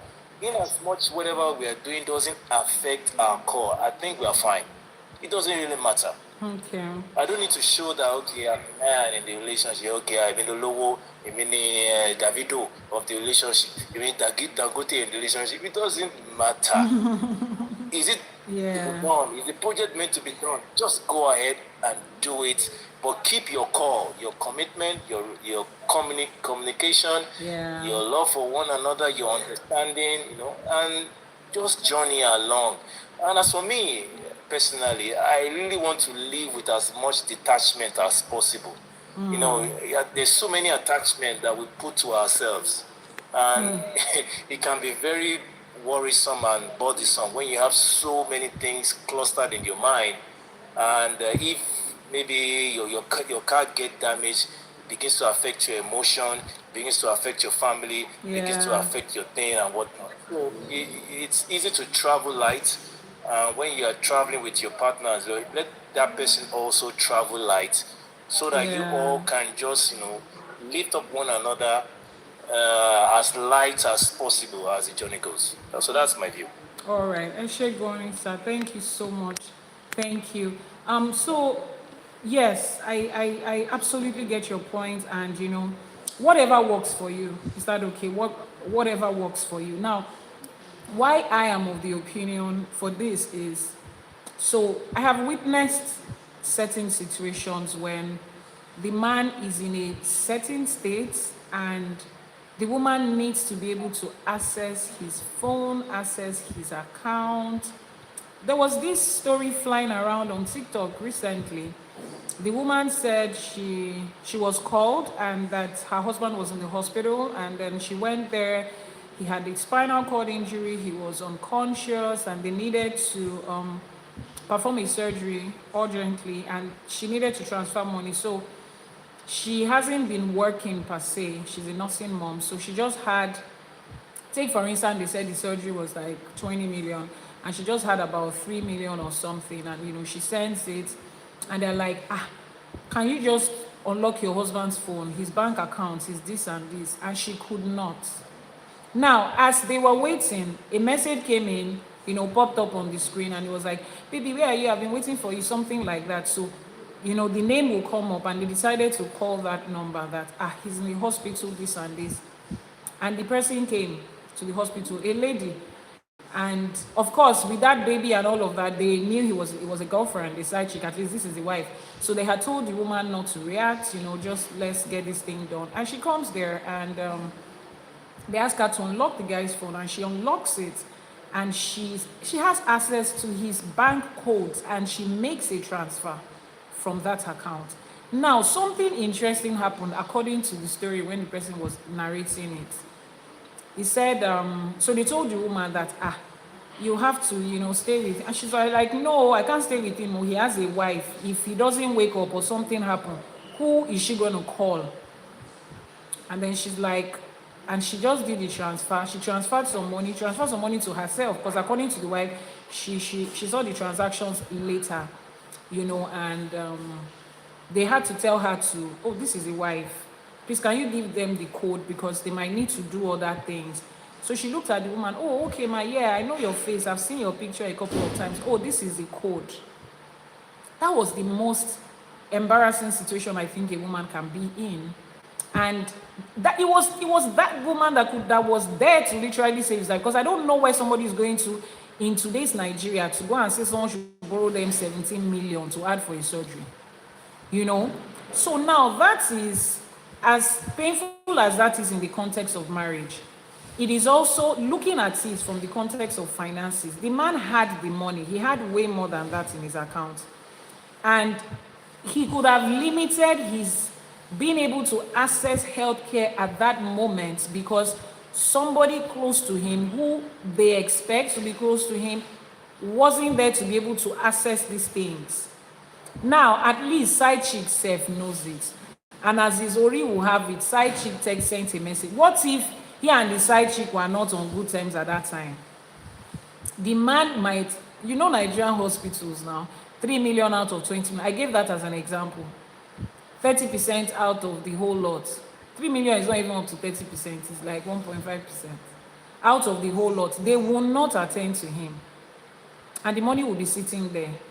And I have seen situations like this play out in so many ways. Women are not aware of the assets that their husband has. Men are not aware of the assets their wives have. And sometimes the person just gets to pass on. And the only person that knows that the man has that land or knows that the woman is building that house is the project manager. And after a while, when there is no family member to claim that place, it becomes somebody else's property. And they have children together. So all of these things is why I'm like this. Before I met my husband, I have a brother who helps me with my kids when I'm not there, and he's like, I just always want to be with you guys until I'm sure that you're stable and all that. He's been with me for like 7 years, and he has access to everything that I own, because in case anything happens, that's the only other person that is taking care of my kids. Now, this is not even a husband. This is the next person that is going to be able to. I know what it was like trying to access things when my mother passed on, especially with bank. Now having to start to write letter and write all of these things and all of that, because the rest of us did not know. And funny thing, I didn't know that the daughter my mother adopted, I didn't know that she knew. So me, I was already going through stress of, okay, what is that? What are we going to do? What is this? What was that? Because I was not in the house. I had left the house years ago. And maybe she didn't feel the need to tell me. So then my sister calls and she's like, my daddy said you guys are trying to access this. And he said, oh, I have the PIN. I have everything. So I'm like, in my mind, I'm like, why would my mommy give it to her, not me? Then, okay, occurred to me that she was the one who was at home. She's the one who would say, I take my ATM and go and do this. Take this and go and do this. That's how we got saved of all that situation. If not, me, I wouldn't have been able to go through that stress. I would not have been able to go through. That also goes to the next level of this thing that we do as Africans with allowing people around us to know what we have access to, the things that we have. We are building generational wealth, I assume. There should be something, there should be somebody that you trust enough to give access to this thing. If you don't have anybody around you that you trust, that you can give access to this thing, then there's something wrong with you as a person. How are you surrounded by people you cannot trust? Not even one person like this. This happened to me in September when my daddy passed. You see these things? Those of you on my WhatsApp status, I posted it yesterday. I literally just bought a part of a company. And in the agreement is already stated there. If in any event, Yanifa Ewa, my real name, puts there, is she passes on or she's not able to, access anything as a shareholder again, who are the people? My children's name are there. Is all there. The trust organization that is handling the stuff, they have also been notified. You guys keep this and this pending the time that these children will be 21. It's stated there. At least if I cannot trust people around me, you shall be able to trust this trust society. They are called trust funds. I mean, trust, what are they? People that you put your trust in care of them. Please trust those ones. Their first name is trust. Let other people have this thing. Except the money you have is not something that you consider that if anything happens, no account, if what you are building and the wealth you are putting together is worth something, please let other people trust the trust, yes. Let somebody else be aware of these things. Now, this doesn't even have to do with marriage or anything. We have left if you don't trust your wife, it's okay, but please trust somebody.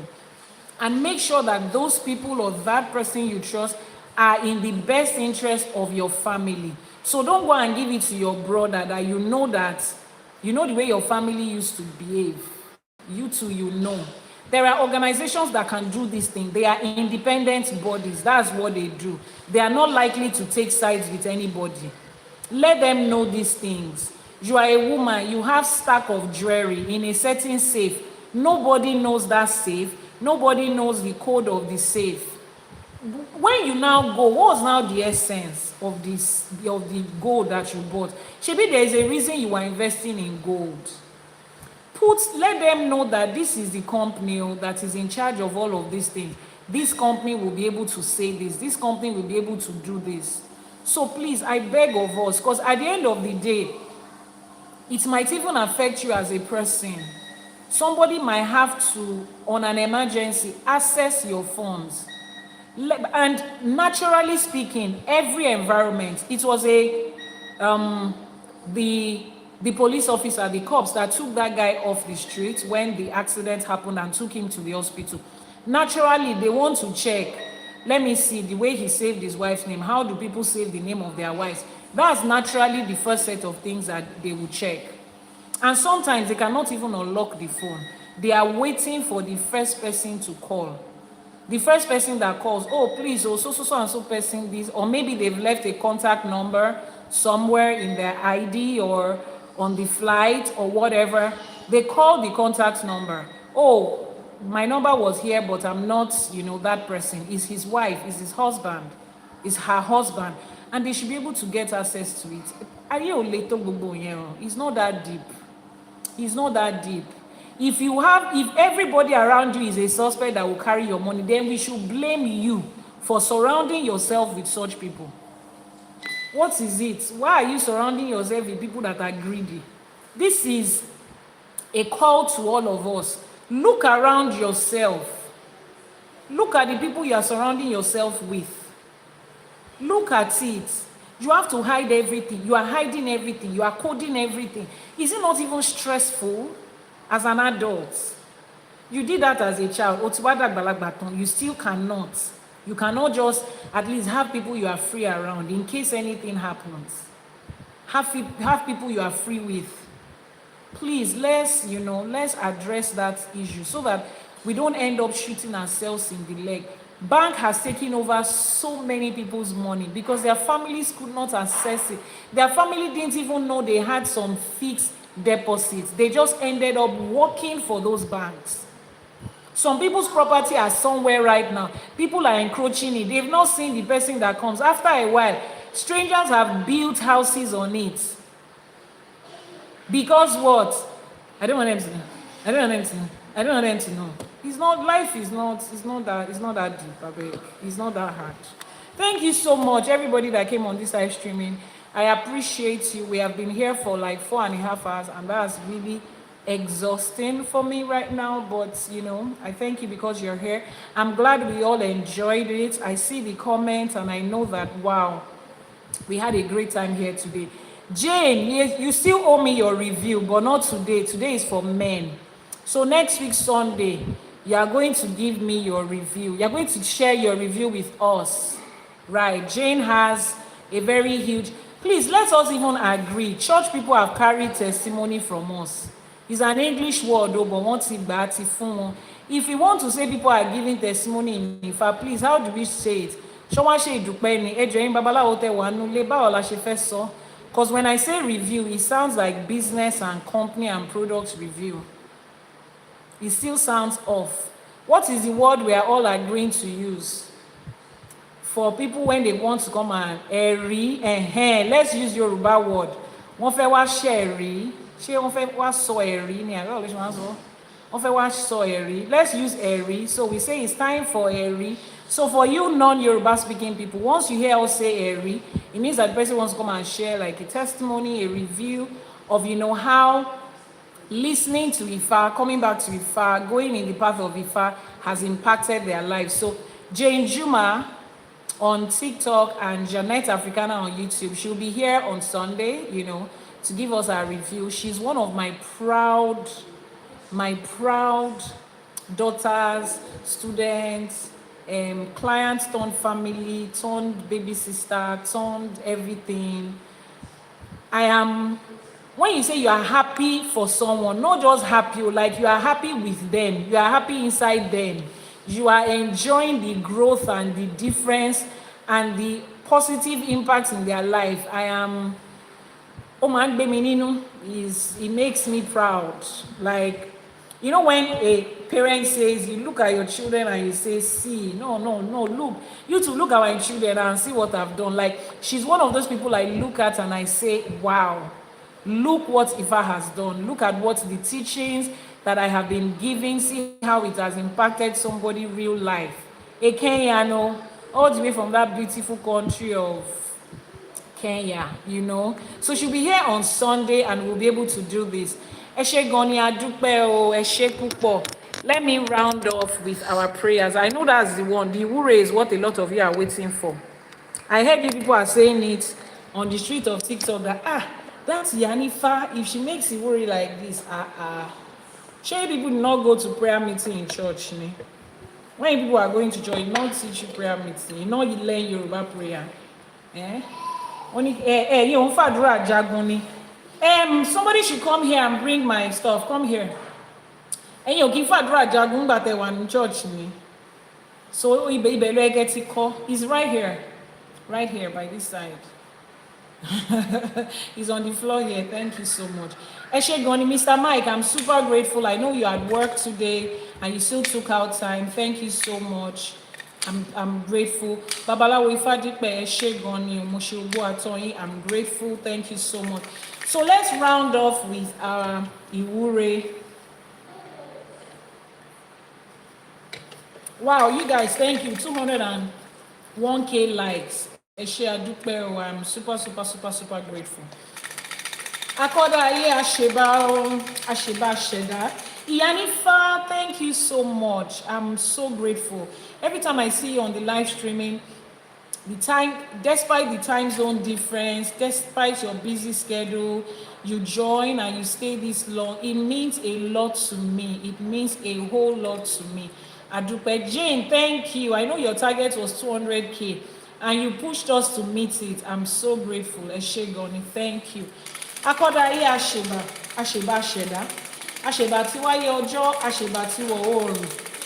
Elédùmarè ọba tẹ́rẹrẹ kárí ayé àṣèbà aníkíbà ṣẹun ọ̀rọ̀ ọmọ oníṣẹ́ fàyàtì àṣèbà ọba tó lọ kọrin kése ọba lánàá ọba lẹ́nìí ọba títí ayérayé àṣèbà ọba tó dá wa ọba tó mọ wá ọba tó mọ̀ wá awẹ̀dá àṣẹ̀dá awẹ̀dá amẹ̀dá kábíyèsí Elédùmarè ọba tẹ́rẹrẹ kárí ayé àṣèbà kábíyèsí ọba tí ń fọba jẹ àṣèbà àṣèbà aníkíbà wá ṣẹ ọ ajagunmalé olúwo òde ọ̀run olúbíkin ọ̀sán ìbíkin àṣèbà àṣèbà orí àṣèbà ẹlẹ́dàá àṣèbà àwọn ọlọ́pọ̀ tó wà wá sáyé mo ṣèbà bàbá mi mo ṣèbà ìyá mi aníkíbà wá ṣẹ ọ ẹ̀yin ìyá mi ọ̀pàkẹ́ àlàkẹ́ mo ṣèbà ọ̀sá méjì ẹ̀yin alágogo idẹ ẹ̀yin olókìkí òru ẹ̀yin atẹ̀dọ̀jọ̀rọ̀ òǹró ẹ̀yin apanimáyọ̀dà ẹ̀yin abiyamọ òde ọ̀run abiyamọ ayé abiyamọ ọ̀run mo ṣèbà aníkíbà wá ṣẹ ọ̀run ọlọ́mú kan tí ń fún gba ọmọ ọlọ́mú ẹ̀yin ẹlẹ́sẹ̀ kan tí ń bẹ́ lẹ́sẹ̀ méjì ìjà ẹ̀yin ìyá mi òṣèrò mọ̀nìgà ẹ̀yin arógbaṣọ má bo tan àṣèbà ẹ̀yin tí Elédùmarè gbélé ayé lé lọ́wọ́ aníkíbà wá ṣẹ ọ gbogbo lọ́balọ́ba níjòyè níjòyè lórígun mẹ́rẹ̀ẹ̀rin àgbáláyé níbi tẹ́ ẹ wà aníkádé ó pẹ́ lórí yín o ẹ̀yin kábíyèsí aláṣẹ èkejì òòṣà aníkíbà pẹ́ lẹ́sẹ̀ yín irùgẹ̀rẹ̀ pẹ́ lọ́wọ́ káṣẹ pẹ́ lẹ́nu láṣẹ Èdùmàrè ìlú ò ní torí yín tú ìlú ò ní torí yín bàjẹ́ àwọn alálẹ̀ ilẹ̀ yìí wọn ò ní dá sí yín lára wọn ò ní fi yín lẹ̀ wọn á máa kún yín lọ́wọ́ ní láṣẹ Èdùmàrè àwọn tó tẹ̀ ká tó tẹ̀ àṣèbà àwọn tó ṣàwó kù sẹ́yìn fún wa àṣèbà àwọn alálẹ̀ ilẹ̀ yìí àwọn tó tẹ̀ ìlú yìí dó àṣèbà lórígun mẹ́rẹ̀ẹ̀rin àgbáláyé níbi tá a wà aníkíbà wá ṣẹ ọ gbogbo ọmọ onílé mo ṣèbà Ajíbọ́lá mi ògbódò ọ̀rà mo ṣèbà Ajíbọ́lá mo ṣèbà idán mo ṣèbà ìyá mi mo ṣèbà bẹ̀mí mo ṣèbà onílé gbogbo olúwo ẹ̀yin olúwo àsápè ọ̀là mo ṣe kábíyèsí yín o ẹ̀yin ìyá àbíyè lékelèké gbàràdá mọ́dà àbíyè mo ṣèbà gbogbo àwọn ìyá àbíyè abiyamọ mo ṣèbà aníkíbà wá ṣẹ ọ lórígun mẹ́rẹ̀ẹ̀rin àgbáláyé níbi gbogbo tá a wà àṣèbà aníkíbà wá ṣẹ ọ láṣẹ Èdùmàrè gbogbo ìbà tá a mú wá àwọn òrìṣà àgbà wọn ò ní dá sí wa lára gbogbo àwọn òrìṣà tá à ń ṣọ̀sẹ̀ fún lẹ́ni àṣèbà aníkíbà wá ṣẹ ọ a tún ti wá sínú ẹ̀kọ́ ifá mi ìlẹ́nu àti kọ́gbọ́n àti kọ́mọ̀ àti kán òye Ọ̀rúnmìlà tó jórìṣà ọgbọ́n ó ti fọgbọ́n kún ọgbọ́n wa ó ti fi òye kún òye wa ó ti fi gbogbo nǹkan tá a ní ire oore àti ọlá tó wà nínú ifá ó ti fi kún wa lẹ́nu adúpẹ́ lọ́wọ́ gbogbo àwọn bàbá wa adúpẹ́ lọ́wọ́ gbogbo àwọn ìyá wa tó darapọ̀ mọ́ wa lẹ́nu a ní láṣẹ Èdùmàrè à máa ríra wa bá o à ní gbóhùn ara wa síbi o láṣẹ Èdùmàrè ẹ̀yin la máa bá àwa náà lẹ máa rí wọn nífẹ̀ẹ́ lò ní ìṣèkọ́kọ́ nù wa gbogbo babaláwo gbogbo ìyá nífá gbogbo bàbá lórìṣà gbogbo ìyá lórìṣà gbogbo ẹ̀yin àpẹ̀tẹ̀bí ẹ̀yin oníṣègùn ẹ̀yin eléwé ọmọ gbogbo ẹ̀yin tẹ́ ẹ péjọpọ̀ sí nílé ní gbogbo orí kọ̀ọ̀kan ni mo ṣèbà fún o mo ní kí bà wá ṣẹ ọ̀sẹ̀ tuntun la tún wá fẹ́ mú lẹ́ni ọ̀la lọ́jọ́ ajé ògúngúlùsọ onísọ ọ̀bòjì ajé ẹjọ́ kò tì wá ajé wá fi lé wa ṣẹlẹ̀ ajé wá fi ọ̀nà wa ṣọ̀nà ká alájé lọ́wọ́ ká má ní lọ́rùn láṣẹ Èdùmàrè kájé má kọ̀ bí àìmọ́ṣe sí wa ká má bí ajé nínú ká má ríjà ajé ní gbogbo bí tá a bá kọjú sí láṣẹ Èdùmàrè kájé wá di irun kó wá di gba nílé wa láṣẹ Èdùmàrè ká wá ní ajé lọ́wọ́ ká arájé fi ṣe ohun rere ibi táwọn ẹgbẹ́ wa ti ń náwó tó ti ń ná ọlá tó ti ń ṣe nǹkan ọ̀la ká má bá wọn nájú níbẹ̀ kájé má wọ̀ wá kájé wá fi gbogbo àdáwọ́lé wa kó fi ṣèrọ̀rùn fún wa láṣẹ Èdùmàrè wọ́n ní àbùdí báyìí ní ti olókun àbùdí ní tọlọ́sà bá a ṣe ń bu á máa dí bá a ṣe ń bu á máa dí láṣẹ Èdùmàrè ọwọ́ wa ò ní kàn sàlẹ̀ àpò láṣẹ Èdùmàrè wọ́n ní àpò ṣàṣàmùrà èkì í gbẹ àpò èmi àti yín ò ní gbẹ fowó kò ní gbẹ fọlá kò ní gbẹ fọlà láṣẹ Èdùmàrè wọ́n ní bójúmọ́ bá mọ́ tílẹ̀ bá ṣú wọ́n ní ojúmọ́ kan kì í mọ́ kí balùwẹ̀ má gbòòrè, gbogbo ojúmọ́ tó bá mọ́ ní balùwẹ̀ ń gbòòrè. Ojúmọ́ tó mọ́ wa lénìí, tó máa mọ́ wa lọ́la, tó máa mọ́ wa ní gbogbo ọjọ́ ayé wa. Ire owó, ire ọlá, ire ọlà, ire ọmọ àti àìkú tí ń ṣe baálẹ̀ ọ̀rọ̀, òun ló máa gbé wá fún wa láṣẹ Èdùmàrè. Àwa ní ṣìṣe o, àní báráyé fọwọ́ tì o, àní kágóńgó náwó, àní kágóńgó ṣọdún láṣẹ Èdùmàrè. Àwọn ibi tí àwọn èèyàn ti ń ná owó tó ti ń jẹ́ èèyàn gíga, àwa náà máa dúró, a máa lórúkọ níbẹ̀, a máa lọ́lá níbẹ̀, a máa lọ́là níbẹ̀ láṣẹ Èdùmàrè. Gbogbo iṣẹ́ tá a wá ń ṣe, àwa la máa jèrè ẹ̀ o. Ọmọ ẹlòmíì ò ní gbà ṣe wa ṣe o, àní ṣiṣẹ́ fẹ́lòmíì jẹun láṣẹ Èdùmàrè. Àwa la máa jẹ èrè ẹ̀ láṣẹ Èdùmàrè. Gbogbo ẹ̀yin tẹ́ ń ṣiṣẹ́ bó o jí kó o jí mi láṣẹ Èdùmàrè, gbogbo iṣẹ́ tẹ́ ń ṣe yẹn, ìjọ tẹ̀tọ̀ yín bá máa délẹ̀, ẹ̀yin lẹ máa fọwọ́ ara yín gbà lódindi báyìí ni. Wọn ò ní pín sáàbọ̀ fún yín, wọn ò ní fi ẹ̀tọ́ yín, wọn ò ní fi ṣe àpélé. Ẹ̀tọ́ tá a bá wá máa gbà yẹn, àní fi wo àìsàn, àní fi ṣẹjọ́, àní fi ṣe ìjàmbá, àní fi ṣe wàhálà lórí ọmọ, lórí ọkọ, lórí aya láṣẹ Èdùmàrè. Ọmọ aráyé ò ní fi wá ṣàgbàná fáwọn ọmọ wa, wọn ò ní fáwọn ọmọ táwa bí, wọn ò ní fi wọ́n ṣàgbàná fún wa. Ọkọ ẹ̀ ò ní jágbàná fún ẹ, ìyàwó yín ò ní ṣàgbàná fún yín láṣẹ Èdùmàrè. Ire owó, ire ọlá báyìí, òun ló máa wọlé fún wa. Àtọ̀tún àtòsì tẹyẹlé fi ń kóre wá, òun ló máa fi máa gbére ajé, ire ọlá, ire ọlà wá fún wa lódindi. Torí wọ́n ní lódindi báyìí látàrí ń di tiẹ̀, atare kan ẹ̀ di tiẹ̀ láàbọ̀, orí odindi ló máa gbé fún wa. Àwa máa yọ̀, à máa jó, à máa ṣẹnu rere yín àwọn ayin Ifá yin Elédùmarè nítorí èmi àti yín. Àní bá wọn dúpẹ́ tipátipá, àní bá wọn dúpẹ́ bẹ́ẹ̀, àní bá wọn ṣoore tipátipá láṣẹ Èdùmàrè. Oore ńlá, oore àjẹjẹ tán, oore kàbìtì, òun lajẹ́ máa gbé wá fún wa látọ̀tún àtòsì lórígun mẹ́rẹ̀ẹ̀rin àgbáláyé láṣẹ Èdùmàrè. Ẹ̀yin tẹ́ wá dálé iṣẹ́ ti yín sílẹ̀, ẹ̀yin tẹ́ dá okòwò sílẹ̀, àtàjèrè àtàwàràbàrà báyìí, òun lajẹ́ máa fi ti yín ṣe láṣẹ Èdùmàrè. Ẹ̀ẹ́ni gbégbá síta kẹ́ ẹ má rẹ̀ nira o. Tó bá jẹ́ pé inú igbó gan lẹ́wà àbí inú oko lẹ́wà, wọ́n ní inú igbó ni obìnrin wà. Ọmọ aráyé ńlànà kan ni, wọ́n á lànà orekùnrin, wọ́n á lànà ọlákùnrin, wọ́n á lànà ọlàkùnrin láṣẹ Èdùmàrè. Àwọn èèyàn jàǹkànjàǹkàn léèkàn, àwọn lórúkọ, àwọn tó nílò nǹkan tẹ́ ń tà, àwọn tó lówó láti san nírọ̀rùn, òun lajẹ́ máa gbé wá fún yín láṣẹ Èdùmàrè. Wọ́n nínú igbó lórógbó ń wà.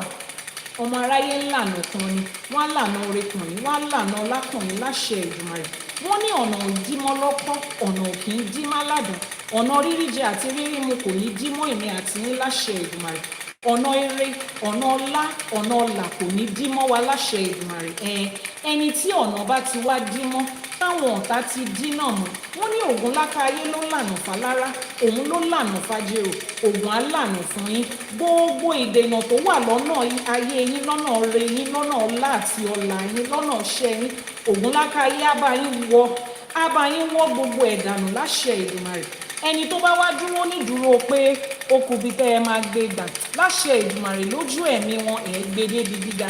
Ẹni tó bá wá ní kò ní ṣojú òun, ó di dandan kó ṣẹ̀mí ẹ̀. Àwa ò gbàdúrà ikú fẹ́nìkan kan, àmọ́ ẹni tó bá ti sọ pé ire ayé yín àti tèmi kò ní ṣojú òun láṣẹ Èdùmàrè, wọ́n á jẹun tán láyé báyìí, wọ́n á lọ ṣọwọ́n lọ́rùn, nítorí ó ti di dandan kórí tiwa ríre, ó ti di dandan kí ṣẹ̀dá tiwa ṣeré nílé ayé yìí láṣẹ Èdùmàrè.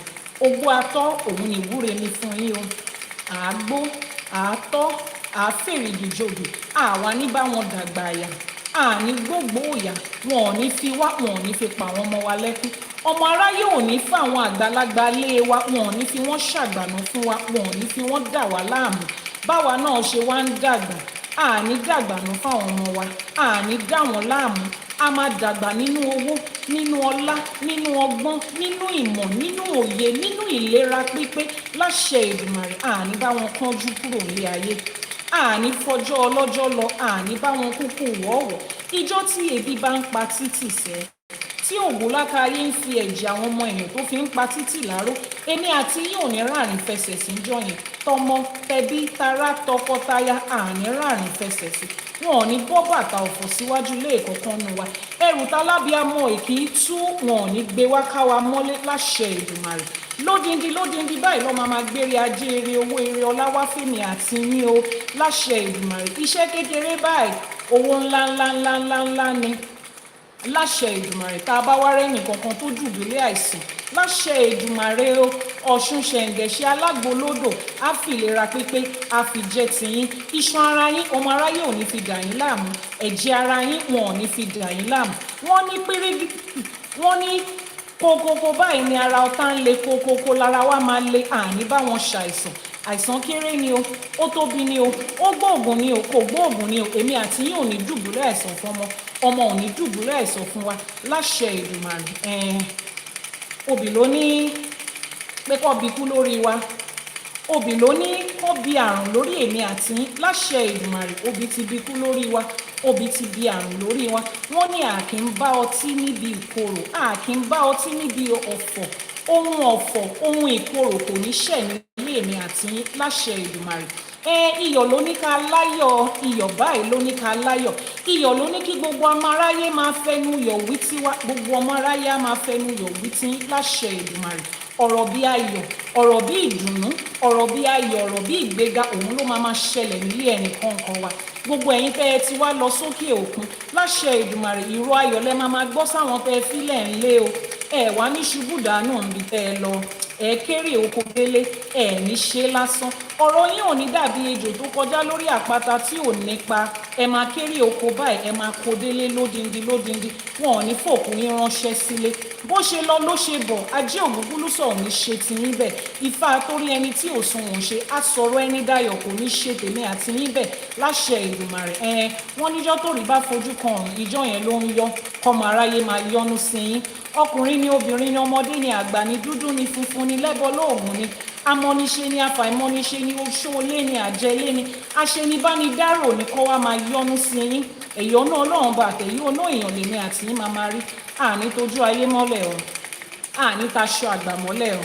Àwọn tó láyé ò ní bínú sí wa o, àwọn tó nílẹ̀ ò ní bínú sí wa o. Ẹ̀yin ìyá mi òṣòro mọ̀nìgà, ẹ̀yọ́nú yín la béèrè fún. Ẹ̀yin tẹ́lẹ̀dùmarè gbélé ayé lé lọ́wọ́, ẹ máa yọ́nú sí wa. Kárí bá ti ṣe, ká rọ́nà gbégbà. Àníkún àlékún báyìí òun ni kí tiwa máa jẹ́. Gbogbo ẹ̀yin tẹ́ ẹ diwọ́ disẹ̀ sínú láṣẹ Èdùmàrè. Bẹ́ẹ̀ ṣe ń fi tọ̀tún kúnlẹ̀ lẹ máa fi tòsì, lẹ máa fi dìde. Àgbóhùn ìyá, àgbóhùn ọmọ, àgbóhùn bàbá ọmọ, àwọn ẹ̀gbọ́n ọmọ gan-an. Inú ayọ̀, inú ìdùnnú, inú àlàáfíà lọmọ yẹn á ti wá bá wọn láṣẹ Èdùmàrè. Gbogbo owó tọmọ yẹn máa ná nílé ayé, ajé á fi ṣe é nírọ̀rùn fún yín. Wọn ò wá ní kánjú kú o. Ọmọdé ẹ ti mọ̀ bẹ̀rẹ̀ yẹn, ẹ ní mọ̀ parí ẹ̀. Ẹni tó bá wá lóhun róyún nínú yín pé òun ò ní rọ́mọ lẹ́yìn yín, òun lẹ̀ ní délé bá tó lẹ́yìn máa gbọ́mọ tí yín délé láyọ̀ àtàlàáfíà láṣẹ Èdùmàrè.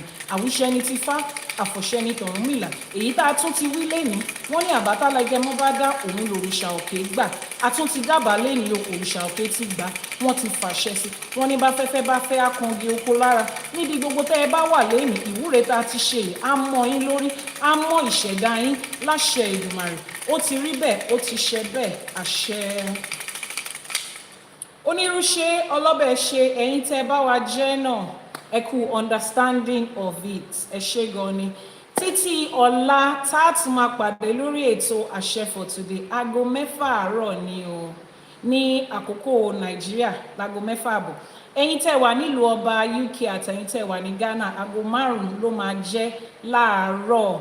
Ẹ̀yin tẹ́ wà ní United States of America, aago 12 òru ló máa jẹ́ lọ́dọ̀ tiyín.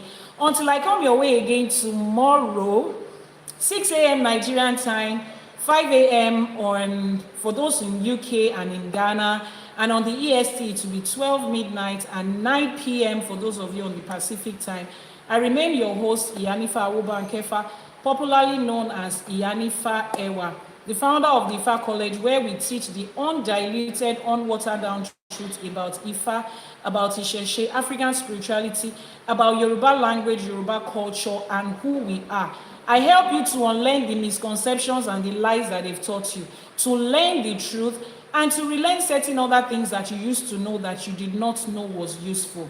So you want to head over to ifacollect.ng. That's our website. Check out the courses that is there. Pick a course today, and make sure you join us for Àṣẹ for Today. It's Mondays to Fridays, 6 a.m. Ejo. I love you too, Mrs. O forever. Bàbá Ifádípẹ̀, ẹ ṣé gan ni o, àdúpẹ́ o, a máa rí yín bá o, mo ṣe ogbó atọ́ yín o. Ẹ kú iṣẹ́ irúnmọlẹ̀, láṣẹ Èdùmàrè, àwọn irúnmọlẹ̀ a máa kún yín lọ́wọ́, àní ṣe lásán. Ire tó wà nídìí iṣẹ́ Ifá, òun ló máa jẹ́ tiwa láṣẹ Èdùmàrè. Ẹ ṣé gan ni. Jane, you already know that I love you, but let me say it again.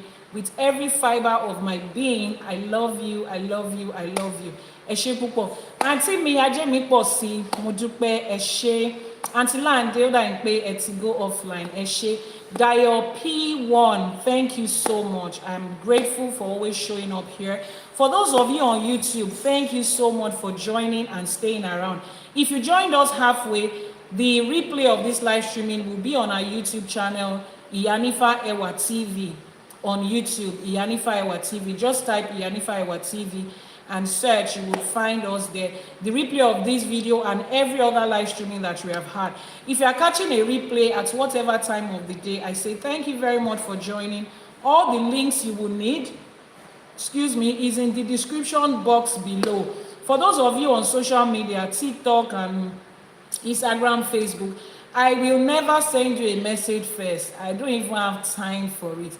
If you want to contact me, just go into the profile on the bio and click on the link there. You will be able to get my direct contact. I know you enjoy the way I make Iwuri and the way I make my prayers. You can also learn to pray the right way in Ifa and Isheshe. Just click on the subscribe button in the bio of the TikTok channel.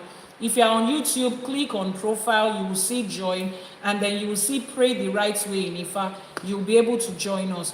Until tomorrow, I say Ire Ayo. Ìdùnnú àtàlàáfíà òun ló máa jẹ́ ti gbogbo wa o láṣẹ Èdùmàrè. Ifá gbè wá, ìṣẹ̀ṣe á gbè wá.